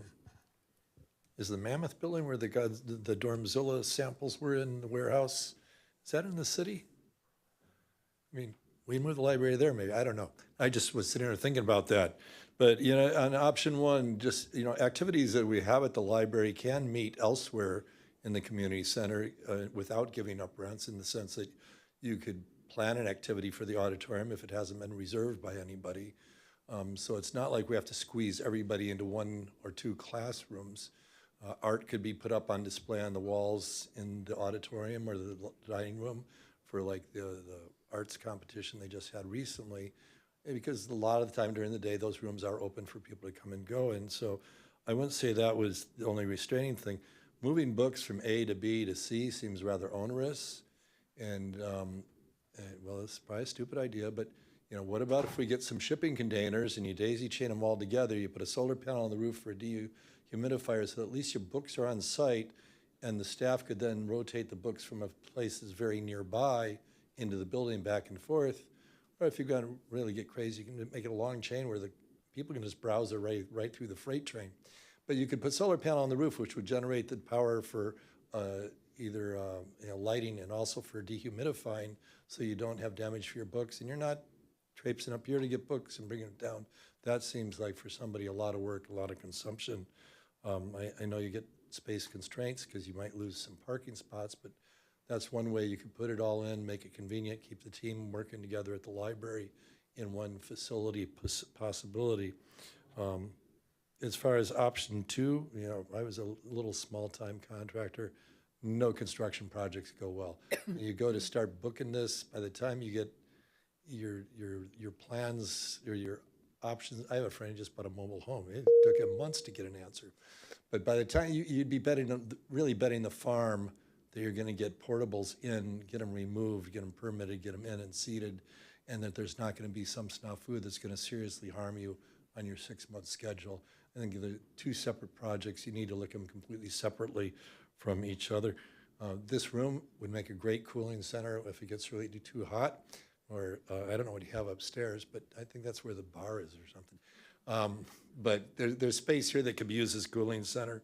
And one thing I'd like to see in the library, which is sort of off topic, but put a glass wall up between the whole reading area and the checkout area, because COVID has everybody yelling in the library, especially with the plastic walls. And there would be nice to have some separated area where it'd be okay for a librarian to go shh, which is what we all grew up with. So that'd be great. As far as the junior high kids, I don't know how much they go there. I think they're all running around on e-bikes, terrorizing us. Thank you. Thank you. And there are no additional public speakers. Okay, thank you. All right. We got tough decisions to make, or not. Back to council. Mayor Pro Tem, you want to go first? I guess I'll start with a question. Do we need to make a definitive decision tonight? Can we give some kind of preliminary direction, and then can this come back, or are you hard pressed for us to make a decision tonight? Madam Mayor, Mayor Pro Tem Reyes Martin, no, you do not need to make a decision tonight. We'd like to do it in the near future, but this is a big, complex topic, and so it's fine. We can come back. Yeah, because I would say I still have some unanswered questions. Yeah, I think it is important to reach out to our county partners. I think you've heard a lot of feedback, and perhaps you'll have some updated information if this comes back at like the next meeting or something like that. I think for me, you know, none of the options are perfect, right? I recognize that. We're trying to, you know, make the best of this temporary time. I think option one for me is probably the one that at this point, at least with the information I have right now, makes the most sense. I will urge staff that I'm very open to using more space at the community center. I think that just under 3,000 square feet is a lot smaller, and I'm certain you can make it work, but if there's more dedicated space that would help provide additional flexibility, maybe one of those rooms is the kids area and then the other area is for general browsing, that would help address maybe some of the noise concerns. If you have the, children's area a little separate. I don't know. I don't want to prescribe what that should look like, but I just want to convey that I'm really open to if it would help to have more space. I think the cooling issues and kind of air and heat is important. I'd like to hear some more about how that would work. And I really don't want to discount Councilmember Kiriako's point about lease space. We've had this conversation now publicly. Maybe someone will come forward or we'll hear something that they may have something that is worth at least considering, and maybe not. And then we'll come back and say, like, that's not really a feasible option. Those are kind of my thoughts right now. Councilmember Kiriako. Thank you, Madam Mayor. Newshawk, if you're back in the back of the room, you'll make sure to make that a big part of the story, right? Okay. Looking for space. No, I want to thank staff for hanging in there with us as we wrestle with this. A lot of times when information comes to us, we have a little bit more of an opportunity to kind of digest it. But the situation that we find ourselves in, and it's really nobody's fault, it's the particulars of the grant program and the complexities of these types of capital projects. We are where we are, and so unfortunately it takes a little bit more time for us to kind of wrestle with some of these things, and I would like some more time as well. Ultimately, I think what I'm looking for is what I think Mayor Pro Tem Reyes Martin is looking for, and I think others up here are looking for, which is really an opportunity for a win-win-win, where we don't have a loss of continuity of service. We have a value added by being able to bring library services to Old Town for the first time, but then there are reasonable alternatives for people to be able to access books and library services where they live. Whether that ultimately ends up being through a leased space or through new modulars, I'm open to different ideas, but I think at least getting that conversation started about the possibility of a modern or less modern but well-equipped or very nicely capable space would be a good conversation to have in the community. I'm probably leaning towards option one as well. I have a really hard time watching the modulars just continue to deteriorate for the Rainbow School. Childcare is such an important thing for our community. District 2 provides a lot of the childcare for our city. The community center space provides a lot of the childcare for our community and youth services. And whether new modulars would end up being used by the Rainbow School in the future or some other use, question for another day. But I think we can't keep pushing that off, and we can't keep kicking that can down the road. We have to address that. It sounds like we have a capital project unfunded, but approved and in the plan. So, I mean, perhaps we can find a way to look at financing options or other ideas. I know we're going to have a conversation later this year about financing options with Mr. Rio and others. So perhaps this could be part of that conversation as a way to get there. I'd love to say we should get the HVAC for the community center also into that conversation, but it sounds like that's an incredibly complex undertaking, and I don't want to make your jobs harder. Thank you. Councilmember Caston? Yeah. I mean, I guess it sounded like from what you said before that if we postpone it, the decision, we are in a sense making a decision as far as option 2 goes. That option 2 is the one that was the most pressed up with, the greatest need for additional time. In other words, that you had said you didn't, you were concerned about it. So if we push off the decision to a certain degree, we're accepting, unless there's additional space outside, external space, which just appears, which, great. But otherwise, we're going with 1. Is that correct? Madam Mayor, Councilmember Kasdan, yes, the most sure route to having services underway, being delivered by the time construction starts is option 1, using classrooms 1, 2, and 3. Well, I think what I was getting at with the modular units, yes, that does have longer lead times, right? Design, manufacture, permitting. It's its own capital project, as Mr. Foster said. It is. It may not be on the scale of a library project, but it's its own capital project. So it's a heavier lift. I think what I was saying is you don't have to make a decision tonight on whether council wants to replace those modular units in general. We will come back in the capital discussion with that. Yes, no, I understood Okay. that part is not irrevocable. We could do that whenever we wanted. It's only a question of whether we wanted incorporated into our decision as far as the library, and that we would have to decide. And the more we postpone, the more option 2 becomes less tractable, less reasonable. And The longer you postpone option 2, the longer the gap is between closure and delivery. And I'm ambivalent between 1 and 2, and for the most part. So I'm fine. I see advantages and disadvantages for 1 and 2. I guess the only other thing I would add is if there are, like I said, I think one of the biggest things that was lost during the COVID years was the programming. And if there is, I guess what I wonder about is if, without compromising the programming at the community center, if there's some sort of, I said a yurt, but if there's some sort of space that you could have outside or something like that, there's some type of thing for programming purposes, take a look.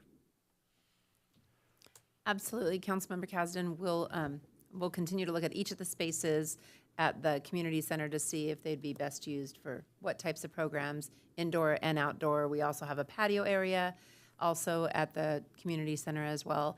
And I just wanted to share with council that when the construction timeline of June hit, we also as a team realized that would allow us to be ready for the summer reading program.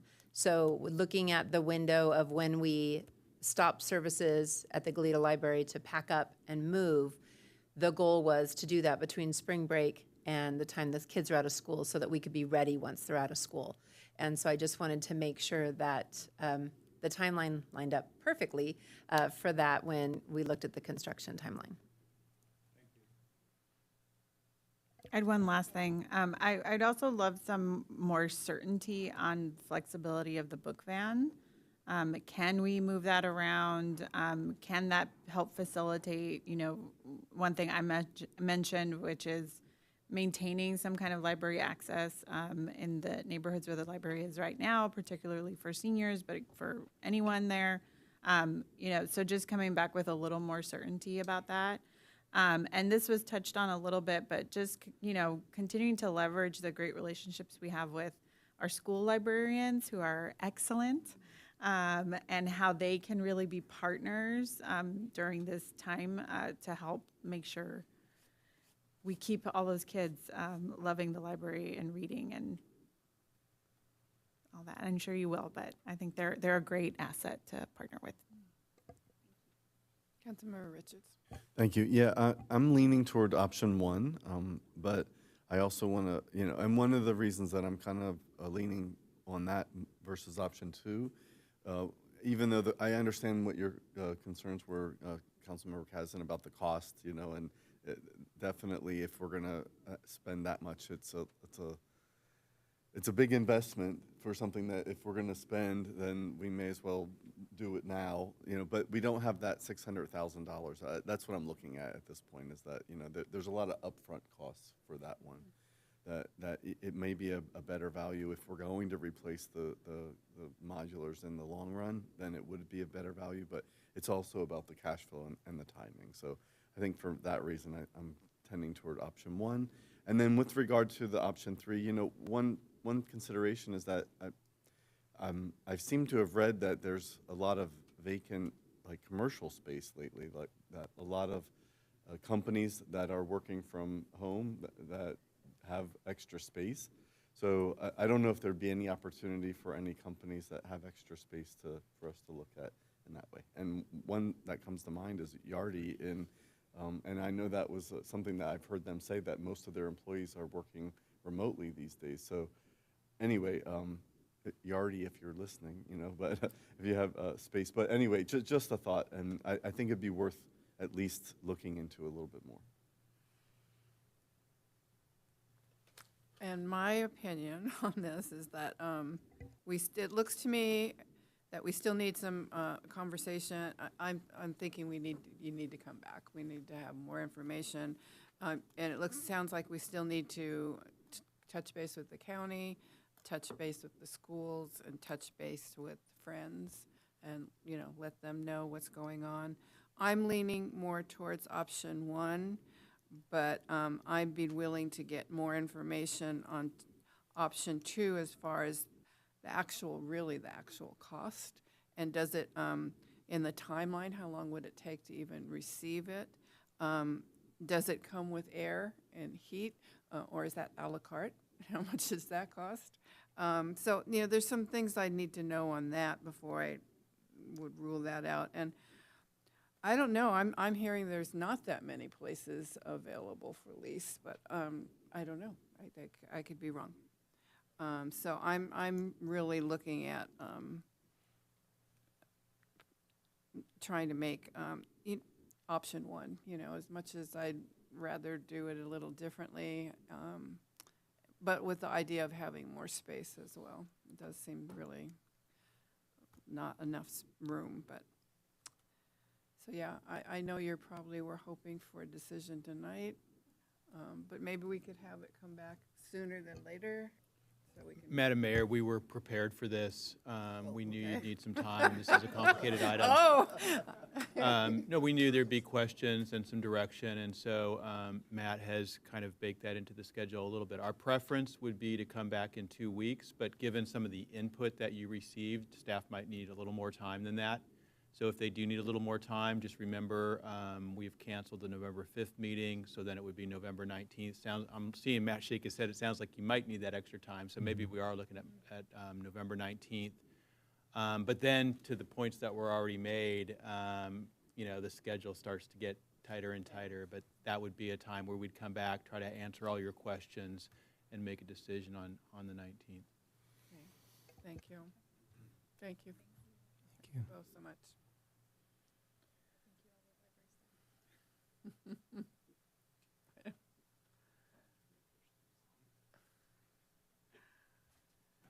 Okay, we have one more item. We're all good?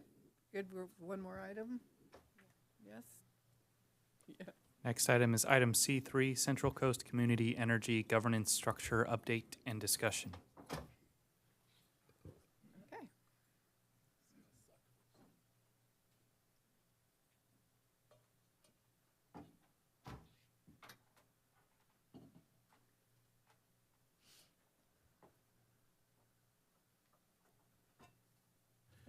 Good evening, Mayor and Council.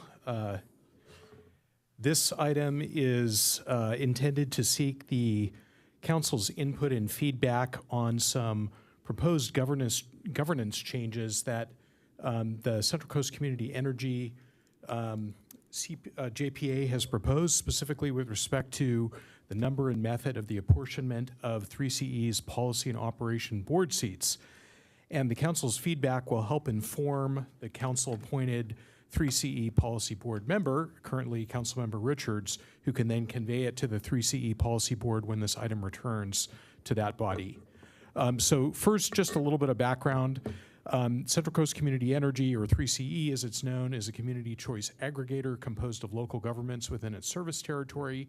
It was established as a Joint Powers Authority, or JPA, through a Joint Exercise of Powers Agreement in 2017. And as a group of local governments working together, it purchases or generates predominantly clean and renewable electricity for sale to businesses and residential customers at affordable rates. The local electric utility, in the case of Goleta, Southern California Edison, then actually still transmits the electricity over its power lines to end users. And 3CE serves more than 1 million people throughout the Central Coast, including residential, commercial, and agricultural customers in communities located in Monterey, San Benito, San Luis Obispo, Santa Barbara, and Santa Cruz counties. It also sponsors various programs to facilitate the electrification of transportation, public infrastructure, and building sectors. And the council last received an annual update from 3CE staff on July 16th. Under the JPA agreement, 3CE is locally controlled and governed by 2 boards of directors, a policy board and an operations board. The policy board is composed of local elected officials and the operations board of staff members from its member agencies. 3CE began as Monterey Bay Community Power, composed originally of 17 jurisdictions in just Monterey, Santa Cruz, and San Benito counties, with 11 seats on each board. In 2020, it expanded to include 11 new member agencies, including the cities of Goleta, Carpinteria, Guadalupe, Solvang, Santa Maria, and the county of Santa Barbara. And then it has since expanded further to include jurisdictions in San Luis Obispo County. 3CE currently has a total of 35 member local agencies represented by 19 seats on each of the 2 boards. And the city of Goleta currently shares both its policy and operation board seats with the city of Carpinteria under a memorandum of understanding. Per the terms of this MOU, Goleta and Carpinteria rotate membership on these boards based on alternating 2-year terms, ending on November 30th in odd-numbered years. And as noted, Councilmember Richards is currently the policy board member, and the Carpinteria city manager is the operations board member. On August 14th of this year, the 3CE Operations Board, on a split vote, passed a recommendation, the recommendation of an ad hoc Operations Board subcommittee, that the 3CE Policy Board consider reducing the size of both the Policy and Operation Boards back to 11 members each. The proposal included seat sharing by jurisdictions with populations of less than 50,000, as was contemplated in the original Joint Powers Agreement before 3CE's expansion. And the Operations Board recommendation would have allocated those 11 seats to 4 permanent county seats for Monterey, SLO, Santa Barbara, and Santa Cruz counties, 4 shared city seats to cities within those counties, and then 2 permanent large city seats to Salinas and Santa Maria, and 1 shared seat to San Benito and its 2 major cities. Then on August 26th, the 3CE Policy Board took up that recommendation of the Operations Board and considered a couple of alternatives as well, including a 14-member alternative proposal, which would have added an additional seat each for Monterey, Santa Cruz, and San Luis Obispo counties. And it took several actions after lengthy discussion. By unanimous vote, the Policy Board approved and directed 3CE staff to implement certain general recommendations that address steps to improve staff communications with board members, to adopt a board code of conduct, board procedures, expand annual meeting attendance, et cetera.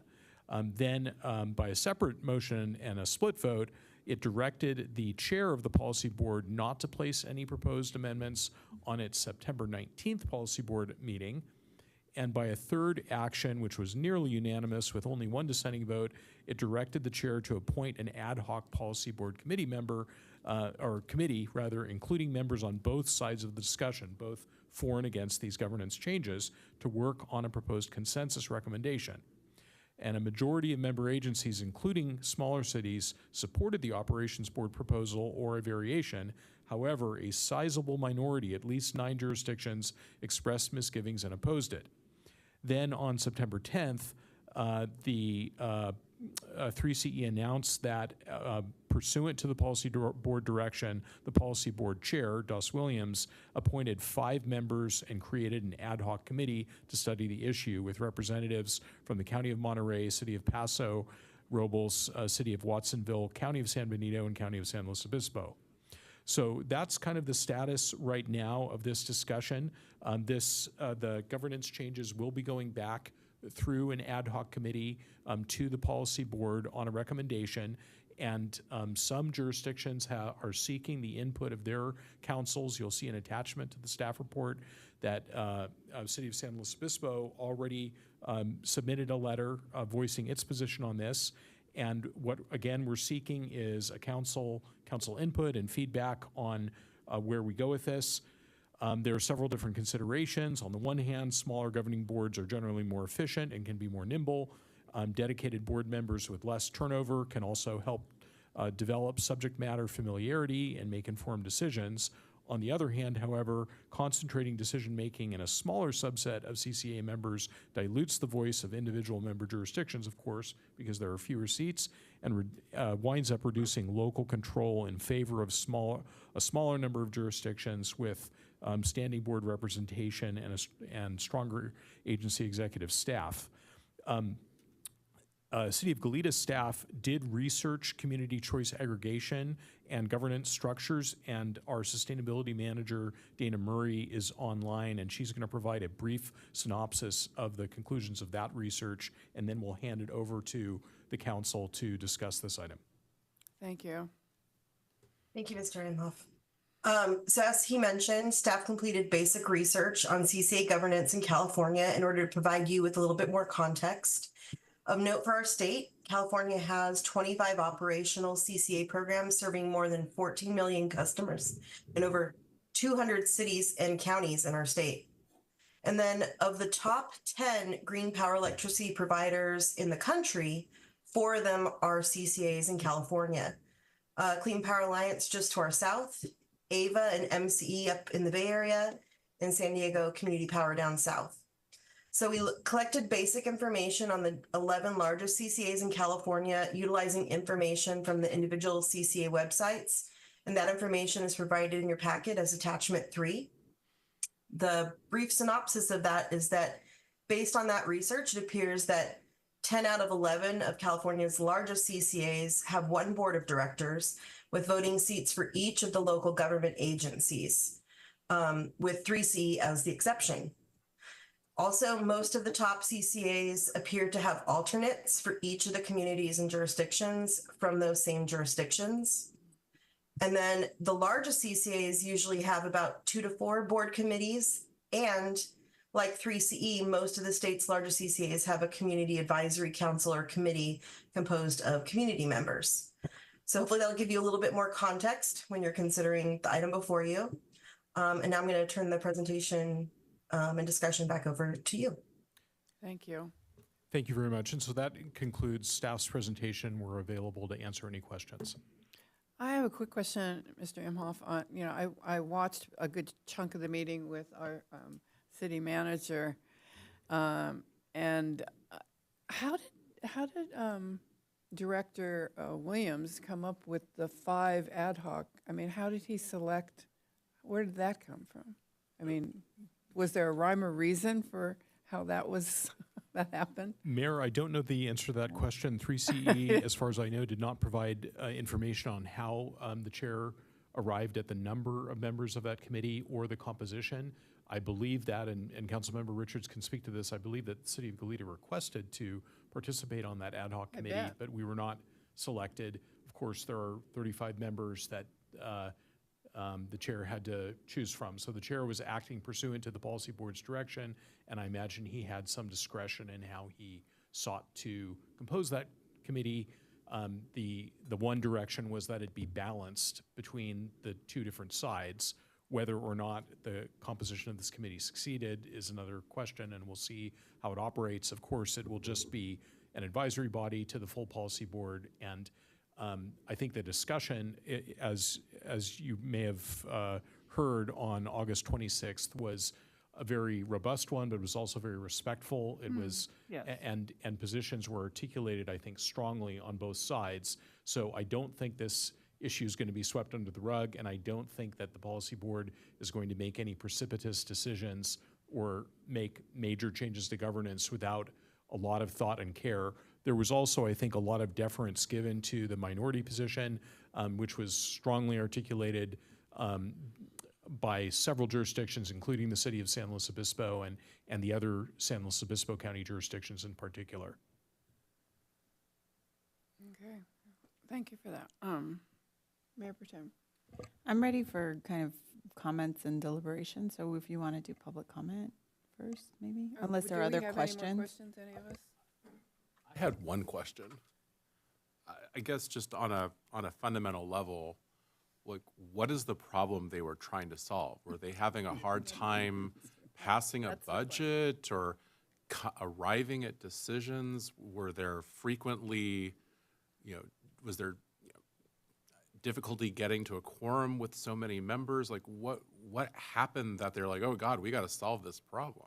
Mayor and Councilmember Kiriako, that's a really good question. From what I've gleaned, I did have an offline conversation with the Operations Board Chair. I'm not currently sitting on the Operations Board, so I was able to have that conversation. And what I understand is that there were concerns principally about the efficiency of the operation of the boards with 19 members, that deliberations were taking longer than they otherwise would have, and there was a sense that having a smaller number of board members would allow members to get up to speed and be kind of more experts on in the areas that they were asked to decide on, that there would be less turnover and change on the boards themselves. So those were some of the considerations, but it's not entirely clear exactly what the problem was. And in fact, there were comments at the policy board meeting requesting more information, and some jurisdictions felt that they didn't understand what the problem really was. Well, it seems like they chose dissension and division in the name of efficiency, but they couldn't even articulate what was inefficient about the current process. Sorry, I'm done. Thanks. And this ad hoc committees will go back to a new board in January or December? Mayor, correct. So I think the intention of the ad hoc committee of the policy board is to complete its work and recommendation before the end of the calendar year. But there will be a number of policy board members who will be stepping down, who will no longer be serving, and then there'll be a different composition beginning in January. And there were a number of policy board members, it was clear, who wanted to be able to resolve this issue before the end of the year, and who wanted to, because they felt that they had developed an expertise and understood the issues. But it doesn't look like that's going to happen. It looks like this will carry over, but at least the views and the concerns of the sitting board that support this governance change would be preserved for the future board to consider. Okay, thank you. Do you have a question? No? Okay, I'd like to see if we have any speakers. I do have 2 speaker slips, and there are no members of the Zoom webinar. Our first speaker is Richard Foster.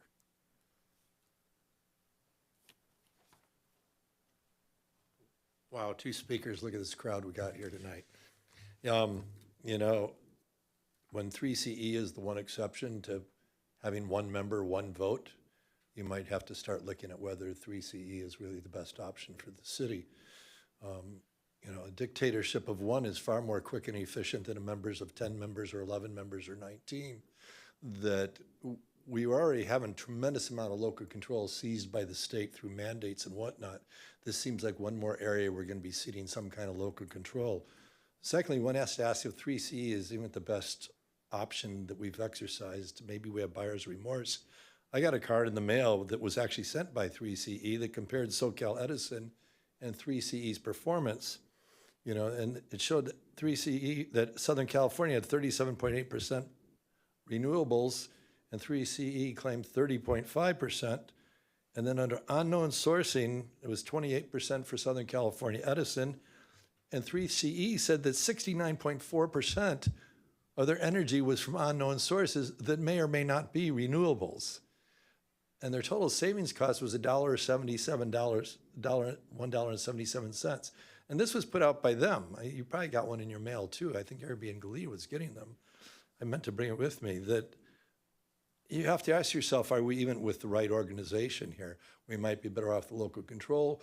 We might be better off somehow buying power through 3CE and then transporting it on transmission lines and losing 10 to 15% power seems far less efficient than really promoting local solar control. We are in Southern California, that to the degree we can shift over to solar on roofs like the same as our parking lot right here, we have even less need to worry about it. But when they can claim 69% is from unknown sources, this is probably time to bail on these guys and go back to something their own. It seems like they're gonna erode our self-control.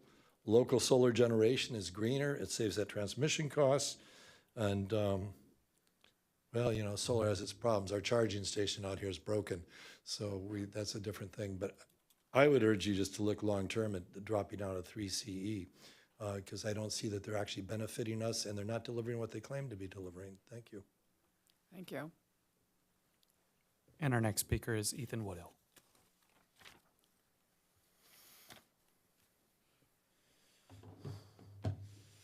Well, at least we got a car out of it, maybe two.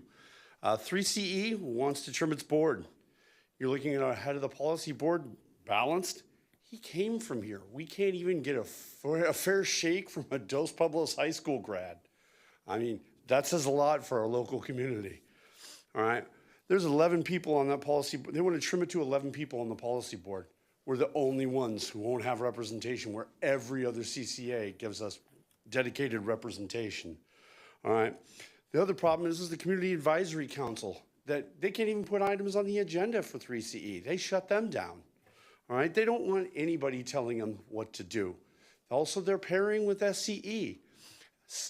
PG&E and SDG&E have both given considerations and have actually listened to people like the Clean Coalition and other people and making changes. Edison hasn't picked up the phone, all right? I even asked City Manager Nesbitt, I've asked you guys as well, I wanted to see what the long-term implications are. We don't even know those. When we try and pull out of this deal, they're gonna be the ones who are gonna tell you how long until you don't have any financial implications until you pull out, all right? Until you, most of these power deals, some of them are 10 years down the road. So we don't even have implications and we won't even know the impacts because we won't look up and do calculations. So it kind of brings me to a point that we're looking at these power purchase agreements. We're looking at carbon sequestration through additionality. That's why they're going to 11 people, because we have people who show up or not prepared or not even understanding the subject.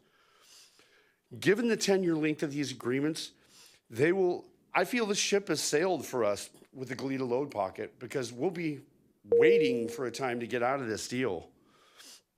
And given that they put little pressure again, just with concessions like TAC, others, what benefit are we really getting from them?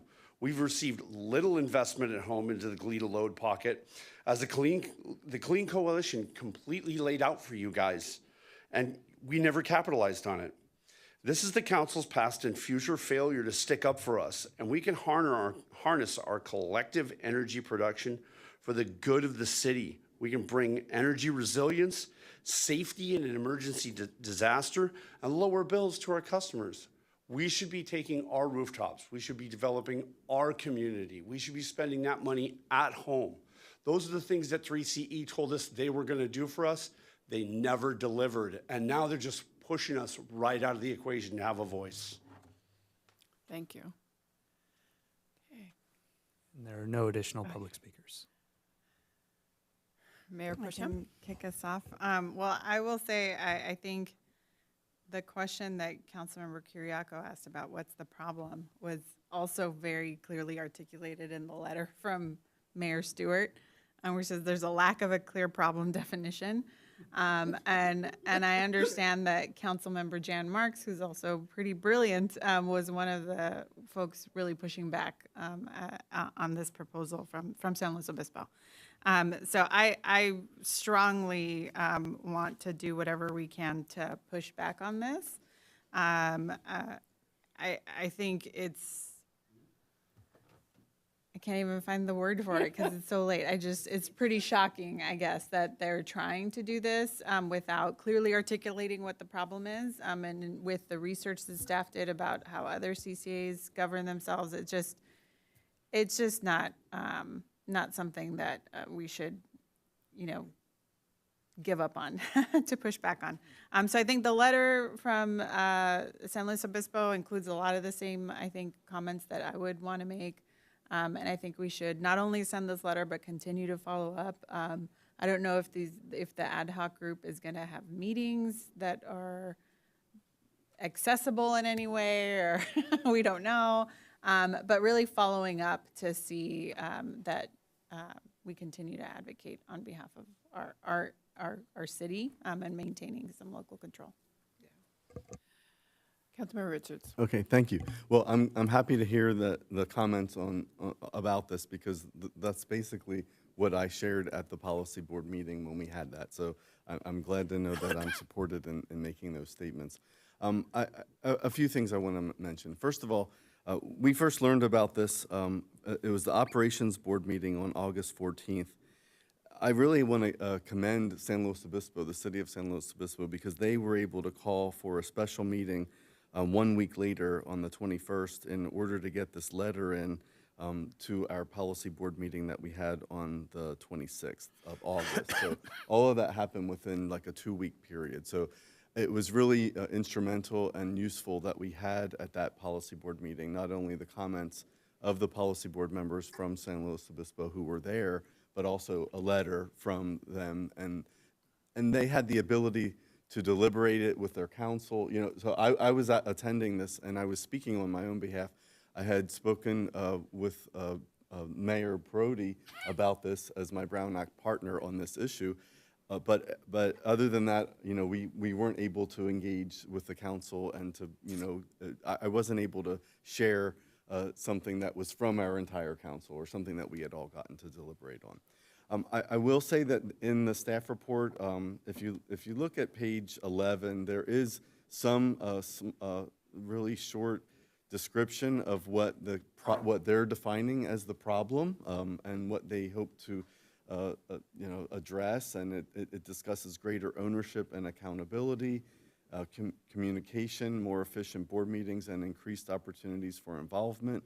Although I do agree with the San Luis Obispo letter that I don't feel like that it's a well-defined problem. And honestly, when I look through these things, I don't see how this new structure that's being proposed would even address what they're describing. I don't see how reducing it is going to create greater ownership and accountability. I don't. And in terms of increased opportunities for involvement, I mean, I think what that means is that there's fewer board members, so they need more of their board members to participate in their committee structure. So it's just that there's going to be more taxing on the ones that are left.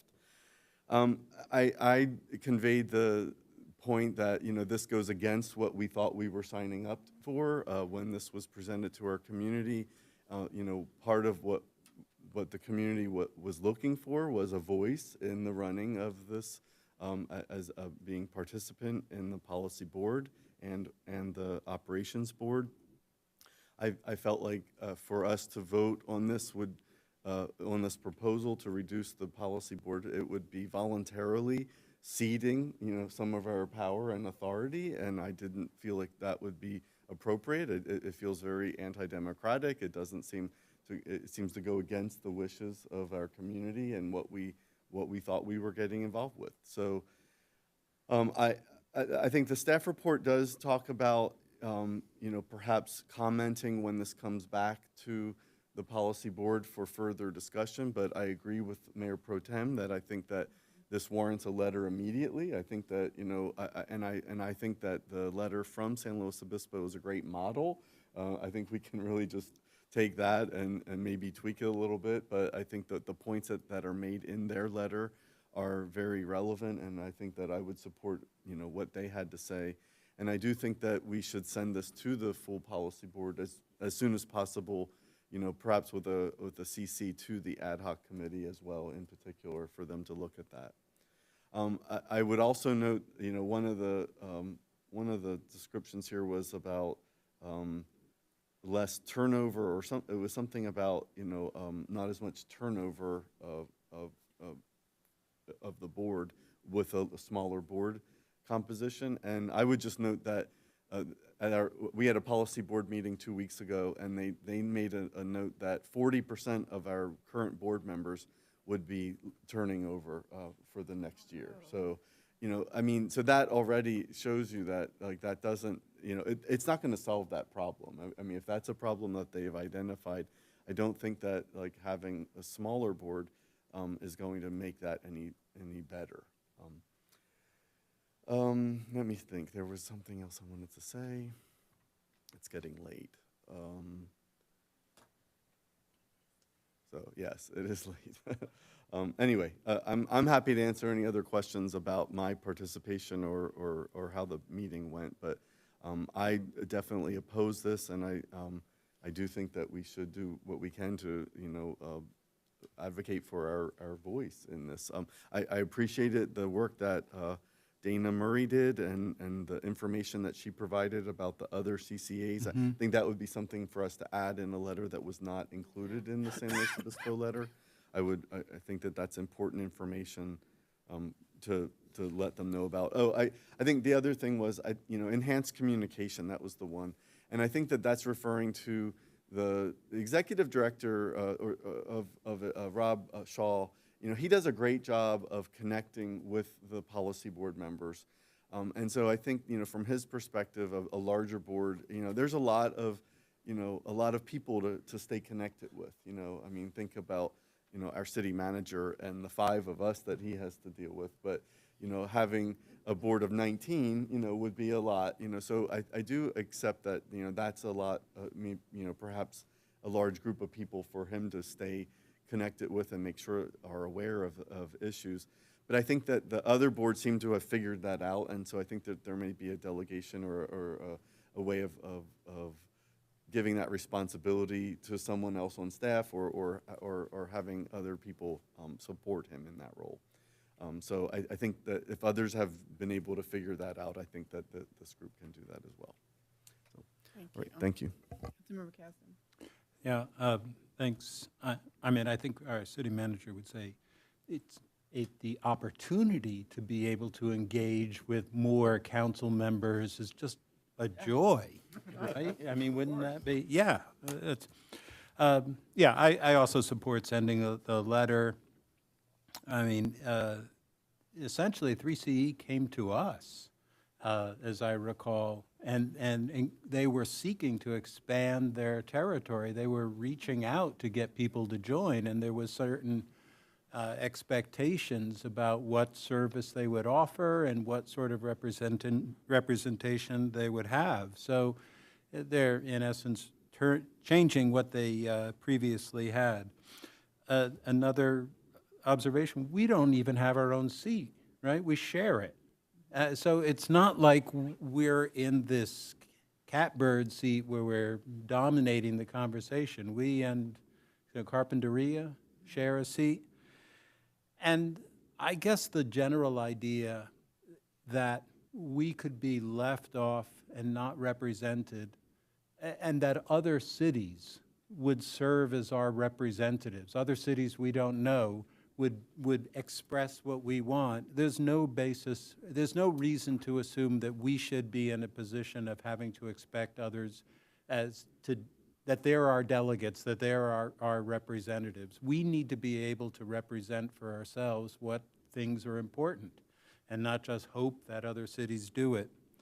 And so I think that's an excellent point about what Dana had included, that additional information. And the last point or two is for both of you guys, sorry you had to hang in so late to be at the end of the agenda to come in there, but it was well done. And so anyway, I support going forward with that. Thank you. Thank you. Councilmember Richards? Oh, yeah, thank you. You know, I just wanted to make one other comment regarding, in response to some of the public comments that we heard. You know, I want to make note that this issue that we're discussing tonight is solely about the governance structure of the organization, and it's separate from some of the other issues that were brought up regarding the cost of our energy. You know, and I do want to note that when you look at the rates that 3CE customers get. By every class, on average, they're lower than the energy rates from Southern California Edison. So we all have a choice that if we don't want to participate in 3CE, we can opt out. And I would say that right now, 95% of our community is in 3CE, so there are like 5% that have opted out.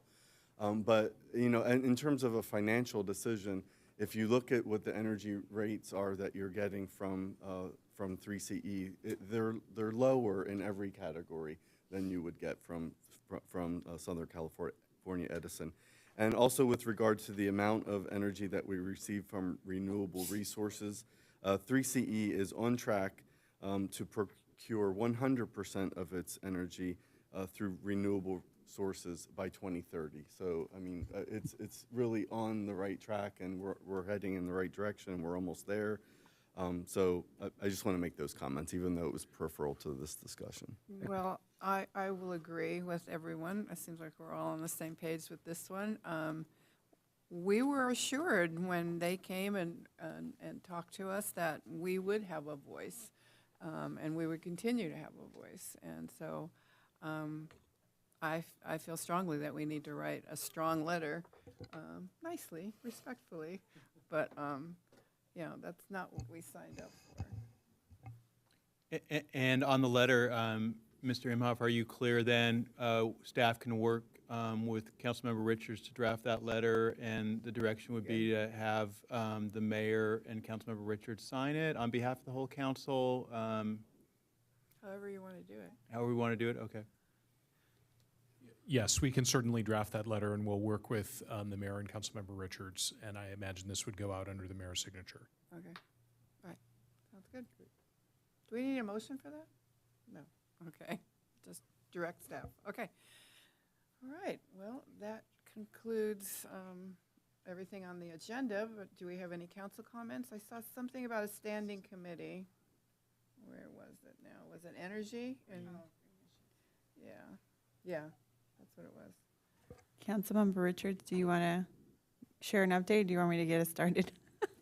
I think we only had one item. So the Green Issues Committee met to discuss staff's research and recommendation regarding bike share program in Goleta. It's something that's been on their work plan to research. I do want to commend staff for having a very thorough report and presentation to us, and essentially their recommendation was to pause and not pursue that at this time for various reasons. And we had a good discussion about it and both concurred with the staff recommendation. Okay. Yeah, I just want to remind everybody, if anybody's listening at this point, tomorrow is Walk to School Day. Walk and ride your bike to school tomorrow, which is October the 2nd. And please drive carefully around all of our schools. Thank you. Any reports? No? Nothing? Okay, then this meeting is adjourned. Oh, yay.